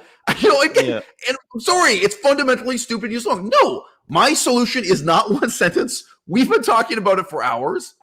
You know, but yes, this is like, in terms of the intellectual level, the vegan movement is at. Okay, thank you for your apology, vegan. I appreciate that. Okay, thank you. Because guess what? We are a part of a movement where Vegan Gains comes on camera and says that we should kill all of the tigers, that we should kill all of the sharks, that we should carry out genocide against any animal that eats any other animal in nature. And the whole vegan movement says, whoa, wow, that's a good point. Like, the intellectual level of this movement is so low that I'm out here competing with Stefania Ferrario and Vegan Gains, right? In the kiddie pool. And I'm saying, hey guys, do you want to come to the deep end of the pool where a book is a whole 100 pages long? You know, and this is the kind of reaction I get. You know, sorry, what am I going to tell you? You want to be a politically sophisticated person in pursuit of political change, cultural change. Gee, that might require a couple hours of effort on your part. It's not going to be a thought-terminating cliche. It's not going to be the kind of live vegan. I mean, some of the things like that you say with the criticism of our movement is that these people like Stefania and them, these are YouTubers. These are internet personalities. They're not leaders of our movement, are they? I mean, we keep calling them that, but I don't think that YouTube is where the movement lives and dies. I mean, I'm out here with activists, and I think that they're just as much leaders of the movement, and the movement belongs to them. I think the movement does belong to activists. And I know that you disagree, but activists are the ones who are out there every day doing stuff that they're failures. My answer is Jane Fonda. That's my answer. I live in a world, right? The sad fact is Jane Fonda was one of the most important people on the question of the Vietnam War, the ethics of the Vietnam War, while the Vietnam War was ongoing. I wish it wasn't true. Nobody elected Jane Fonda. Like, if you ask the question, well, why did Jane Fonda become so important? Why does her opinion matter so much? It has a lot to do with her sex appeal. But when I read history and when I talk about history, I am willing to admit to you honestly, yeah, you know what? For a period of maybe 2 years, didn't go on forever, Jane Fonda was one of the most important people in America, most important people in the world on the question of Vietnam War, peace movement. She was part of a lightning moment of no, look, life doesn't make sense. Okay? Like, you may not be, oh, well, that's irrational. That's ridiculous. How could a sexy movie star be an important person? That's the way real politics works. That's the way real history unfolds. So I know, yeah, but that doesn't mean Stefania is the leader of the vegan movement. And I don't think, and And Jane Fonda became more of an activist throughout her life because of this newfound fame of activism. She became more and more an activist in her regular life, and more educated and I don't more think you're really liberal. disagreeing with me. Nobody elected Jane Fonda. Nobody elected Stefania Florio. That's tragically the way politics now works. I mean, that's it. Look, sorry, we could look at any other movements. How did this person become important in Iranian feminism? How did this person become important in the Tibetan independence movement? Any political movement. Yeah. The Beastie Boys were the most important people in the Tibetan independence movement for several years there. They did a whole album about it. They did a tour. Okay, they met the Dalai Lama. Like the study of real politics, my original field is political science. You have to embrace the irrationality of politics. Politics is a field ruled by human desire. All right. And again, I may not like it. I mean, I don't like the fact, how did the Dalai Lama become leader? That's also totally irrational. It's totally based on superstition. I do not support the Dalai Lama. I do not admire the Dalai Lama. To me, he's a negative example. But, there are many different paths people take to power. Sometimes as a Christian preacher, Martin Luther King Jr. Nobody elected Martin Luther King Jr. Guess what, guys? Just like the Dalai Lama, he came up through exploiting people's crude superstition. The darkness of the Dark Ages. How about Mohandas Gandhi? Do you want to look at how you're right? Religious leaders. I mean, don't get me. That is real politics. Real politics includes people like Jane Fonda. It includes people like Martin Luther King Jr. Of course, it does. So no, it does. All right, I think we're agreeing with each other. Okay, but the movement doesn't live and die inside of YouTube. I'm with people in the streets all the time, every single day, really, and I'm not. I would say that the movement is alive and well. We are having these conversations. It's not just, this is another thing about this, this belittling of the activist as just someone who holds a placard on the sidewalk. Someone holds a placard on the sidewalk for an hour while I crack coconuts in front of a Whole Foods, and we chant for an hour. But so much happens before and after. There's so much organization and conversations and real solidification of our movement that happens in the surrounding of those actions. The action itself isn't necessarily going to change people walking by, but you wouldn't believe how many conversations I've had with people that I would not imagine that when you make a lot of noise, people want to have conversations about why the hell are you making all this noise. I can't believe that you think someone like, well, it's funny because we'll talk about the curse of celebrity endorsements, and yet at the same time we're saying that someone like Oprah, not even talking about veganism, talking about vegetarianism and vegan for a week type shit. No, she did. It was veganism per se. Let's give her credit. Yeah, but it was like plant-based. It was basically veganuary type shit. Right. And, absolutely. And that is even really veganism, right? And so it's not really animal rights or anything like that. It's about weight loss and living healthy and that type of shit, and environmentalism. No. So she dealt with the animal ethics and stuff too. I mean, she did because of and animal farming. That's how she got in hot water in Texas. Skinny Bitch also deals with the ethics and animals. Yeah, you're right. No. But but this celebrity endorsements and collaborations. Who did a better job for the vegan movement, Oprah or Vegan Gains? Oprah or Peta? That's the only limited sense in which I introduced Oprah into this conversation. Yeah, but I think that's the point. The point isn't that Oprah is ideal. Peta, yeah. The point is that what vegans did a lot more for the is movement. so terrible. Absolutely. Oprah seems good by contrast. Yep. I mean, Peta is not horrible. Peta is the one actually doing anything, making sure that this all goes on. So I mean, she's not even vegan. At least Peta's out there popularizing terms like speciesism and abolition and creating environments where activists feel safe in order to put some of their energy to try to change the world. And I know that you question the efficacy of every tactic, but you have to do something. Melissa, maybe you'll help me out on this person's name. I think her name was Stella, and she's in L.A. She was best friends with that Stella Ray. Thank you. Okay. So I was in Florida. I was in Sarasota, Florida. Stella Ray. Why did Peta take the time and spend the money to reach out to and collaborate with and support Stella Ray, of all people? You can look up right now what her numbers are on YouTube. I think she probably has lower numbers than I do. At a time when Stella Ray was ex-vegan and anti-vegan.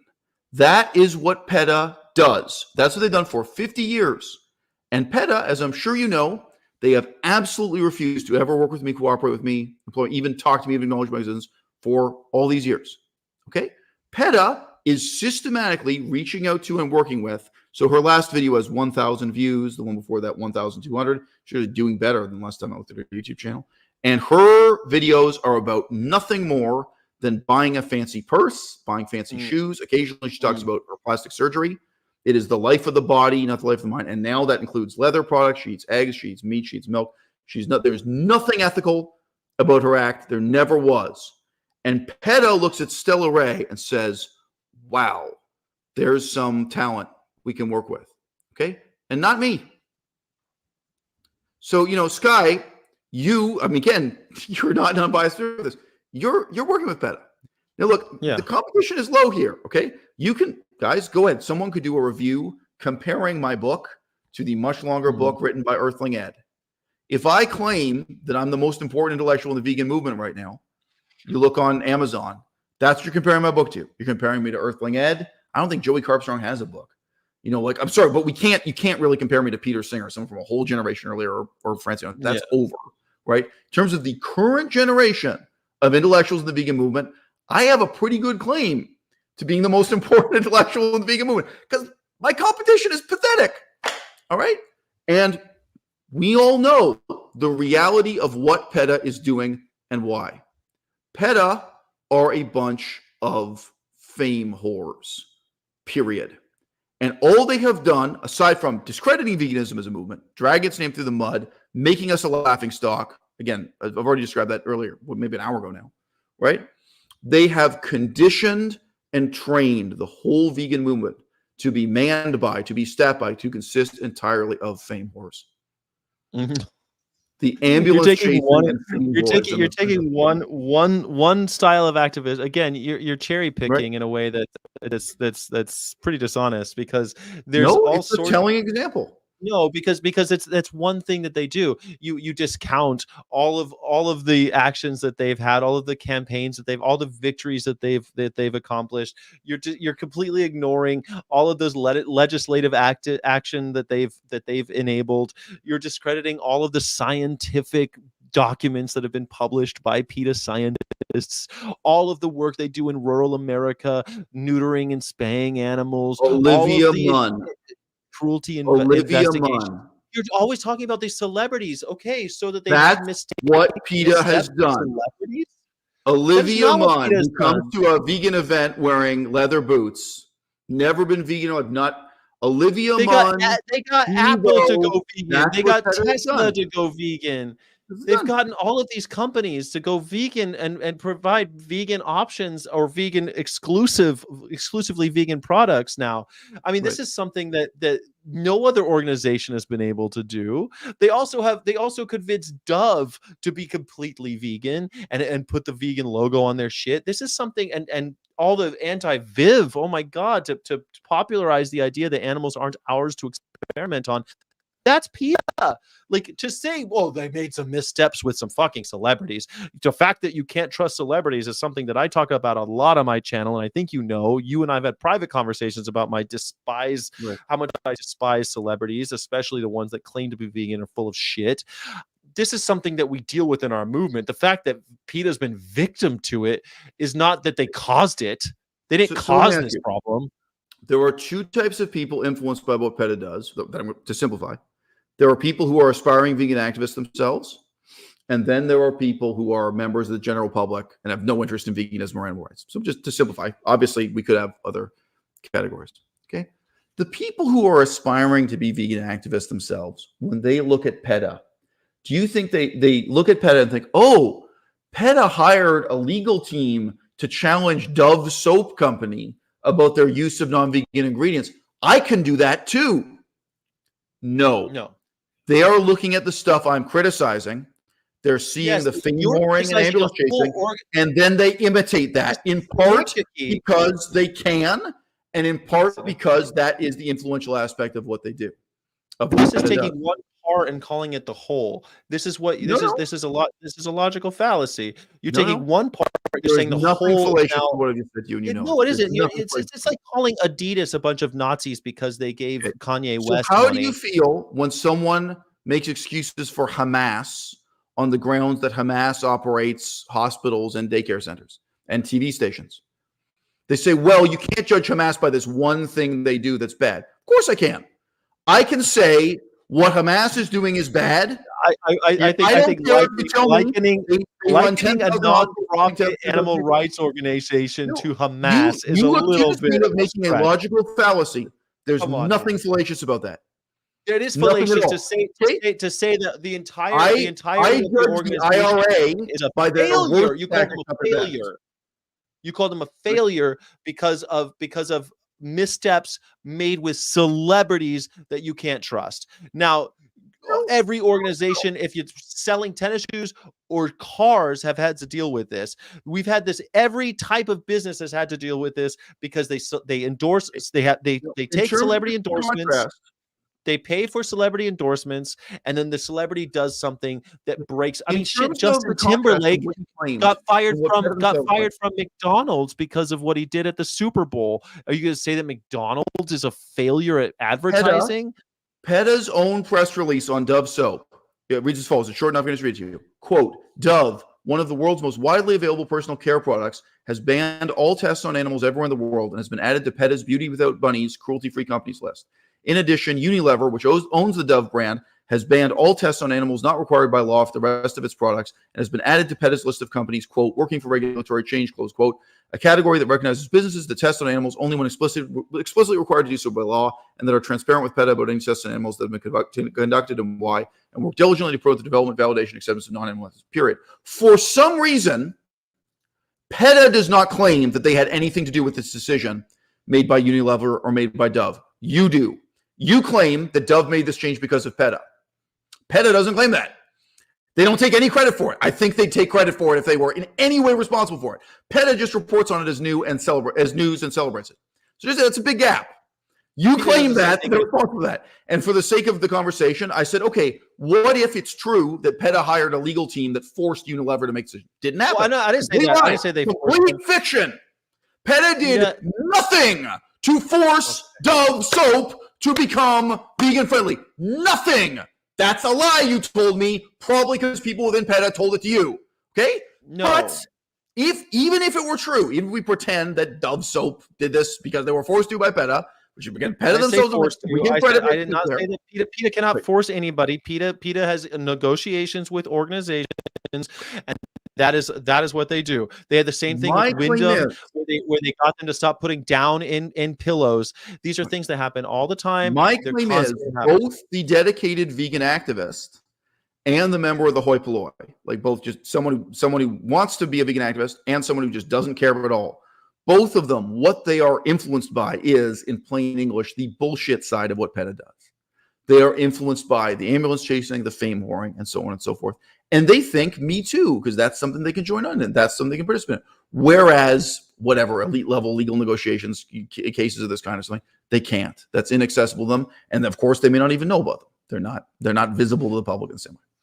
A lot of that happens, but the thing is, you're saying that because of their advertising campaigns with celebrities, that then it's just a lost cause. No, I'm not. You're misrepresenting my position. We talked for many hours, Scott. I'm not mad at you, but look, you remember I used the example of Extinction Rebellion before.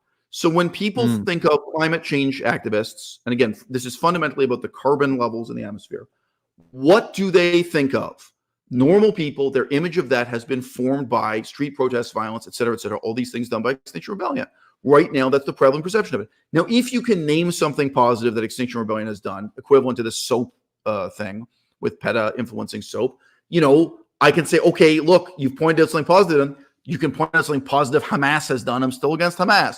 And my point is, no, this is what's really influential. This is what really matters. And Extinction Rebellion has been influential. This has become the dominant paradigm in the climate change movement, closely parallel to the dominant paradigm in the vegan movement, animal rights movement, etc. Okay, that's what I'm saying. So to narrow this to say that my position is what matters is celebrity culture. No, this has been a many hours long conversation. We did talk about street activism, many kinds of activism that are part of this, including obviously DXE style activism. We've talked about that again and again. So it's not just celebrity culture. Go on. No, I mean, I just when it comes to PETA, people will be like, well, what about this? What about that? What about this? And I get in these arguments like Vegan Han, PETA says Instagram, that celebrities who get it. Look, PETA endorses every time they have a celebrity involved. I've not been shy about how I feel about these quote unquote vegan and vegetarian celebrities. I don't like them. I don't trust them. I don't believe them. There have been things where PETA has been involved with these new twins. I forget their names, but they're like twins that are models that are going to sanctuaries and shit. And I'm just like, James Gunn was the animal rights person. I forget what they're called. Whatever, PETA's person of the year was James Gunn because he directed. Right. And I'm like, I don't even think that guy's vegan, and I don't think that. What's it called? Guardians of the Galaxy Volume 3 is a vegan movie, but I get why they do that. They are. You call them ambulance chasers. I call them a media company in many ways. And that's one branch of PETA, one department of PETA. And let me tell you, I am in a department called the International Grassroots Campaign. That's my department. Before I was in PETA 2. That was my other department that I was in. There are all these departments within this organization, this mega organization, and to say that like I'm going to agree with everything that's done, I worked for Disney. I don't agree with everything Disney did. I don't agree with anything anybody does. Everything anybody does. Do I think that everything has been perfect? No, we're in a messy business. We're trying to save animals' lives. But God damn it, I've met people who go to rural parts of America and negotiate with dog guardians. But my claim is that PETA has discredited veganism, that PETA has made vegans and animal rights activists a laughingstock. They're the single most important. That's my claim. I know you're just forgetting what we're debating.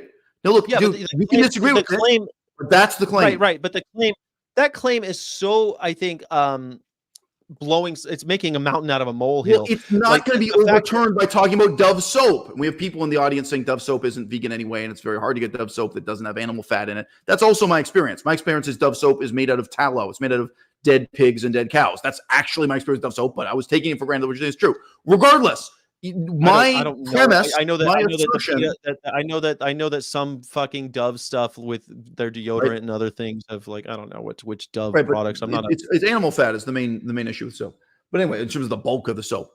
But look, my perspective is, as I say, I think PETA has discredited the vegan movement. They have made us into a laughingstock. They've made us despicable in our own culture. Okay, so you're not going to overturn that with saying, "Oh, but here's something positive they did with Dove soap." No, I've already overturned it because PETA spends millions of dollars, and the animal slaughter industry spends billions of dollars. The billions of dollars not about us, is bro. what makes this look like nothing making a laugh. When people think what is a vegan or what is a climate change protester, it's us. Who popularizes that? Ourselves.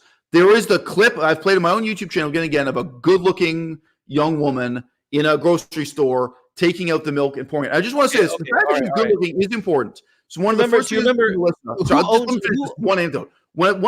to Melissa when I got that clip and put it in one of my videos is, looking at this, like I don't know if these kids are in high school or they're in college. They're relatively young. They're either high school or university age kids. I said, you know what? This girl, she's not the shy kid at her school. She's probably like the prettiest girl in her class, whether it's high school or college. You can tell these are the self-confident, beautiful and handsome people who are doing this. There's another couple, and I looked up what they actually did. They're models or whatever. It's interesting that even this type of activism seems to reward exactly, a certain personality type and even a certain physical type. Who is it? We know that. We know that with the art, like this is an elitist, certain parts of activism are elitist. Not everyone's going to have a YouTube channel like you. Not everyone's going to write a book like you. You have to have a certain intellectual bend. Yeah. Right.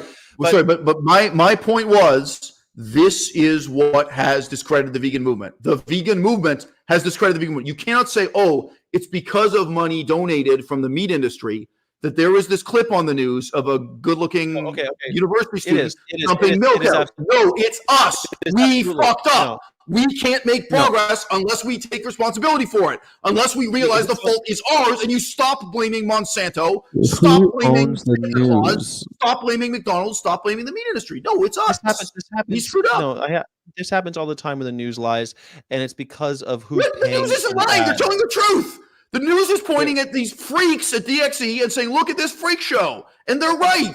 They're looking at Zoe Rosenberg. They're looking at Wayne Seong. That's what's on the news. The news is I deal with the media. I've had the news. I was handing out vegan starter guides, starter kits to people, and then the news, who was there while it was happening, said it didn't happen.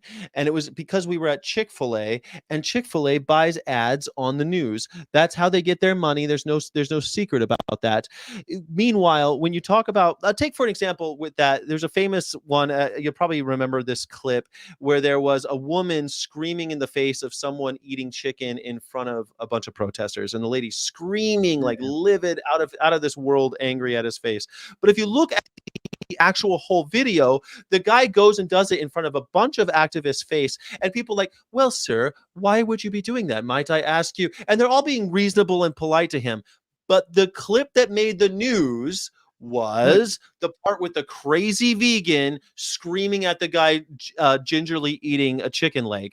Now, it made us look crazy. Did PETA make us look crazy? Did that lady make us look crazy? Overwhelmingly, the people who were there were completely rational and reasonable.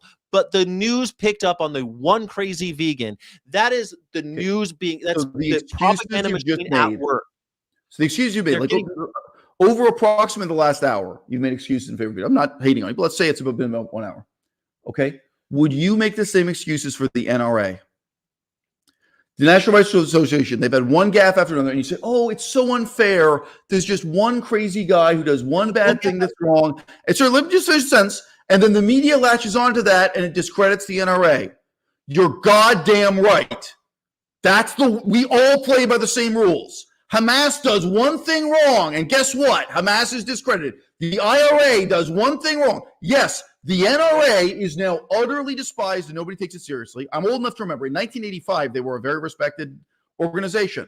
Okay, the NRA, the NRA, play by the same rules. Drive to the dude. I discredited about what Peta has done. Vegans generally have been discredited what vegans have done, etc. I see a lot of people with NRA hats around. I see a lot of NRA people around when I'm in America. We're way more successful than veganism because we're such a fucking failure. The NRA has not been discredited. No, yes, it has been. Sorry, you haven't followed the news of the NRA. Maybe in Canada. No. Dude, they've had. Look, we can't get into a sidebar. For those of you who don't know, or after this guy, you can just Google NRA lawsuit, NRA scandal. No, the NRA I can't make this into a monologue about how the NRA has fucked up over the last 20 years. No, the NRA has massively discredited itself. But I'll give one example quickly. The NRA did a series of protests after the shooting. Like vegans. No. When NRA, that discredits them. The NRA shows up at school shootings. There's been a mass shooting. There's been a massacre. And they say, you're goddamn right. They support good. That totally discredited it. It was massive bad press for them. That included that filmmaker from Detroit, the fat guy. Michael Moore made a whole film about it where he's confronting NRA people. Look, what was it called? No, you're wrong. It's very closely salient. The NRA, discredited themselves through forms of activism that made them look despicable. That is absolutely true. That's a completely fair thing to say about the NRA. Anyone can look back at history and say, wow, if the NRA hadn't made this strategic decision, they would be more powerful and influential and respected today. The NRA still did are discredit itself. But here's my point with the NRA. The NRA cannot blame left-wing anti-gun people for discrediting them. That's not what happened. The NRA discredited themselves. That's the parallel. The NRA is the National Rifle Association of America. The NRA does not have a propaganda machine that's built against them, spending billions of dollars. No one's spending billions of dollars to bring down. No one is spending billions of dollars to bring down guns in this country. Dude, it is Wayne Seong is the problem. McDonald's is not the problem. Freely is the problem. Nobody's are the problem. And Gary is spending billions of dollars on Gary Yourofsky campaign against guns. You don't think? Look, I know you agree with me. Do you think Gary Yourofsky has discredited the vegan movement, or do you think he's made us look sane and reasonable and respectable? I already know what you think. I'm saying I'm not calling you out here. We've talked about it off camera. I know you're not someone who's going to be like, oh, no, it was really good for Gary Yourofsky to make this rant about Palestinians. It was really good for Gary Yourofsky to make this rant telling the world that vegans should take out guns and go into slaughterhouses and hold the workers at gunpoint. I also don't think it was a very vegan thing to say, to tell people to get into violence as form of activism. So I can quote Gary Yourofsky verbatim. Gary Yourofsky said the ALF is not violent enough. That is his position. He is pro-terrorism. Okay? Yeah. And you want to blame the meat industry. You want to blame a multi-billion-dollar conspiracy. No! It's Gary Yourofsky. Vegans discredited veganism. Across the board, wait a second. Guess who fired him when he started talking like that? Oh yeah, and guess who created him? Peta. Guess who fucking put it on stage in the first place? Gary Yourofsky was giving an interview to the Israeli News. And fired Gary Yourofsky. Gary Yourofsky goes to Israel and gives an interview to the Israeli News. He seems like a complete psychopath. Oh yeah, well, we're going to blame the meat industry for that. No, and look, bring it down to the current year, 2023. What has been the net impact of our boy Cosmic Skeptic, now known as Alex O'Connor? Again, he was vegan. He's not paid by the meat industry. It's not a multi-million-dollar campaign from Monsanto or McDonald's. No, it's on us. Just all I'm saying is we have to take responsibility. Okay? Fine, but I'm not saying that. I'm saying we take responsibility, but blaming Peta is not helping anybody. I think it's a little bit of a. But from my perspective, it is, because I am here fundamentally saying, no, I have a better method. I have a better way to the future. And I'm saying Peta's method has already failed. If they keep doing the same thing for another 20 years, they're going to get the same kind of outcomes they had in the last 20 years. That's my prediction about Peta. I think that's a pretty hard prediction to challenge. You've done this already for 20 years. Next 20 years is going to be more of the same. Property destruction is something that I am pro-activist. I would call Eisel kind of anti-activist. Yep. But I am pro-activist. I want people to get off the couch and get involved in the movement and try to get to where Eisel says we should be, which is creating artistic movements in order to get our message disseminated to more people and inspire people more. I think that you get into activism, maybe you can end up there. Property destruction. I am not going to tell you to go out and do something that's going to get you arrested. But I have been involved. I'm involved with an organization that does carry out property destruction. So it's something that I do not feel comfortable destroying property because I don't want to do real time. I'll be happy to get arrested.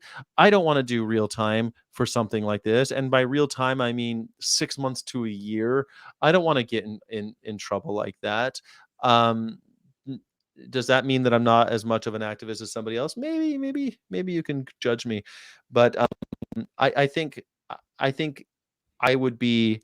Eisel said something a while back that made me, I'm going to paraphrase it in a way that I'm going to make it my own.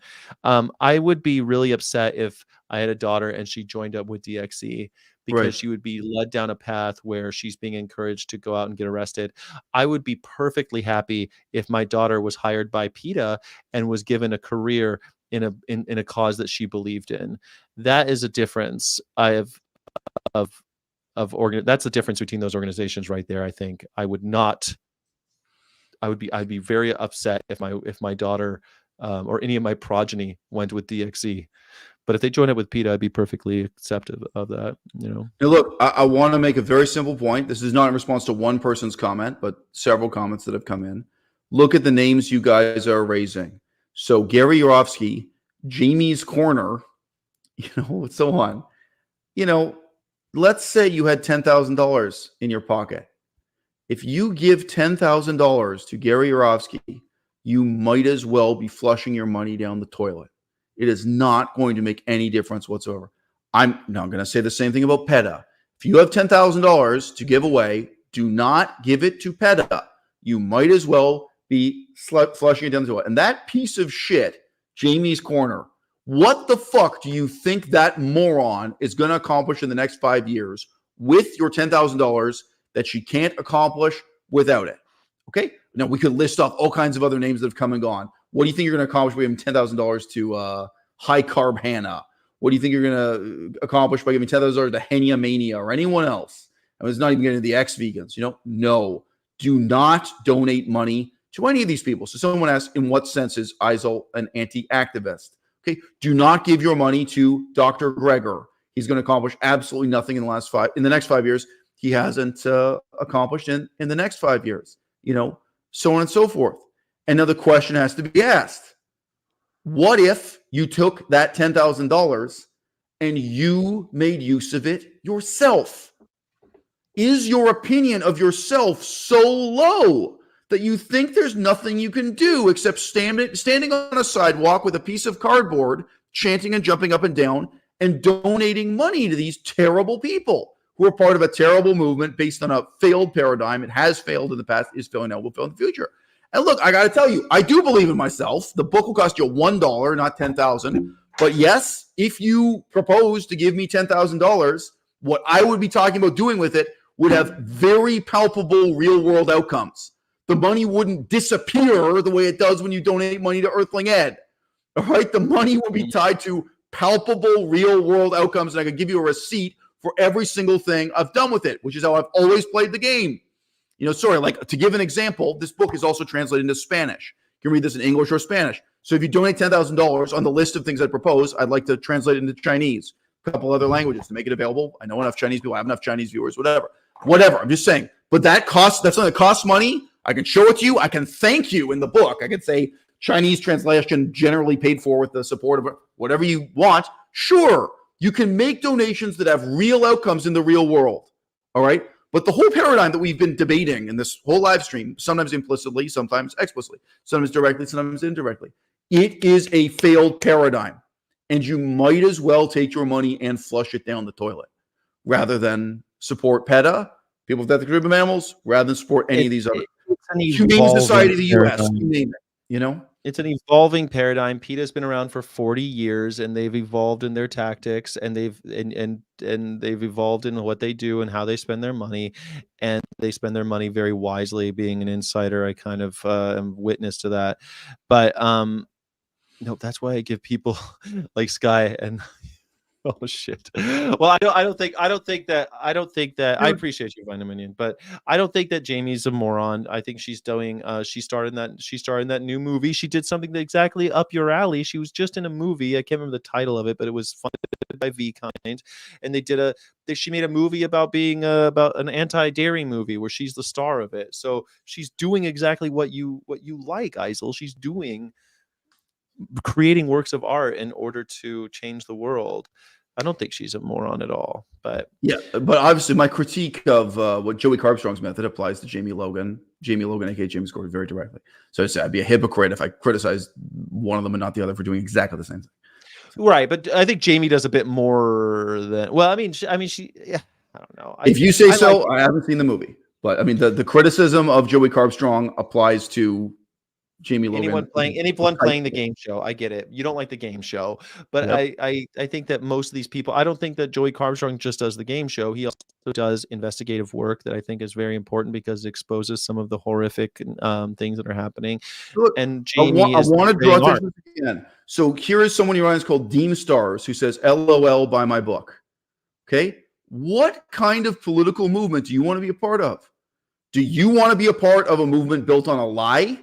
Do you want to be a part of a movement built on ignorance, the self-righteous ignorance of people who don't even read this fucking book? I'm sorry, again, it's short, it's to the point, it's inspirational, it's beautifully written. You can read the fucking reviews on Amazon and see it really has changed people's lives positively for the better. You want me to undersell the book? And what the fuck is your role in the vegan movement? To come out here and self-righteously front like you're morally superior to me because you won't read a book or you won't write a book? Like, again, I've been involved in other political movements before this. Do you know how much reading you have to do to be respected within the Buddhist movement?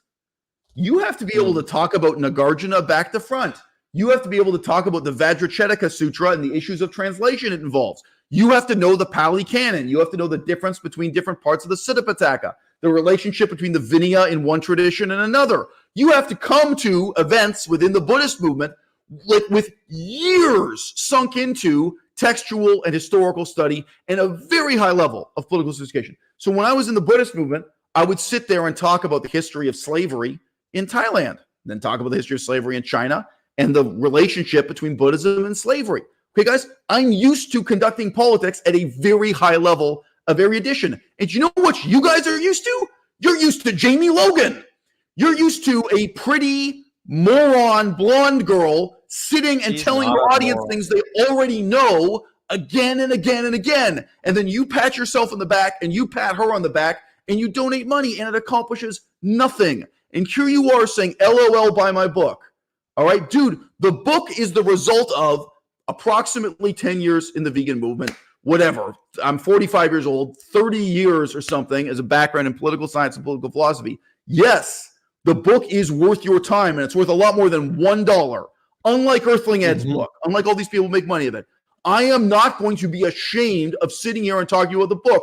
And you fucking tell me why Jamie Logan doesn't have a book. If you guys have so much respect and support for Jamie Logan, well, go ahead. Compare what she has to say, all right? What I have to tell you is I may or may not be as sexually attractive to you as Jamie Logan, all right? I'll be real. I think I'm a lot better in bed. Okay, people. I think what I lack, what I lack on the outside, I make up for. Give me a break. Okay? I'm just being real. I don't think Jamie Logan is that good a lay. Do not hashtag don't fuck Jamie Logan. Come on. But if this is just about sex appeal to you, come on. It's not about. I don't think that's what anyone is saying. No. It's what you have to say to these people. She's a creative person who asks interesting questions. Set the intellectual caliber higher. Jamie Logan is doing wonderful work. I don't agree that she's a moron. I think that, again, expose yourself to her work a little bit more. You might enjoy some of it. I think that a lot of what she does is right up your alley, to be honest. And as far as if you want to get involved with the politics of the Cree and Ojibwe indigenous people, think about how much reading you have to do and the intellectual level you have to be at. But that's nothing to do with it. No, it doesn't have to do with it. If you want to get involved with the pro-democracy movement in Myanmar, think about the intellectual you have to be at. Okay, not everyone can do this, but not everyone can positively contribute to the future of the vegan movement either. And this comes back to the thing you were asking me about. Not everyone can be a basketball player. There's a different skill set. And if these people in the audience are self-righteous and proud of their moronism and their ignorance, I've got to say, look, maybe you don't have what it takes to be a positive part of the future of the vegan movement. And you already know my position. I don't think Joey Carbstrong has what it takes either. You know? I think his investigative work is incredibly important, and I think that he has evolved in his activism as well. I think I agree with the game show stuff that you say. I think it's funny, but I also enjoy watching some of that stuff. I like it a lot. So I don't know. I enjoy a lot of what these guys are doing, and not everything has to be. I think both are making positive. I know you haven't deleted the comments. This person called Vainai Monen has called me a pedophile during this, has said incredibly insulting things to me throughout the whole podcast, is not banned, is not blocked, and now says this is the quintessence of being a pseudo-intellectual.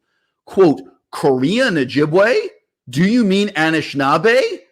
Oh, homeboy, get on my level. So after a whole podcast of sending hate comments, including calling me a pedophile, okay, no, there are two languages. One is called Cree, one is called Ojibwe.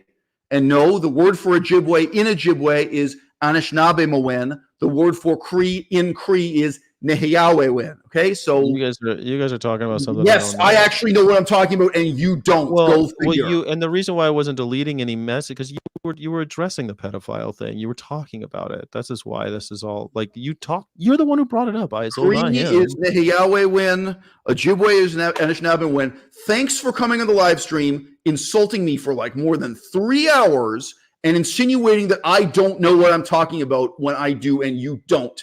These are the attitudes we're dealing with in the 21st century, bro. It's self-righteousness and pride in ignorance. And dude, this is your audience. These are the raw materials you are working with. You think in the next 5 years you can take these pieces of shit and make something positive happen.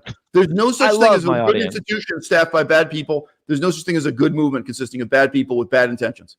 It's never going to happen. Bad people with bad intentions. These are people asking questions and bringing what they have to the table. So let me say, Sky, why is it that in the last 9 years you're the only person from Peta to ever speak to me? Why do you think that is?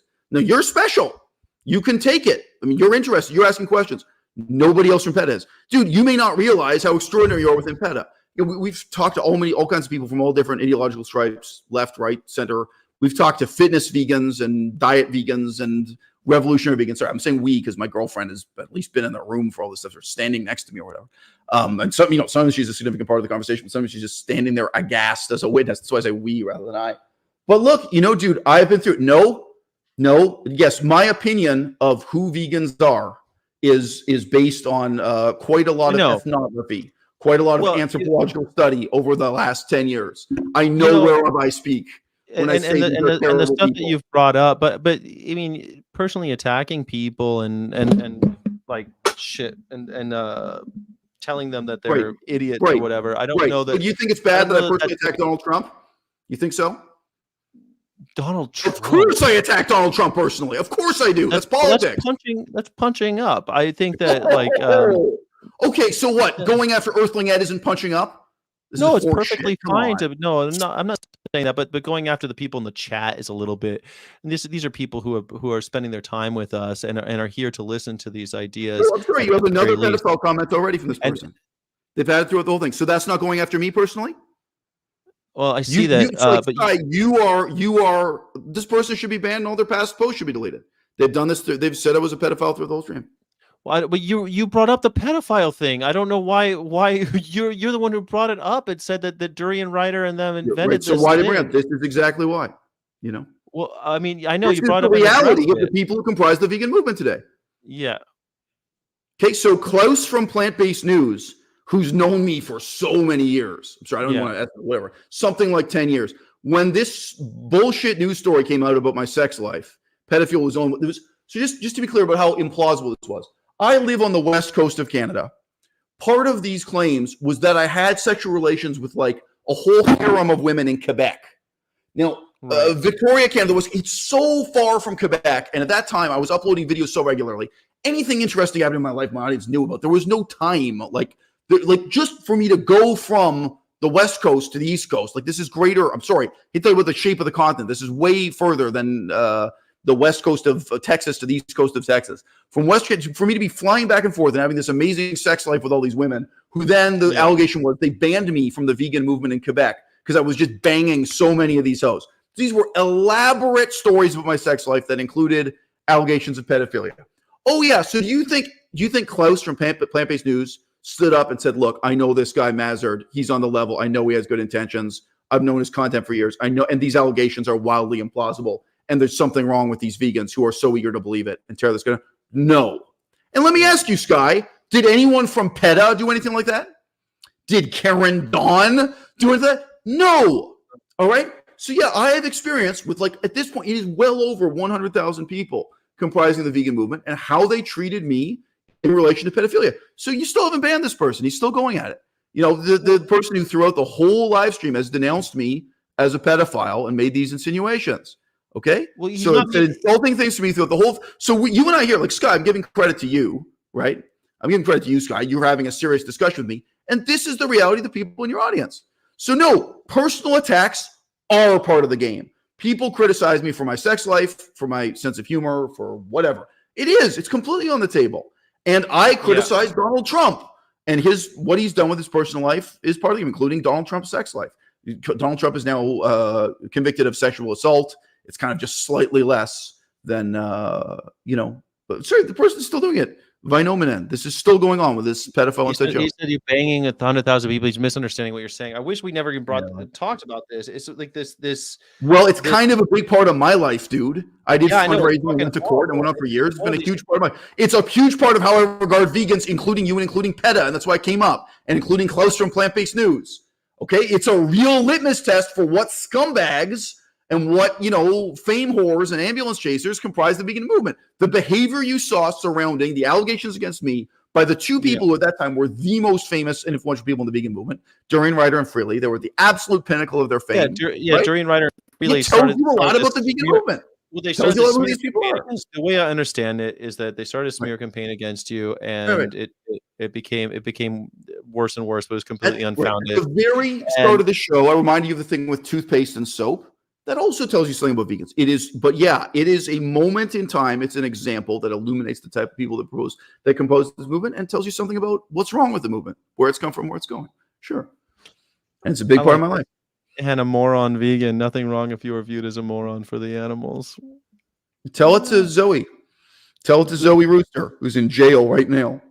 Zoe There's something wrong with it. Why don't you tell it? Asked, what is the topic of the stream? Well, the stream started about 6 hours and 15 minutes ago for me. I usually do a long stream on the Christmas holiday to talk with people that I enjoy and talk about Christmas. Not everyone's available.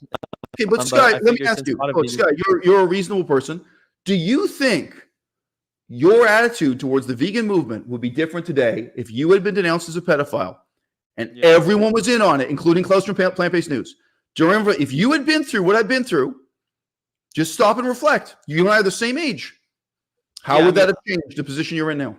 And Peta never would work with you because you were accused of being. Let's just say, because by the way, this is my situation. I haven't seen my own daughter in 5 years.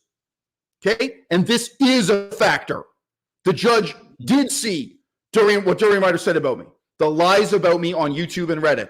Okay, let's say you never get to see your own biological daughter again, and you have seen the reality of the malice against you in the vegan movement for all these years, based on nothing, based on the most ludicrous, laughable, unbelievable, made-up allegation. I know, Sky. How would you feel? Let's use sympathy. Right. This compassion I hear so much about. I totally would probably have the same reaction as you are having. I don't think that my estimation of the movement is, like you and I have talked about this, I don't think that my estimation of the movement is as grand as you're making it out to be right now. I am not I question one of the things that I do on my channel and another one of the reasons why I asked you, come on, how would it be different if you've been through what I've been through? If I've been through what you have been through, you'd probably quit. I don't know. That's most do. I think most quit. You know the quitting rate. You know the failure rate. You know the. Yeah, I probably would. I'd probably go into a hole and cry. I mean, I don't think that I would be able to stay out. It'd be hard to stay. I fought back, and I'm still fighting. Yeah, and you are, and that's something I think is commendable. I don't think that I would. I don't know, man. It's hard to put myself in that situation at all. I can't. Shout out to Carrie. Carrie in the audience says she loves it, and she's been here for the whole stream.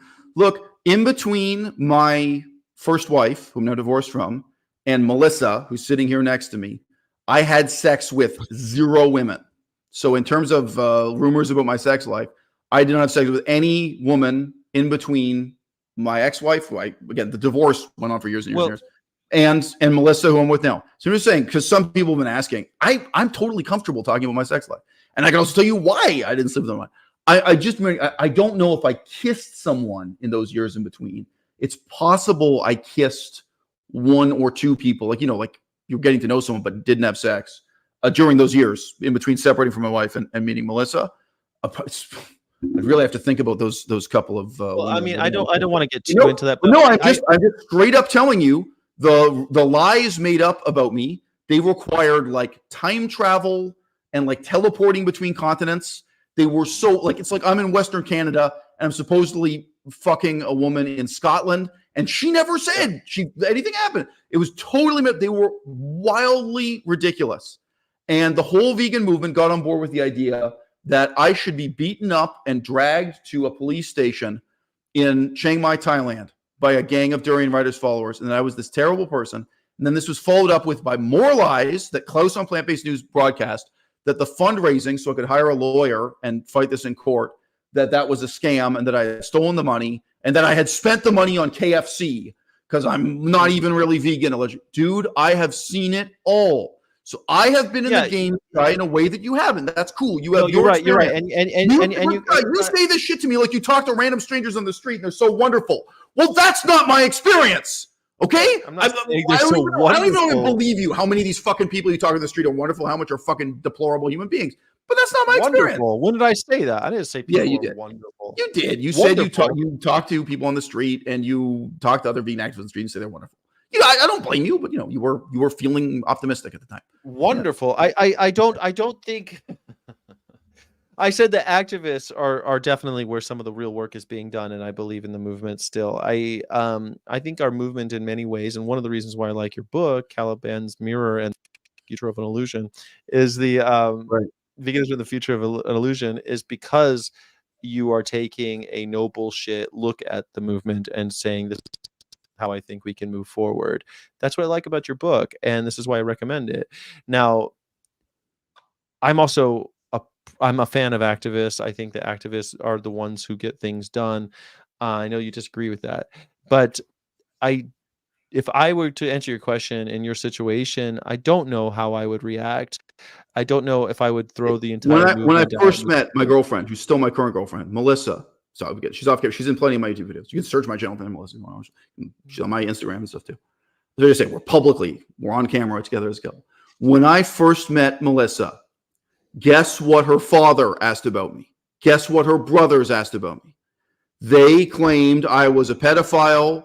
They repeated these false allegations made up on YouTube and on Reddit and repeated by other vegan activists. And I had to have a conversation with my girlfriend's father about allegations about my sex life. Has anyone here in the audience been through that? You all claim you're compassionate people. You all claim you're sympathetic people. You're not. And again, don't you think it would have meant something? So let me just say, my story, my court case was covered by Gawker Media, right? So they were at that time a fairly big media outlet. I used to have a friend who worked there. Right? But they went big. Now, yeah. Right? So Gawker Media covered the story, not Peta. Why? Why didn't Peta give a short text article, just like it had there for Dove soap, for this bullshit? Why didn't Peta write an article and say, look, this guy, Azam Azar, is a legitimate vegan activist, and we need to stop and reflect on how the movement is tearing itself apart when totally spurious allegations like this can be made and ruin someone's life? And then he never gets to see his daughter again. He never gets to have a job again. He applies for a job as a school teacher, which I was at the time, teaching English as a second language in China. And there were allegations that I'm a pedophile on the internet and a sex offender 6 other ways. Total myth made up. Oh, gee, maybe that's something Peta could have taken a stand on. Maybe Peta could have reached out to me positively. Maybe that would have mattered or made a difference. But no, they have time for Stella Ray, who is less famous than I am, who's a smaller YouTuber that always has, and who is not vegan and who is ex-vegan and anti-vegan. It's a Stella Ray. You got time. And for all this bullshit ambulance chasing, there was a time when Peta could have taken a stand. And again, of course, I'd say this about Klaus. Klaus knew me for years. It was ridiculous. Klaus could have just talked to me. Like, if Klaus had any doubts, like if Klaus wanted to know, oh, is the court case here? I could be like, yeah, sure. Here are the legal documents from the lawyer. Like, here's the receipt from me. Like, it would have been incredibly easy. But I would have talked to him in a totally casual, down-to-earth way if he'd wanted to do fact-checking. If he'd said, hey, look, we're going to do a story. Can I do some fact-checking? No problem. Klaus knew me for years before that. Okay? Yeah. Yes, what Peta did and didn't do matters. Okay? And here's the thing. I'm not the only one. I'm not.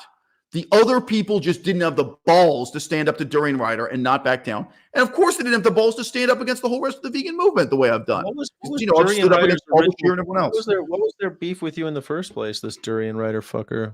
Because I don't even know this guy. Just selling a weight loss miracle. That's all they were doing. It's just nonsense.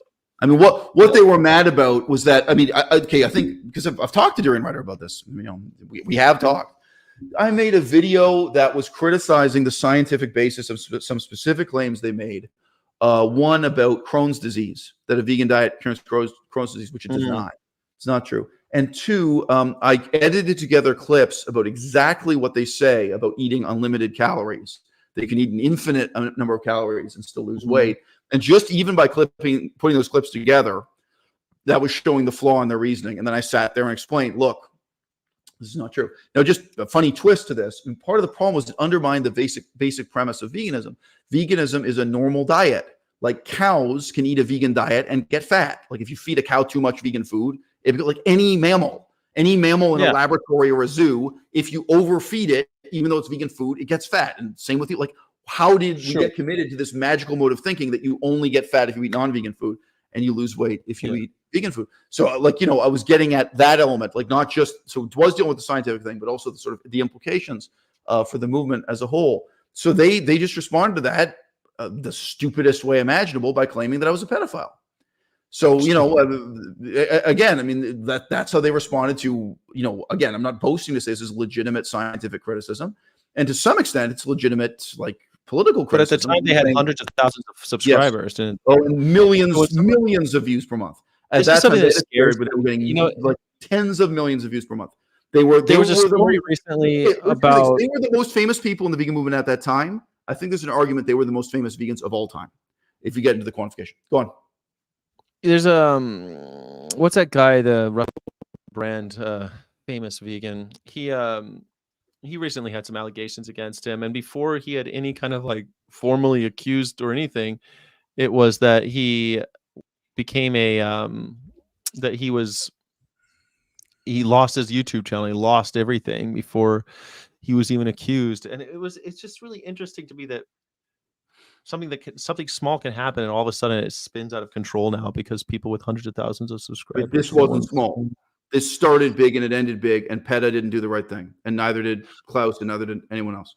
So someone asked the audience, did you sue them, Eisel? Yes, we had a court case that went on for many years, and it was paid for by donations from the audience.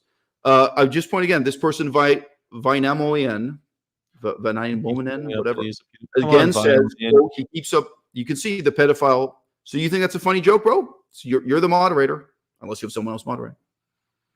We have moderators. Your movement is your audience. To me, that's a bannable offense. This person is still doing it after it's been addressed. And this is what's considered normal.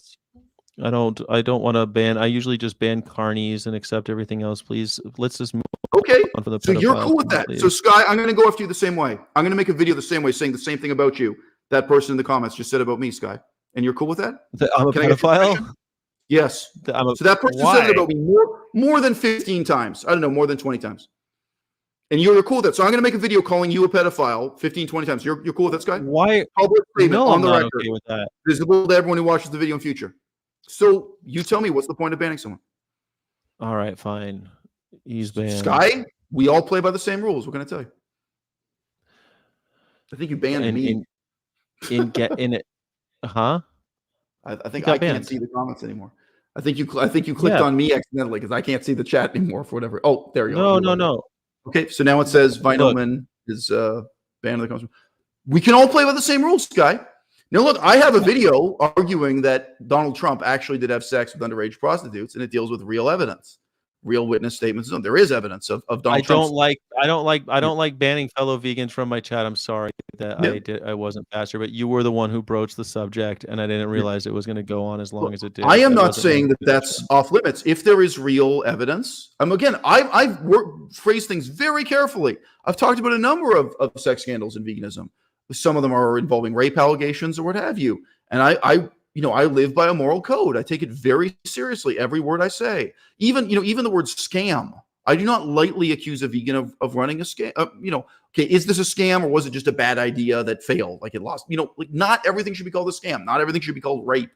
So on. You have to be very careful in handling these things. And I live up to my own hype in that respect, even on live streams. I don't misspeak about that stuff, especially when you're talking about criminal allegations. So, yes, it's an ad hominem argument. Exactly. When someone makes an argument against your idea and someone attacks you personally, that is exactly what an ad hominem. But ad hominem arguments are not fallacious and they're not irrelevant. What is the moral character of Donald Trump? That's ad hominem. But that may be really worth thinking about. What kind of a man is Donald Trump? Can you trust Donald Trump? No, that's also worth talking about. So no, ad hominem arguments are not off limits. The problem is when it's irrelevant. I mean, when it's like, okay, we're trying to decide whether or not, whether or not this book is better than Earthling Ed's book, and then you bring up my private sex life. Well, it's kind of an ad hominem digression. But I'm completely happy to talk about my private sex life. I'd rather we skip the subject. Maybe project. They're talking about projecting images onto a large building. There was Stop Gas Chambers. The Stop Gas Chambers ones did that. They did that one on a Costco. Which I thought was a really good.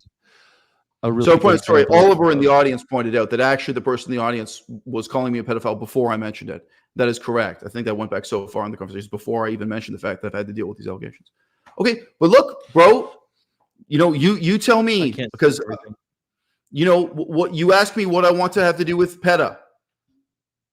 That's my situation with Peta, bro. You can tell them you work for Peta. They didn't come to your aid. They got time for Stella Ray. They got time for complete bullshit with Stella Ray talking about her leather shoe collection and her purses as industry. They got time. They got time resources. Sure. Peta, you know what? The story with Freely Enduring Rider was the biggest story in the vegan movement for a period of at least 6 months. And it involved me. It was on the record. It was very important. It was way bigger than Stella Ray ever was or will be. And at that time, Peta had the opportunity to take a stand, do the right thing is the right thing to do, and they didn't. So Stella Ray has horses on her. She has horses in the on the first. She eats eggs and meat and everything else. There's nothing vegan about her. She has nothing, no connection to the animal rights movement whatsoever. So, who the hell is she? Here's the first thing. Is that Stella Ray? Is that her? No, that's some model. She's not that good looking. But what is this? I don't even know. She sells dresses. I see. Dude, she is trying to make money out of a YouTube channel that gets 1,000 views per video any way she can. She is in Los Angeles trying to be a pretty girl who likes dresses and shoes. Sorry. Oh, Melissa's right. She's now in New York City. She used, at the time she was in LA. She moved to New York. Right. I don't even know who she is. Ethical fashion. So ethical. Towards the environment. So this reminds me. Has anybody been watching The Curse on HBO or I mean on I forget what channel. The Curse with Nathan Fielder and Emma Stone. Fascinating. And that's what kind of reminds me of that. Like we're gonna be. Did I ban? Now everyone's gonna argue about whether or not I should be banning people. See what I mean? Each dress you wear is meant to bring you as much joy as it brings to us and take you through your day with comfort and ease, feeling beautiful and free. What an incredible. Let's see. So I mean, Stella Ray, she clearly loves horses. So I don't know. I don't know who this is. I don't Thanks know to the people in the audience who are backing up what Oliver said, that no, that was someone in the audience who repeatedly accused me of being a pedophile and brought it up before I brought it up. So I was addressing something directly that someone in the audience, Well, he wouldn't let it go, which I'm like, I asked everybody to stop talking about it. He wouldn't stop. So what am I supposed to do, guys? Well, look, I don't want to stop talking about it either. This is the tragedy of my life, bro. My daughter is now 10 years old. I haven't seen her in more than 5 years. What can I tell you, bro? Real people do real things. Actions have consequences. Peta just didn't give a fuck. They had time to make a documentary about what a wonderful person Stella Ray is and promote Stella Ray on the Peta YouTube channel. That's what it was. They went out with the whole film crew, bro. Oh yeah. So what do you think? I don't think Peta rushes to anyone's aid when it comes to that stuff. I don't think Peta does that. I think Peta's always been about the animals. Oh shit. They have written news stories on every minor footnote tangentially related to veganism, and you know it. Any minor thing worth talking about, they will make an article out of, at least in text. That is bullshit. And they didn't make an article on that situation with Freely and Enduring Rider and me. And it is important and it matters. And it's much more than just my life that got ruined. Okay? Yeah. Yeah. It's a horrible thing that happened. I think you got fucked. The number one issue people having vegan is it's too hard. And I think YouTube helps with that. I think it does too. I think that it's, I think it was a great idea of this. That I think YouTube does help with that. A lot of these cooking channels and stuff like that, but I'm just not up for that. I don't do the cooking thing very much. I try to do a little bit because I know people like it. And look, bro, this was defined originally as the discussion of the book. You've read the book, which I'm glad about. Do you want to wrap this up? I mean, is there anything you want to say? I mean, no, I'm good. I know you have to go, so I want to have. If this is going to degenerate into random Q&A with the audience, I don't know. Well, we can talk about cooking shows, but I don't think that's really what we're here for. No, and I was trying to get more people to come on, but I'm gracious that you were able to come up and you were able to come on for as long as you did. Right. But yeah, I was going to. I have to celebrate Christmas at some point too. I was going to get off. I've been on for 6.5 hours. Right. It's the longest. So Matthew, you already were really an artist and a creative writer before reading this book, and you have some smattering of a revolutionary about you too. How do you think this book, is going to change what you do in the next 5 years? What an interesting question.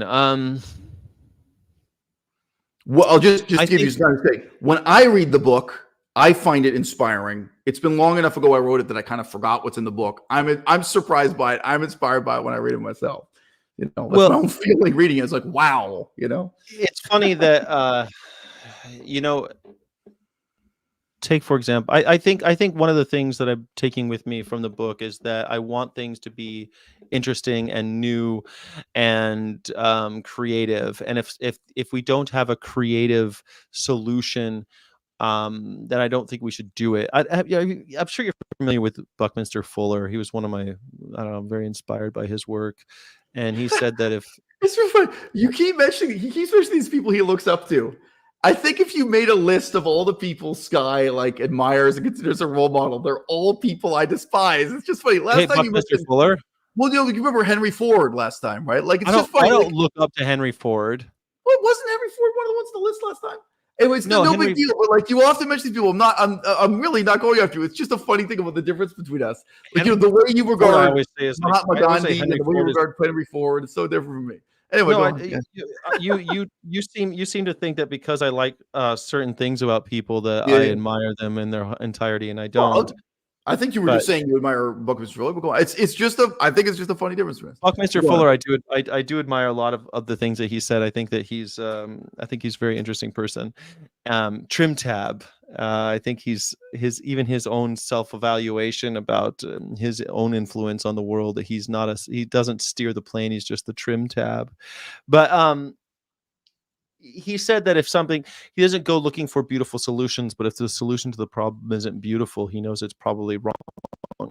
And when we talk about, with your thesis of the book being creativity and creative solutions through the humanities and through kind of creative pursuits, I really look at, okay, well, if we're going to have a new campaign, then let's try to do something creative and interesting and thought-provoking rather than just media provoking or just, loud and obnoxious.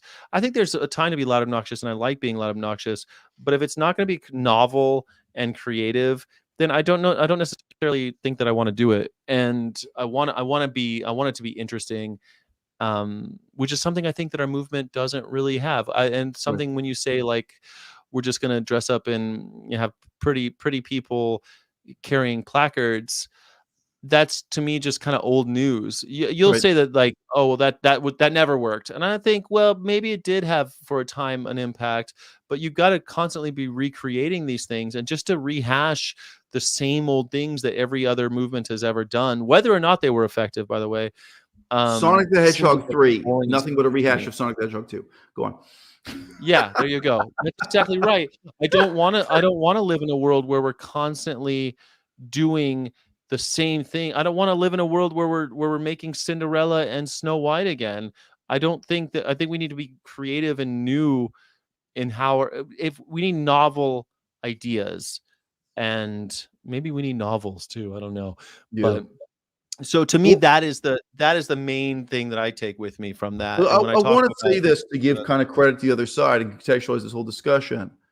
If someone asks me what is wrong with a teenage girl, namely Cassie King, what is wrong with a teenage girl putting on a flesh-colored bikini? So it's a bikini that makes her look naked and covering herself with red paint that looks like blood and lying down in a freezer in a grocery store.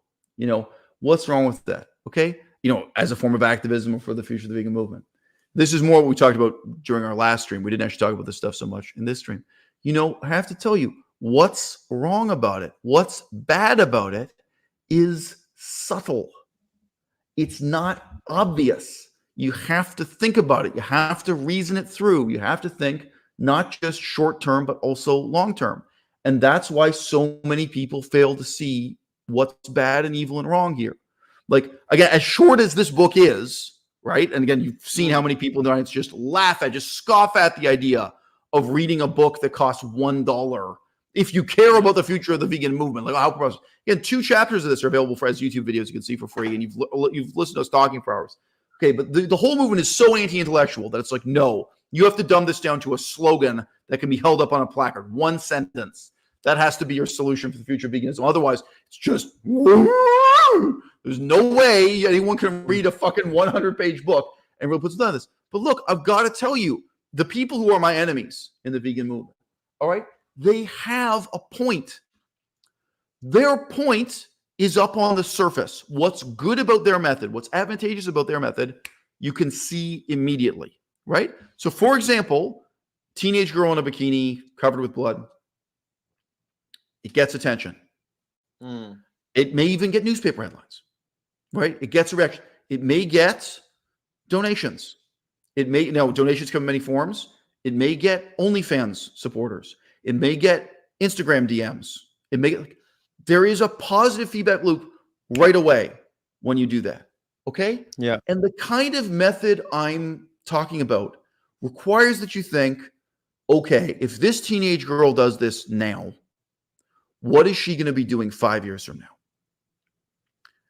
And what is the whole vegan movement going to be doing? And what is it going to become 5 years from now? And how do the non-vegans perceive us 5 years from now? It is subtle. Okay. So I know we've been talking and sometimes shouting for dramatic effect. I mean, again, Sky and I don't actually hate each other. We only hate each other on TV. We play characters on TV that hate each other. There really is no anger between me and Sky whatsoever. No. But I have to say, on the surface, if Stefania Ferrario, Vegan Booty, DXE, what they're doing right, what works is obvious. And what's wrong and ruinous about it, right? You have to think about more long-term. Now, again, the other thing you raised, I do think it's a legitimate critique of my position. The types of things I'm recommending, they don't work for everyone. Not everyone can do them. Let's say you know a specific young woman. Let's say she's 19 years old and she's gorgeous. And she says she wants to start an OnlyFans. And let's say specifically she wants to put a dildo in her vagina. So she's not actually going to have sex with men. She's just going to take off her clothes and put in a dildo. That's her act. Okay. So here's the thing. This particular young woman. Yeah. So you say, look, so you're 19 now. Let's just say she's gorgeous. If you do this, you can never be a school teacher. If you do this, you can never be a political leader. This comes at a cost, right? Now, I could list off a whole bunch of other careers you could never do. I'm being real with you. There was an example of a woman who was just a mechanic, fixing cars, and she lost her job because she was also doing porn.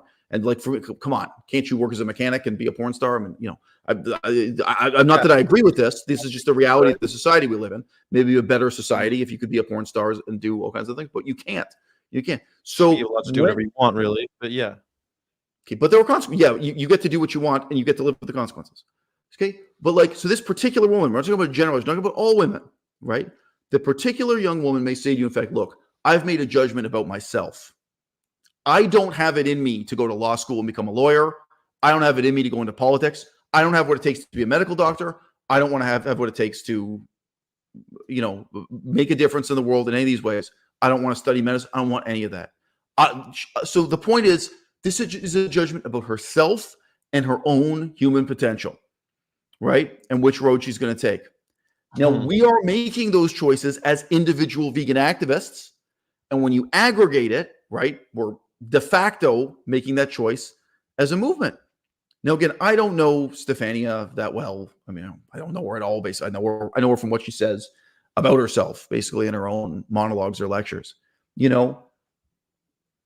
Someone in the audience is calling me a misogynist repeatedly. I'm not.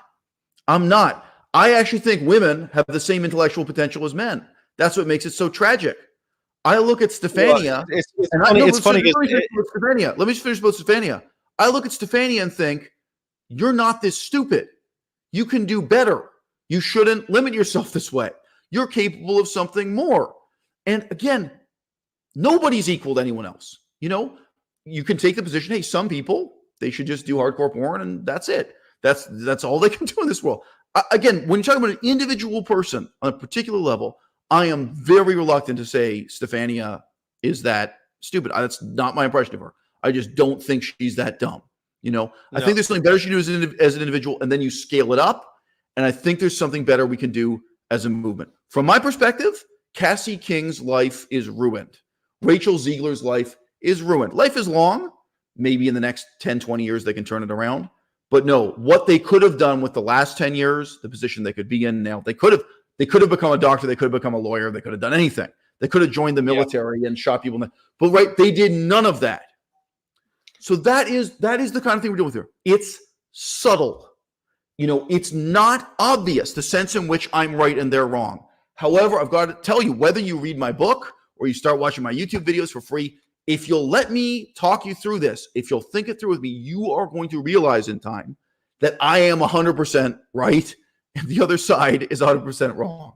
Well, you'll at least have your ideas challenged if you watched ISIL. That's the very least you'll have, for sure. And I think that that's value in itself. I don't want to be in an echo chamber where I'm just constantly being reaffirmed. And I know people are asking themselves, well, so why didn't Sky? I'm seeing the comments, and because of what just happened with Cole, and I don't want to with Vinuinian, and I, a longtime viewer, but I mean, the guy was kept on bringing up the same insults, right. And we can't have that. So I mean, honestly, if you want to be challenged by, like I do, I do want to talk, especially with vegans. That's why I had Reasonable Vegan on the show. People I disagree with. I want to try to find interesting things in our movement to talk about and ways that we might move forward. I don't think that if we're not going to scrutinize our movement, that I don't think it's worth having one. I've said that many times. And every single that's why you'll never get along with Wayne Xiong, right? I mean, it's sad. This is also my thing with Wayne Xiong. He should be scrutinized. If you can't stand up to scrutiny, then you don't deserve to be someone who is calling themselves a leader of our movement. And Wayne Xiong does scrutinize everyone else, just not himself as a movement, just to be fair. But no, the world would be a better place if Wayne could come on your channel and talk about these things. And have a conversation about. I think so too. I totally agree. Right. I would love to have a conversation with. I think the world would be a better place if Stefania could come on my channel and talk to me too. And again, you know, the equality and inequality I'm talking about is intellectual. It's not physical. It's not about who can make the most money providing softcore porn to help men masturbate. And that is very literally what the vegan movement has become. It's a pulchritocracy. It's rule of the most beautiful. And it's not even established through election. It's who is making the most money by. Did you just say pulchritocracy? Pulchritocracy. So this is pulchritude.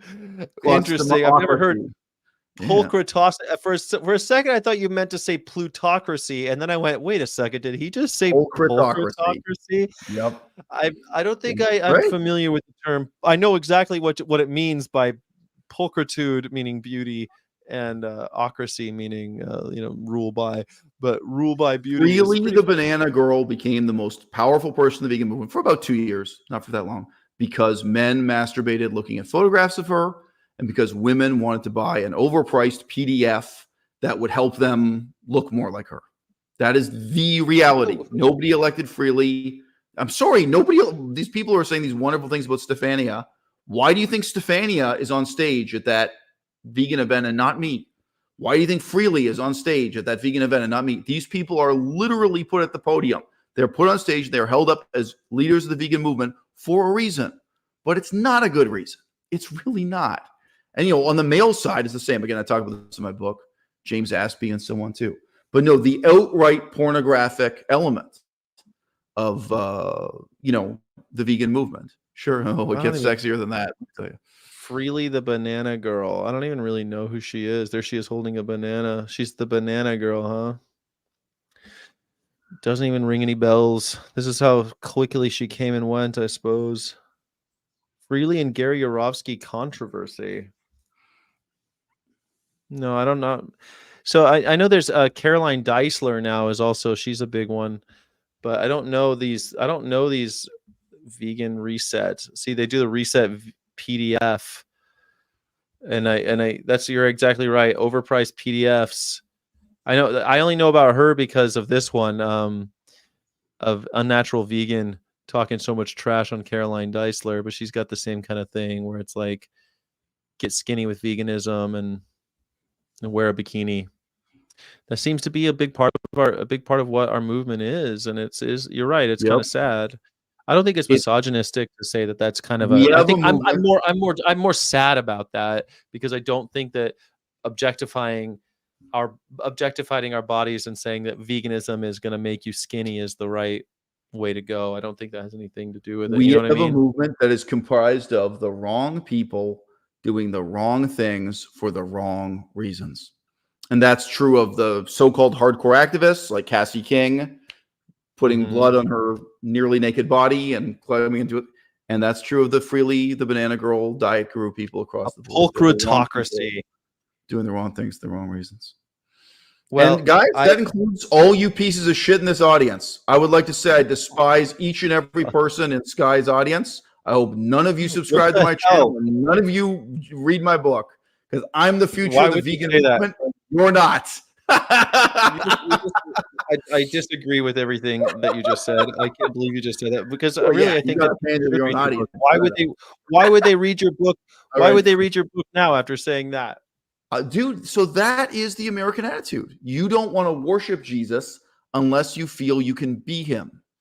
You don't want to look at Jesus as something transcendent, untouchable, unattainable. You want to ask yourself, what would Jesus do, and live your life the same way as Jesus? But that's not the point of the myth of Jesus Christ. It's not the point of the life of the Buddha. You're not supposed to go out and live your life the same way as the Buddha. You're not supposed to pretend you can do everything the Buddha did. Jesus is not your drinking buddy. Jesus is not your hunting partner. All right. Jesus also doesn't tell me that that he hates me. Jesus tells me he loves me. Right. Well, you see how much money they made out of that. So does the Buddha. The Buddha loves you. Jesus loves you. Hey man, people all over the world are cutting off part of their dick for Jesus. It's nuts, bro. They are. They cut off their dicks for Jesus. Isn't that tragic? All right. So, well then, I just want to say about the misogynistic issue that keeps coming up here. No, if you judge men and women equally by the same criteria, it's not misogyny. So again, I don't know if this person is 16 years old or 55 years old or whatever, but look, you've got to grow up. No, I judge women and what they do in politics and philosophy and activism, vegan or non-vegan. I judge women by exactly the same metric I judge men. And there are men, I'm sorry, you can look at, I don't know if you remember Venus, what was it? John Venus. John Venus was a male sexual, and again, in the book, men and women are treated completely equally. Stefania is one example. I mean, John Venus in the past tense. John Venus was one of those. Right? I mean, John Venus is one of those that everyone was talking about being so great. Now he turns out he's a Nazi. So I mean, like, it's kind of the guy who did parkour. What was his name? Tim Sheaf. Tim Sheaf is in the book. Tim Sheaf was a male sex symbol. He looked great with his shirt off. That was the basis of his fame. So Tim Sheaf and John Venus, both incredibly stupid people. So no, the same things have been dealt with men. So Hannah, it's fine, but no, the critique in the book and in this video, if you watch the whole 6-hour video, whatever it is now, no, I really do apply the same standards to both men and women. I apply the same standards to young and old, and that only means I'm equally offensive to everyone. Don't get me wrong. You are that. With that, thank you for all of the insults and the good banter, but I'm gonna say goodbye to you, Eisel, and invite other people onto the show. Okay, well, so I appreciate you stopping by for Chris. Welcome back to the West Coast time zone. So you've been gone. Good to have you back. I assume your truck is still waiting for you. You didn't take it on the plane, no? My truck is not. No, my bag is on the truck. My truck is in. Wow. Outside of Orlando somewhere. And you're going to fly back to Orlando? I'll let you know. My truck is an hour outside of Orlando next to an inflated Christmas alligator. This is true.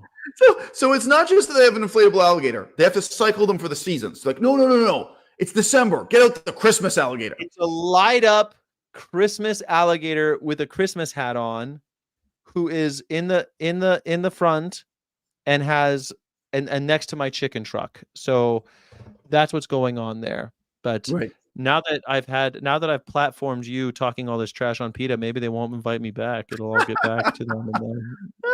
But anyway, so that's cool. So you're back in the West Coast time zone. I think I did a good job at defending them, though. Yeah, I mean, I'm happy to be in the Pacific Coast time zone for now. I am looking forward to seeing more of Florida. I'm going back. We're going down to Key West. We're going to Tampa. We're going all sorts of cool places that I can't wait. I know that you disagree wholeheartedly, but I find it to be no. I don't. So this is the most positive thing, Sky. What I wish for you positively, you're doing this road trip, activist road trip.